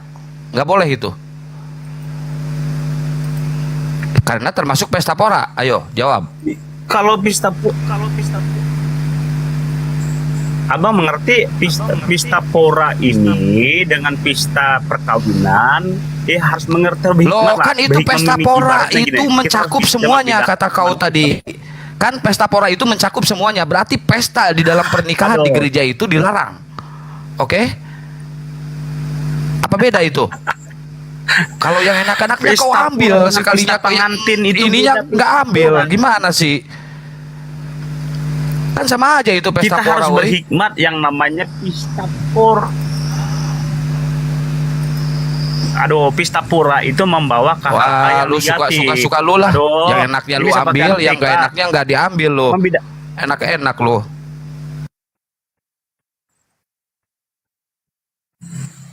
Mengerti pesta pora aja nggak mengerti, membedakan dengan pesta orang nikah, orang kawin. Masa nggak ngerti pesta pora itu membawa hal-hal yang negatif. Pesta pora namanya juga mereka berpesta pora. Maksudnya tuh yang mabuk-mabuk dan macam-macam. Tidak tentang rohani. Kalau orang pernikahan kan tentang rohani, tentang keinginan Tuhan seperti demikian. Aduh. Bang Santang, Bang Kian Santang. Siap. Menarik kerja ya. soalnya. Sambil kita dengerin ya, daripada dengerin Oten kesana kemari larinya kan. Menarik ya bahwasanya mengapa Oten itu tidak dianjurkan bersunat. Ternyata ada sejarahnya, Bang. Dan ini memang sejarah klaim maumu. Mana ada? Mohon maaf, saya tidak pakai klaim maumu ya. Saya bukan Oten-Oten yang cuma congor doang gitu kan. Saya mentranslitkan dari sebuah literatur berbahasa asing ya, dari scholar Oten sendiri. Ternyata Paulus itu, Bang Kian Santang, idola kaum menyatakan dia adalah orang Yunani. Dia pergi ke Yerusalem. Ketika dia menghabiskan beberapa waktu di sana, dia terpikat oleh hasrat ya, atau istilahnya hasrat untuk mengawini putri rabi besar, imam besar Yahudi. Oleh karena itu ia menjadi proselyt dan disunat, ya kan? Setelah dia gagal mendapatkan gadis itu, dia menjadi marah dan menulis menentang sunat. Jadi saya tertarik dengan sunat tadi, Bang. Di mana dan juga menentang hari Sabat dan Taurat. Ini dari Epipianus dan Panarion. Jadi bahwasanya memang sejarahnya Oten itu tidak bersunat itu karena apa? Karena kegagalan cinta Paulus karena ditolak cintanya oleh putri imam besar Yahudi tadi, Bang. Iya. Oh, berarti kalau gitu isi Bible Bang Oreo, kalau gitu isi Bible suka-suka Paulus dong isinya. Sekali karena ada indikasi penentangan dia terhadap hukum Taurat. Iya itu tadi. suka mulai baru menganjurkan fitnah hal-hal seperti itu. Kok takut sih kita Kayak membahas gini. data? Sepertinya kejang-kejang, Om. Bukan takut. Tidak ada yang menganjurkan. Tidak ada dalam Alkitab, dalam Bible itu mengatakan bahwa bersunat dan tidak bersunat gara-gara Rasul Paulus tidak mendapatkan seorang gadis. Aduh. Karena Itulah Om Riki, makanya bukan dogma imani saja, Om. Kalau hanya dogma imani saja, memang itu ajaran Paulus, ya. Ajaran Paulus ini memang menyesatkan, Om, ya. Karena memang coba cari di Bible, dari sebuah coba kitab cari ayatnya di mana gara-gara tidak bersunat, kemudian gara-gara orang Kristen tidak bersunat gara-gara karena Rasul Paulus tidak mendapatkan seorang putri. Di mana ayatnya? Kalau buku-buku lain untuk memikna, untuk mendakwa, untuk mengkreditkan pantas Bang Oreo, pantas Paulus itu nggak nikah, ternyata ditolak sakit hati, udah dia lempar handuk, nggak mau nikah berarti ya. Betul sekali. Pantes. Oke, saya paham sekarang. Itu jadi, Bang. Ini sama ya dengan kan? Kian ini akalnya sama dengan Kian nih, sama. Pikirannya itu sama dia ini. Aku tahu. Parah lu nyalahin gua lu. Kacau lu, kocak. Saya tahu pikiran Kian sama ini. Sama. Iya, saya tahu ini. Apanya sama? Ada. Coba gini saya mau tanya ke Ricardo, kalau ditolak sama seorang perempuan sakitnya di mana? Bagian sakitnya tuh di sini. Di jidat. Bagian sama nggak, Bang Kian? Data-data seperti itu kita tidak memuat untuk pembenaran Alkitab. Saya tidak memuat itu. Ya terserahlah data-data di luar Alkitab, di luar Bible itu banyak data-data yang mengatakan Yesus tidak disalib lah, Yesus diangkat langsung lah. Data-data seperti itu yang murahan seperti itu. Karena banyak sekali kesalahan kontradiksi dalam Bible Anda gitu kan. Tetapi ini ditutup telinga, kupingnya ditutup semua karena tidak tahu dengan kebenaran sejarah arkeologis tadi. Karena memang itulah kalau Bapak belajar sejarah gereja, maka kan lebih pintar lagi, lebih cerdas gitu kan. Tidak hanya sekedar dogma imani saja. Itu aja Bang Riki ya, belajar lagi. Karena perintah Yesus kan baptis bukan sunat.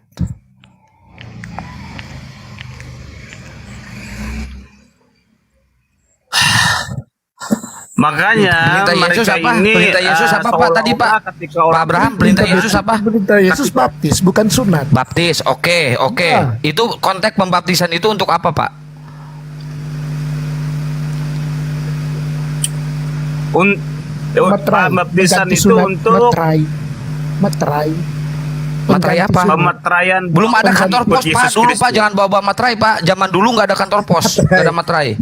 Iya, materai pengganti sunat itu perjanjian. Ini tanda materainya yang 5.000, yang 6.000 atau Tanda yang 12.000 Pak? perjanjian. Tanda Nah, perjanjian. kian Saya tanya, gitu. Oh, doktrin kan saya nggak nanya. kenapa Muslim sunat? Nggak bagus, Di Quran tidak ada perintah sunat. Di Quran, saya baru buka. Saya cari sunat, dengerin tidak ada Abraham, satupun ayat Abraham, perintah Gepeng, sunat. Gepeng, Di Quran nyerocos tidak terus ada, dengerin. Pak. Zaman dulu nggak ada Kian. materai karena belum ada kantor Iya, pos tapi ya. Jangan bawa-bawa materai lu.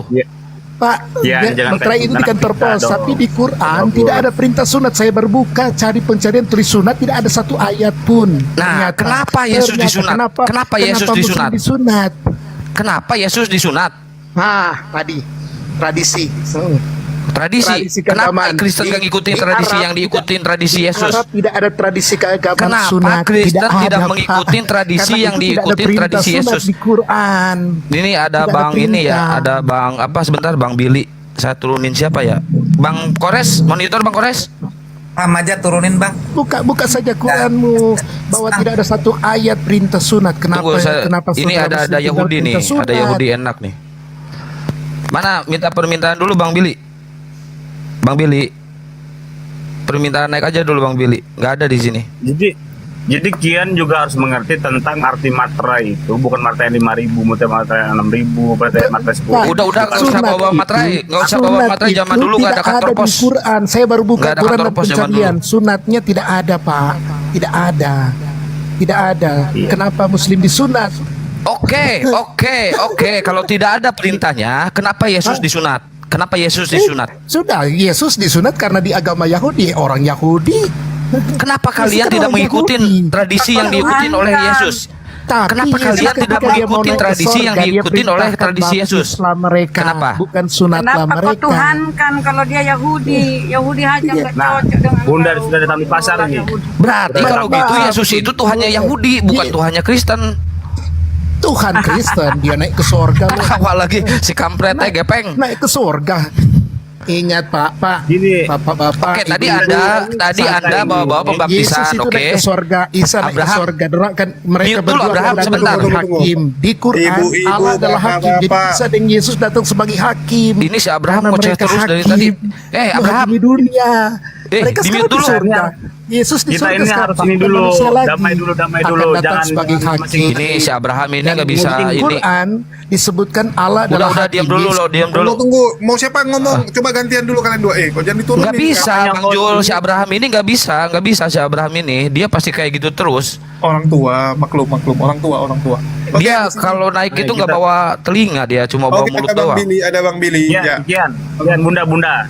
Saya lama di sini. Saya tidak pernah membongkar-bongkar tentang Muslim. Saya mempertahankan dibongkar, iman Bang. saya sendiri. Saya tidak ada nyebut Muslim ya. Mohon maaf ya. Kita akan Bang membongkar Juma aja, Bang. Kita akan Saya membongkar maaf, saya isi tidak ada menjadikan Muslim ya. Di sini ya, Bunda tadi udah ngomong macam-macam. Saya tidak ada menjadikan Muslim, tidak ada ya. Oke, aku ngomong bentar ya. Aku iklan bentar. Bagi teman-teman, jadi kita bisa lihat ya bahwa teman-teman kita di sebelah ini kan lagi rajin-rajin nih. Contoh nih, Risuli Lubis nih. Ya, yang Muslim pun udah mulai didoa-doakan nih, lihat nih. Ya, Muslim dipegang kepalanya gitu kan. Bahkan dia memprovokasi di gereja YouTube-nya ini. Gereja tanpa tembok ditulis ya. Nih, Bang Zuma mau dikuliti nih. Bang Zuma dikuliti oleh gereja tanpa tembok. Wih, ngeri ya. Jangan madu domba gitu sama Bang Juma, nggak bagus. Ini si Risuli Lubis yang nulis nih. Risuli Lubis nih, tulis nih. Risuli Lubis nih yang mau mukul. Maksudnya kalau berurusan dengan si Lubis sendiri, jangan Bang Juma diadu-adukan dengan si Lubis, kayak bagus kayak gitu. Aku kan kasih tahu ada misi penginjilan yang dilakukan teman-teman sebelah nih. Contoh nih. Jadi santai dulu Bang, kok komplain pula Anda sama saya. Ya, ini yang dilakukan oleh Risuli Lubis. Kalau orang diadu domba nggak bagus. Ya, jadi Risuli Itu Lubis nggak bagus ini gitu. Sekalipun diam kalian dulu. seiman, tapi kalau diadu domba nggak bagus. Diam dulu, siapa yang adu domba? Aku cuma kasih tahu bahwa Risuli Yang Lubis ini salah kan itu harus ditegur, nggak bagus. ini kawanmu nih, ini Kristen, ini pendeta ya, pendeta Risuli Lubis ini. Jadi pendeta Risuli Lubis ini sering membuat satu kegiatan yang namanya gereja tanpa tembok, dia bilang. Ya, dan lokasinya sudah berhasil kita ketahui. Ya, lokasinya sudah berhasil kita ketahui dan kita ada rencana hari Jumat besok, ya. Di mana tujuan kita mendatangi adalah memastikan saudara-saudara kita itu tidak ada yang goyah imannya lantaran pemberian ini amplop dan juga indomisasi yang dilakukan oleh Risuli Lubis, karena mereka ini menerima indomisasi terus ya. Jadi kita takut ada yang goyang imannya. Bahkan kita lihat sudah ada yang didoa-doakan oleh Risuli Lubis. Jadi untuk menguatkan iman saudara-saudara kita kembali, lihat nih. Ya, ini orang-orang yang dikasih Indomie sama Risuli Lubis. Jadi supaya untuk memastikan tidak ada hal yang aneh-aneh dia lakukan, maka kita juga akan datang ke sana. Ya, kita akan datang ke sana, kita akan menyantunin saudara-saudara kita yang ada di sana. Tanggal 19 Januari besok. Ya, 19 Januari kita kumpul di Masjid Istiqlal jam 3. Ya, jam 3 kita akan kumpul di situ, baru dari sana kita bergerak karena lokasinya dekat dari sana. Ya, jadi kita parkir di sana, nanti kita jalan karena tempatnya nggak bisa parkir mobil. Kita jalan kaki aja karena tempatnya dekat. Dan bagi teman-teman yang ingin join, silakan hubungi saya atau Akang. Ya, boleh hubungi saya atau Akang. Dan bagi teman-teman yang tergerak untuk membantu, segala koin yang terkumpul pada komal saya, ya, masuk akun saya sendiri sih. Ya, yang terkumpul di akun saya yang ini dan juga akun saya yang lain itu semua akan kita hibahkan ya, kita akan pakai untuk Jumat Berkah. Itu aja pemberitahuan. Oke, lanjut.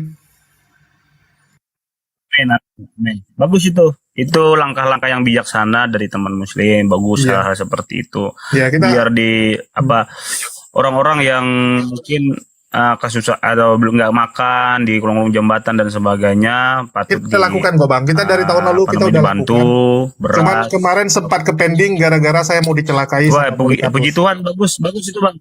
Ya, kita sudah banyak lakuin ya. Jadi kita dari dulu sudah lakuin dan Bagus. Kita sering ketemu Bang, Bagus, sama lanjutkan misionaris. lanjutkan hal seperti itu, lanjutkan. Ya, jadi Oke. Selamat, Bang. Seperti itu Kian. Sedikit host, Kian sedikit lakukan host. seperti itu juga Bunda. Udah jangan bawa-bawa gua Sedikit. lagi ini aja di sini. Oke, sedikit ya. Begini ya saudaraku ya. Saya lagi di jalan. Selama orang Kristen ini memakai kata Allah ya. Selama mereka memakai kata Allah, Apalagi memang kristenisasinya pasti lancar. Kecuali ya seluruh Indonesia bersatu untuk protes ke lembaga Alkitab penerjemah itu ya, menyuruh dia. Aduh, Itu kan Bunda hak Rahma, kita. Allah. Mereka itu Allah, bukan Allah. Allah Iya, aja. iya, maksudnya, iya, dia kan memakai. Harusnya kan dia pakai Kalau ngomong teos. Bunda langsung diprotes Kian itu. Harusnya kan, dengar, harusnya kau memakai teos atau pakai di situ Yesus, kan Yesus Tuhanmu. Itu nggak ada lagi pemurtadan kalau mereka pakai itu kan. Mereka nipu-nipu dengan kata Allah itu. Ya Apa pakai kata Allah untuk nipu-nipu lagi? nipu-nipu. Ya iya kan. Oke, biarin, Iya, Bang. banyak. Ya. Ini ini yang kita perkataan lakukan, misionaris ya. loh. Mantan misionaris bilang gitu loh.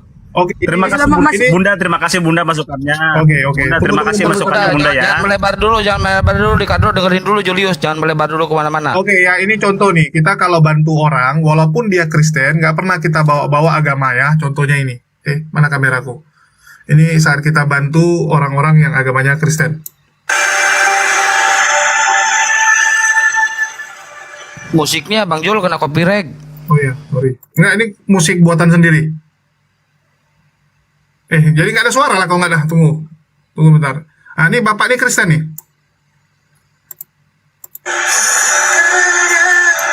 Tetap ada suara ya. Bapak ini Kristen, tapi kita nggak ada iming-imingi ataupun membawa-bawa agama ya. Ini bapak nih. Coba tanya dulu, lihat nih. Jadi saya sebagai saudara dalam Kristen, saya mengucapkan terima kasih ya Bang Jul ya.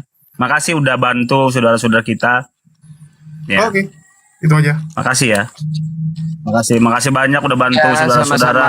sama-sama. Jadi gini, jadi framing mereka tentang bahwa orang Kristen di Indonesia itu kaya raya semua, buktinya ada yang kayak gitu ya. Buktinya ada itu. Banyak gelandangan tuh setiap kami turun tetap akan ada gelandangan yang agamanya juga Kristen kok. Karena kan dari logatnya biasa Iya. kita tahu gitu kan, logatnya Batak. Terus kutanya, "Loh, dari mana Bang?" Gue bilang kan, "Dari mana Lai?" Baru dia kasih tahu, "Oh, saya dari sini." Oh, oke lah, aku bilang. Ya, semangat gitu. Kita Iya. nggak pernah bawa-bawa agama, beda dengan teman-teman Kristen ya. Kalau teman-teman Kristen kan bantu yang gini Ini dia selalu bawa agama. ujung-ujungnya nih yang nggak enak nih. Jadi gini, puji Tuhan bang, saya tidak memvideo. Saya ini di Kalimantan, saya ini bagi-bagi sembako. Tapi saya tidak ada videonya di sini ya, karena saya tidak bawa laptop juga. Saya tidak membawakan agama-agama Muslim. Oh, semua di sini ya, hampir banyak Muslim malah yang saya bantu. Puji Tuhan. Iya, tapi kalau yang lu lakuin itu iseng-iseng berhadiah, siapa tahu ada yang ngikutin lu. Kalau Iya, kita kan lu niatnya ini nggak ikhlas. naik gereja, cobain di naik gereja. Ketawa lagi ketahuan itu lu. ikhlas. Wah, mana ada lu ikhlas? Aduh. Iseng-iseng berhadiah lu.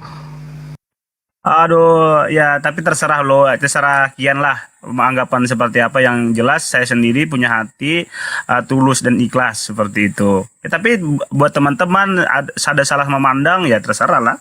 Saya tidak. Orang Nah, sakit karena- juga ada yang kanker disembuhkan ketika saya doakan, saya layani. Ada bulan. Nah, ini menarik, bentar Bang Jul, Ini menarik menarik. Kalau Coba bisa, dong, Polres. kalau bisa lu ada yang nyembuhkan kanker, sembuhkan Uti Watimena. Dia kena kanker tuh, sembuhkan ayo. Siapa tuh? Siapa tuh? Uti Watimena, itu penginjil TikTok. Uti Watimena, sembuhkan tuh, ayo.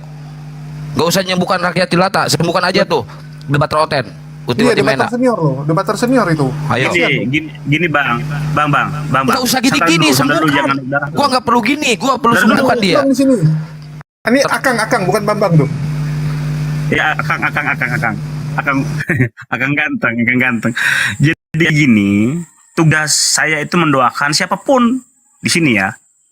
Tapi ketika kesembuhan itu terjadi, itu perkenanan Tuhan, dan saya tidak bisa menyembuhkan. Bedanya Tapi sama Tuhan yang Islam, menyembuhkan. kalau kayak gitu Islam juga bisa mendoakan. Kalau misalkan sembuh enggaknya itu perkara Allah. Sama di Islam juga, apa bedanya? Tunjukkan mujizat Yesus di situ, sembuhkan tuh kanker Uti Watimena. Gini, tapi insinsi kesembuhan itu. Kalau sama gini nggak bakal sembuh, gua jamin tuh. Bang, Kian, ntar dulu, jangan naik darah dulu, santai. Enggak, gua lagi naik kursi ini, nggak menghadapi pernah naik Kian ini darah luar gua. biasa nih. Saya bilang gini.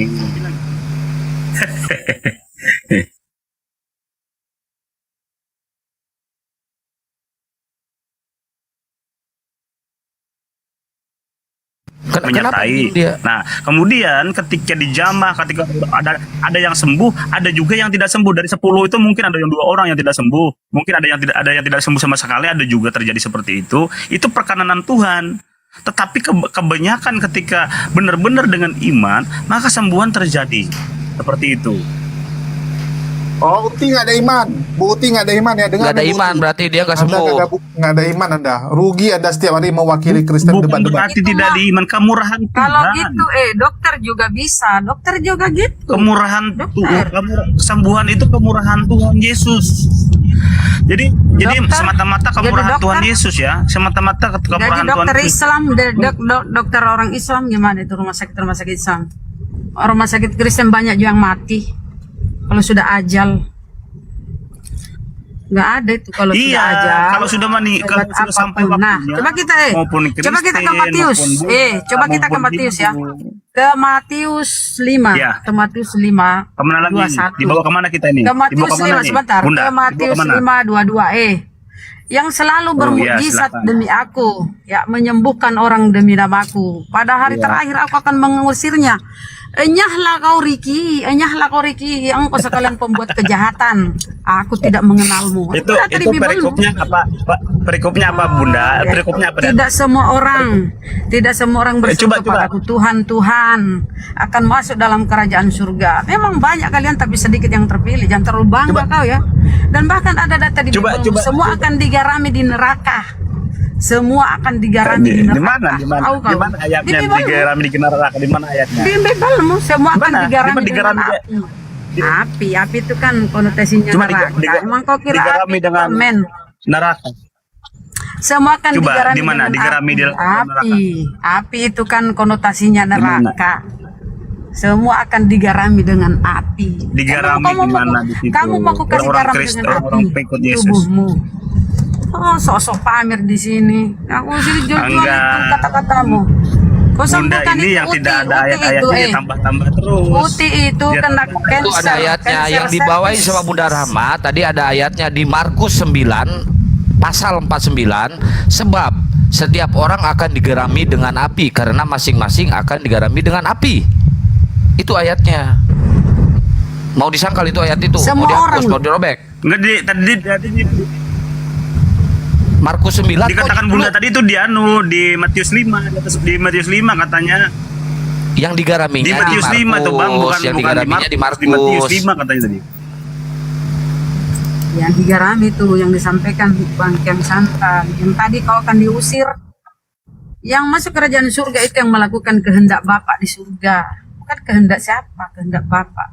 Dan pada hari terakhir ya kau akan diusir, enyahlah kau daripada aku, engkau sekalian pembuat kejahatan, aku tidak mengenalmu. Jadi kalau Itu kata kan- kalian dijamin, kalau kata kalian ya itu mimpi disemboleng ya, kata kalian Bang kalian Billy, dijamin, mana kalian Assalamualaikum, Bang dijamin? Billy. Itu Bang, Nggak makanya ada parikopnya dijamin Ibu, kalian. Bunda, Bon. Mana? Bon. Mana jaminan? Mana Jadi jaminan Yesus untuk perikopnya kau? itu Bunda harus mengerti Suaranya itu kecil. Nggak ada perikop. sesat, Perikop. pengajaran sesat, hal-hal pengajaran sesat. Ingat. Oke, kalau gitu gini, Riki, Riki, coba saya pengen dengar kalau misalkan pendeta ngobatin pasiennya ya, ngobatin yang kanker, doanya seperti apa? Saya pengen dengar. Misalnya gini, Bang Kian datang misalnya. Jangan ke gua. Aduh, kenapa terputus? Enggak, lanjut aja. Saya dengerin. Oh, terputus-putus itu Bang. Mereka datang, siapapun yang datang gini. Jadi berdoanya, Tuhan Yesus, engkau menjamah penyakitnya, penyakit apapun, bukan penyakit kanker saja ya, penyakitnya engkau jamah, engkau Tuhan Yesus menyembuhkan, engkau menahirkan seperti sesuai dengan firman-Mu, orang buta melihat, orang lumpuh berjalan, orang bisu berbicara, biarlah kuasa yang sama itu menjamah, biarlah Tuhan Yesus Kristus perkenanan-Mu, Tuhan menyembuhkan dia di dalam nama Tuhan Yesus Kristus. Hari ini kuasa gelap, kuasa iblis, kuasa roh jahat, mungkin yang ada menitipkan di dalam kehidupannya, Ini doain Kores ya? Ih, ngeri. Setelah didoakan Bunda atau Rama, tidak, Bunda Rama terpental. Ngeri doanya teman-teman. Bunda Rama langsung terpental itu Bunda. Wih, ngeri nih Bunda Rama Bunda terpental. jangan, bukan gitu. Nggak ada saya niat untuk mengutuk Bunda Rama. Saya cuma ngasih tahu kayak gitu sama Kian tadi. Oke, iya. Artinya Bunda Rama diajak sama Yesus. Oke, mungkin Bang Billy ada yang mau disampaikan. Mengutuk, nggak ada. Aku monitor dulu. Aku lagi Oke. denger. Oh, tadi yang terakhir sembuh atau tidak itu urusan Tuhan. Siapa itu Tuhannya? Aku ke report. Dasar kampret konten. Sembuh atau tidak itu urusan Tuhan. Siapa itu Tuhannya? Kenapa aku di report ya? Padahal aku nggak salah apa-apa. Itu Tuhan. Riki, Ya macam-macam, saya ini tamu juga di sini. iya, sembuh. Saya juga tamu. Siapa yang di macam-macam? sini. Jangan semua semua kejelekan seolah aku yang melakukan semuanya, bukan gitu. Enggak, bukan itu candaan, Itu Bunda Rama penonton gak nggak bisa lu nyalahin. yang report. Iya, lu report sendiri nggak ada guna juga. Kalau yang di Yeskiel, Enggak, Sunya tunggu di Bunda Rama, jama-jama. jangan melebar dulu. Bunda Rama, jangan melebar dulu, ini tentang doa. Itu yang terakhir itu siapa Tuhannya itu? Yang ngabulin doanya. Namanya siapa? Tuhan Yesus lah. Tuhan Yesus. Oh, berarti Allah nggak bisa ngabulin doanya ya. Tuhan Yesus yang ngabulin doanya ya. Karena segala kuasa itu kan diberikan semuanya itu kepada Yesus Kristus. Jadi keilahian Allah di dalam Yesus Kristus itu menyerahkan semuanya kepada pribadi Yesus Kristus. Oke, kalau semua kekuasaannya diserahkan semuanya kepada Yesus, pada saat disalib dia berkuasa nggak? Itu kan ada visi misi ya untuk ini. Kan lari ke ADART, Awal. ADART. Ini kan kembali lagi ke awal ya.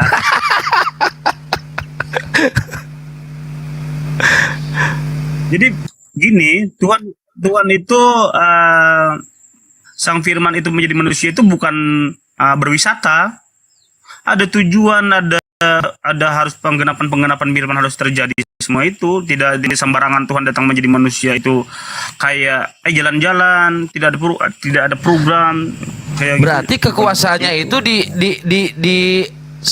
diserahkan ke Yesus itu pada saat Yesus di mana? Di dunia atau udah di surga? Maksudnya diserahkan dunia di surga apa? Kekuasaannya, semua kekuasaan yang Allah milikin, kan kata kau tadi diserahkan semuanya kepada Yesus. Itu pada saat Yesus di dunia atau udah di surga? Kalau kekuasaan tentang penciptaan itu dari mulai awal itu sudah ada, karena ketika berfirmanlah Allah jadilah bumi itu terjadi karena firman juga. Jadi kekuasaan itu sebenarnya sudah ada di dalam Yesus Kristus. Cuman ketika menjadi manusia, kemanusiaan itu kan terbatas nih. Ada juga sedih, ada juga kan ibaratnya lapar dan sebagainya. Kata-kata ibu bunda tadi nete juga, kemanusiaan itu terbatas karena juga memakai manusia, atribut manusia. Nah, ketika dia bangkit itu, maka setelah dia menggenapi firman itu, maka kekuasaannya itu diletakkanlah kepada Yesus Kristus ketika udah bangkit dari antara orang mati. Oh, jadi kekuasaan seutuhnya itu diberikan kepada Yesus pada Yesus bangkit dari kematian gitu. Iya. Jadi pada saat disalib Yesus tidak punya kekuasaan apapun karena belum dikasih sama Allah kekuasaannya. Makanya kata Tuhan Yesus gini, Bang, kayak aku tidak bisa berbuat dari diriku sendiri. Katanya kan gaya seperti ini. Dia ada kekonekan dengan Bapa seperti yang ilahi. Nah, seperti itu. Berarti pada saat dilahirkan sampai ke pembaptisan Yesus tidak punya kuasa apa-apa, oke? Bukan tidak punya kuasa apa. Loh, kan Tidak kekuasaannya semua. diberikan setelah dia bangkit. Gimana sih, Pak? Kok jadi muter-muter kau? Maksudnya gini, tidak semua. Oh, setengah dicicil gitu ya, ngasih kekuasaan itu dicicil kayak kredit ya, setengah dulu, besok lagi seperempat gitu ya. Bukan kayak apalagi kayak kredit gitu. Kok kayak itu macam kredit itu loh. Aduh, itu bukan seperti itu, nggak ada aku ngasih tahu ada seperempat. Kan kata kau tadi itu belum semuanya, setengah dulu dikasih kekuasaannya. Berarti dicicil gitu kan, kayak macam emok apa tuh disebutnya tuh yang apa namanya emak-emak yang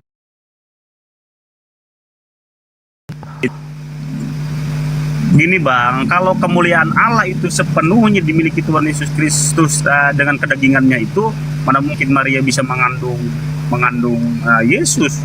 Nah, justru itu yang jadi bahan pertanyaan saya. Jadi kan kalau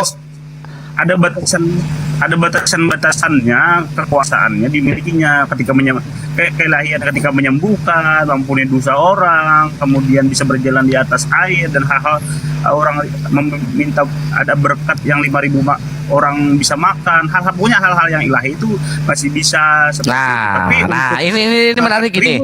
Yang berkat 5.000 orang dengan satu roti bisa makan ya. Itu kekuasaannya masih setengah berarti ya.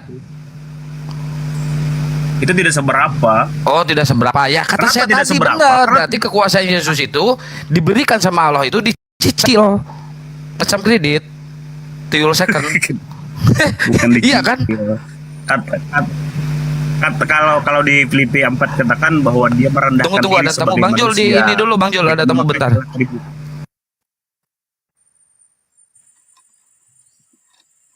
Bunda Rahma, monitor Bunda Rahma, saya ada tamu bentar. Iya, silakan Bang. Maaf, ya silakan. Bun. Bunda lagi ngomong. Bun, jangan sampai tidur ini Bunda nih.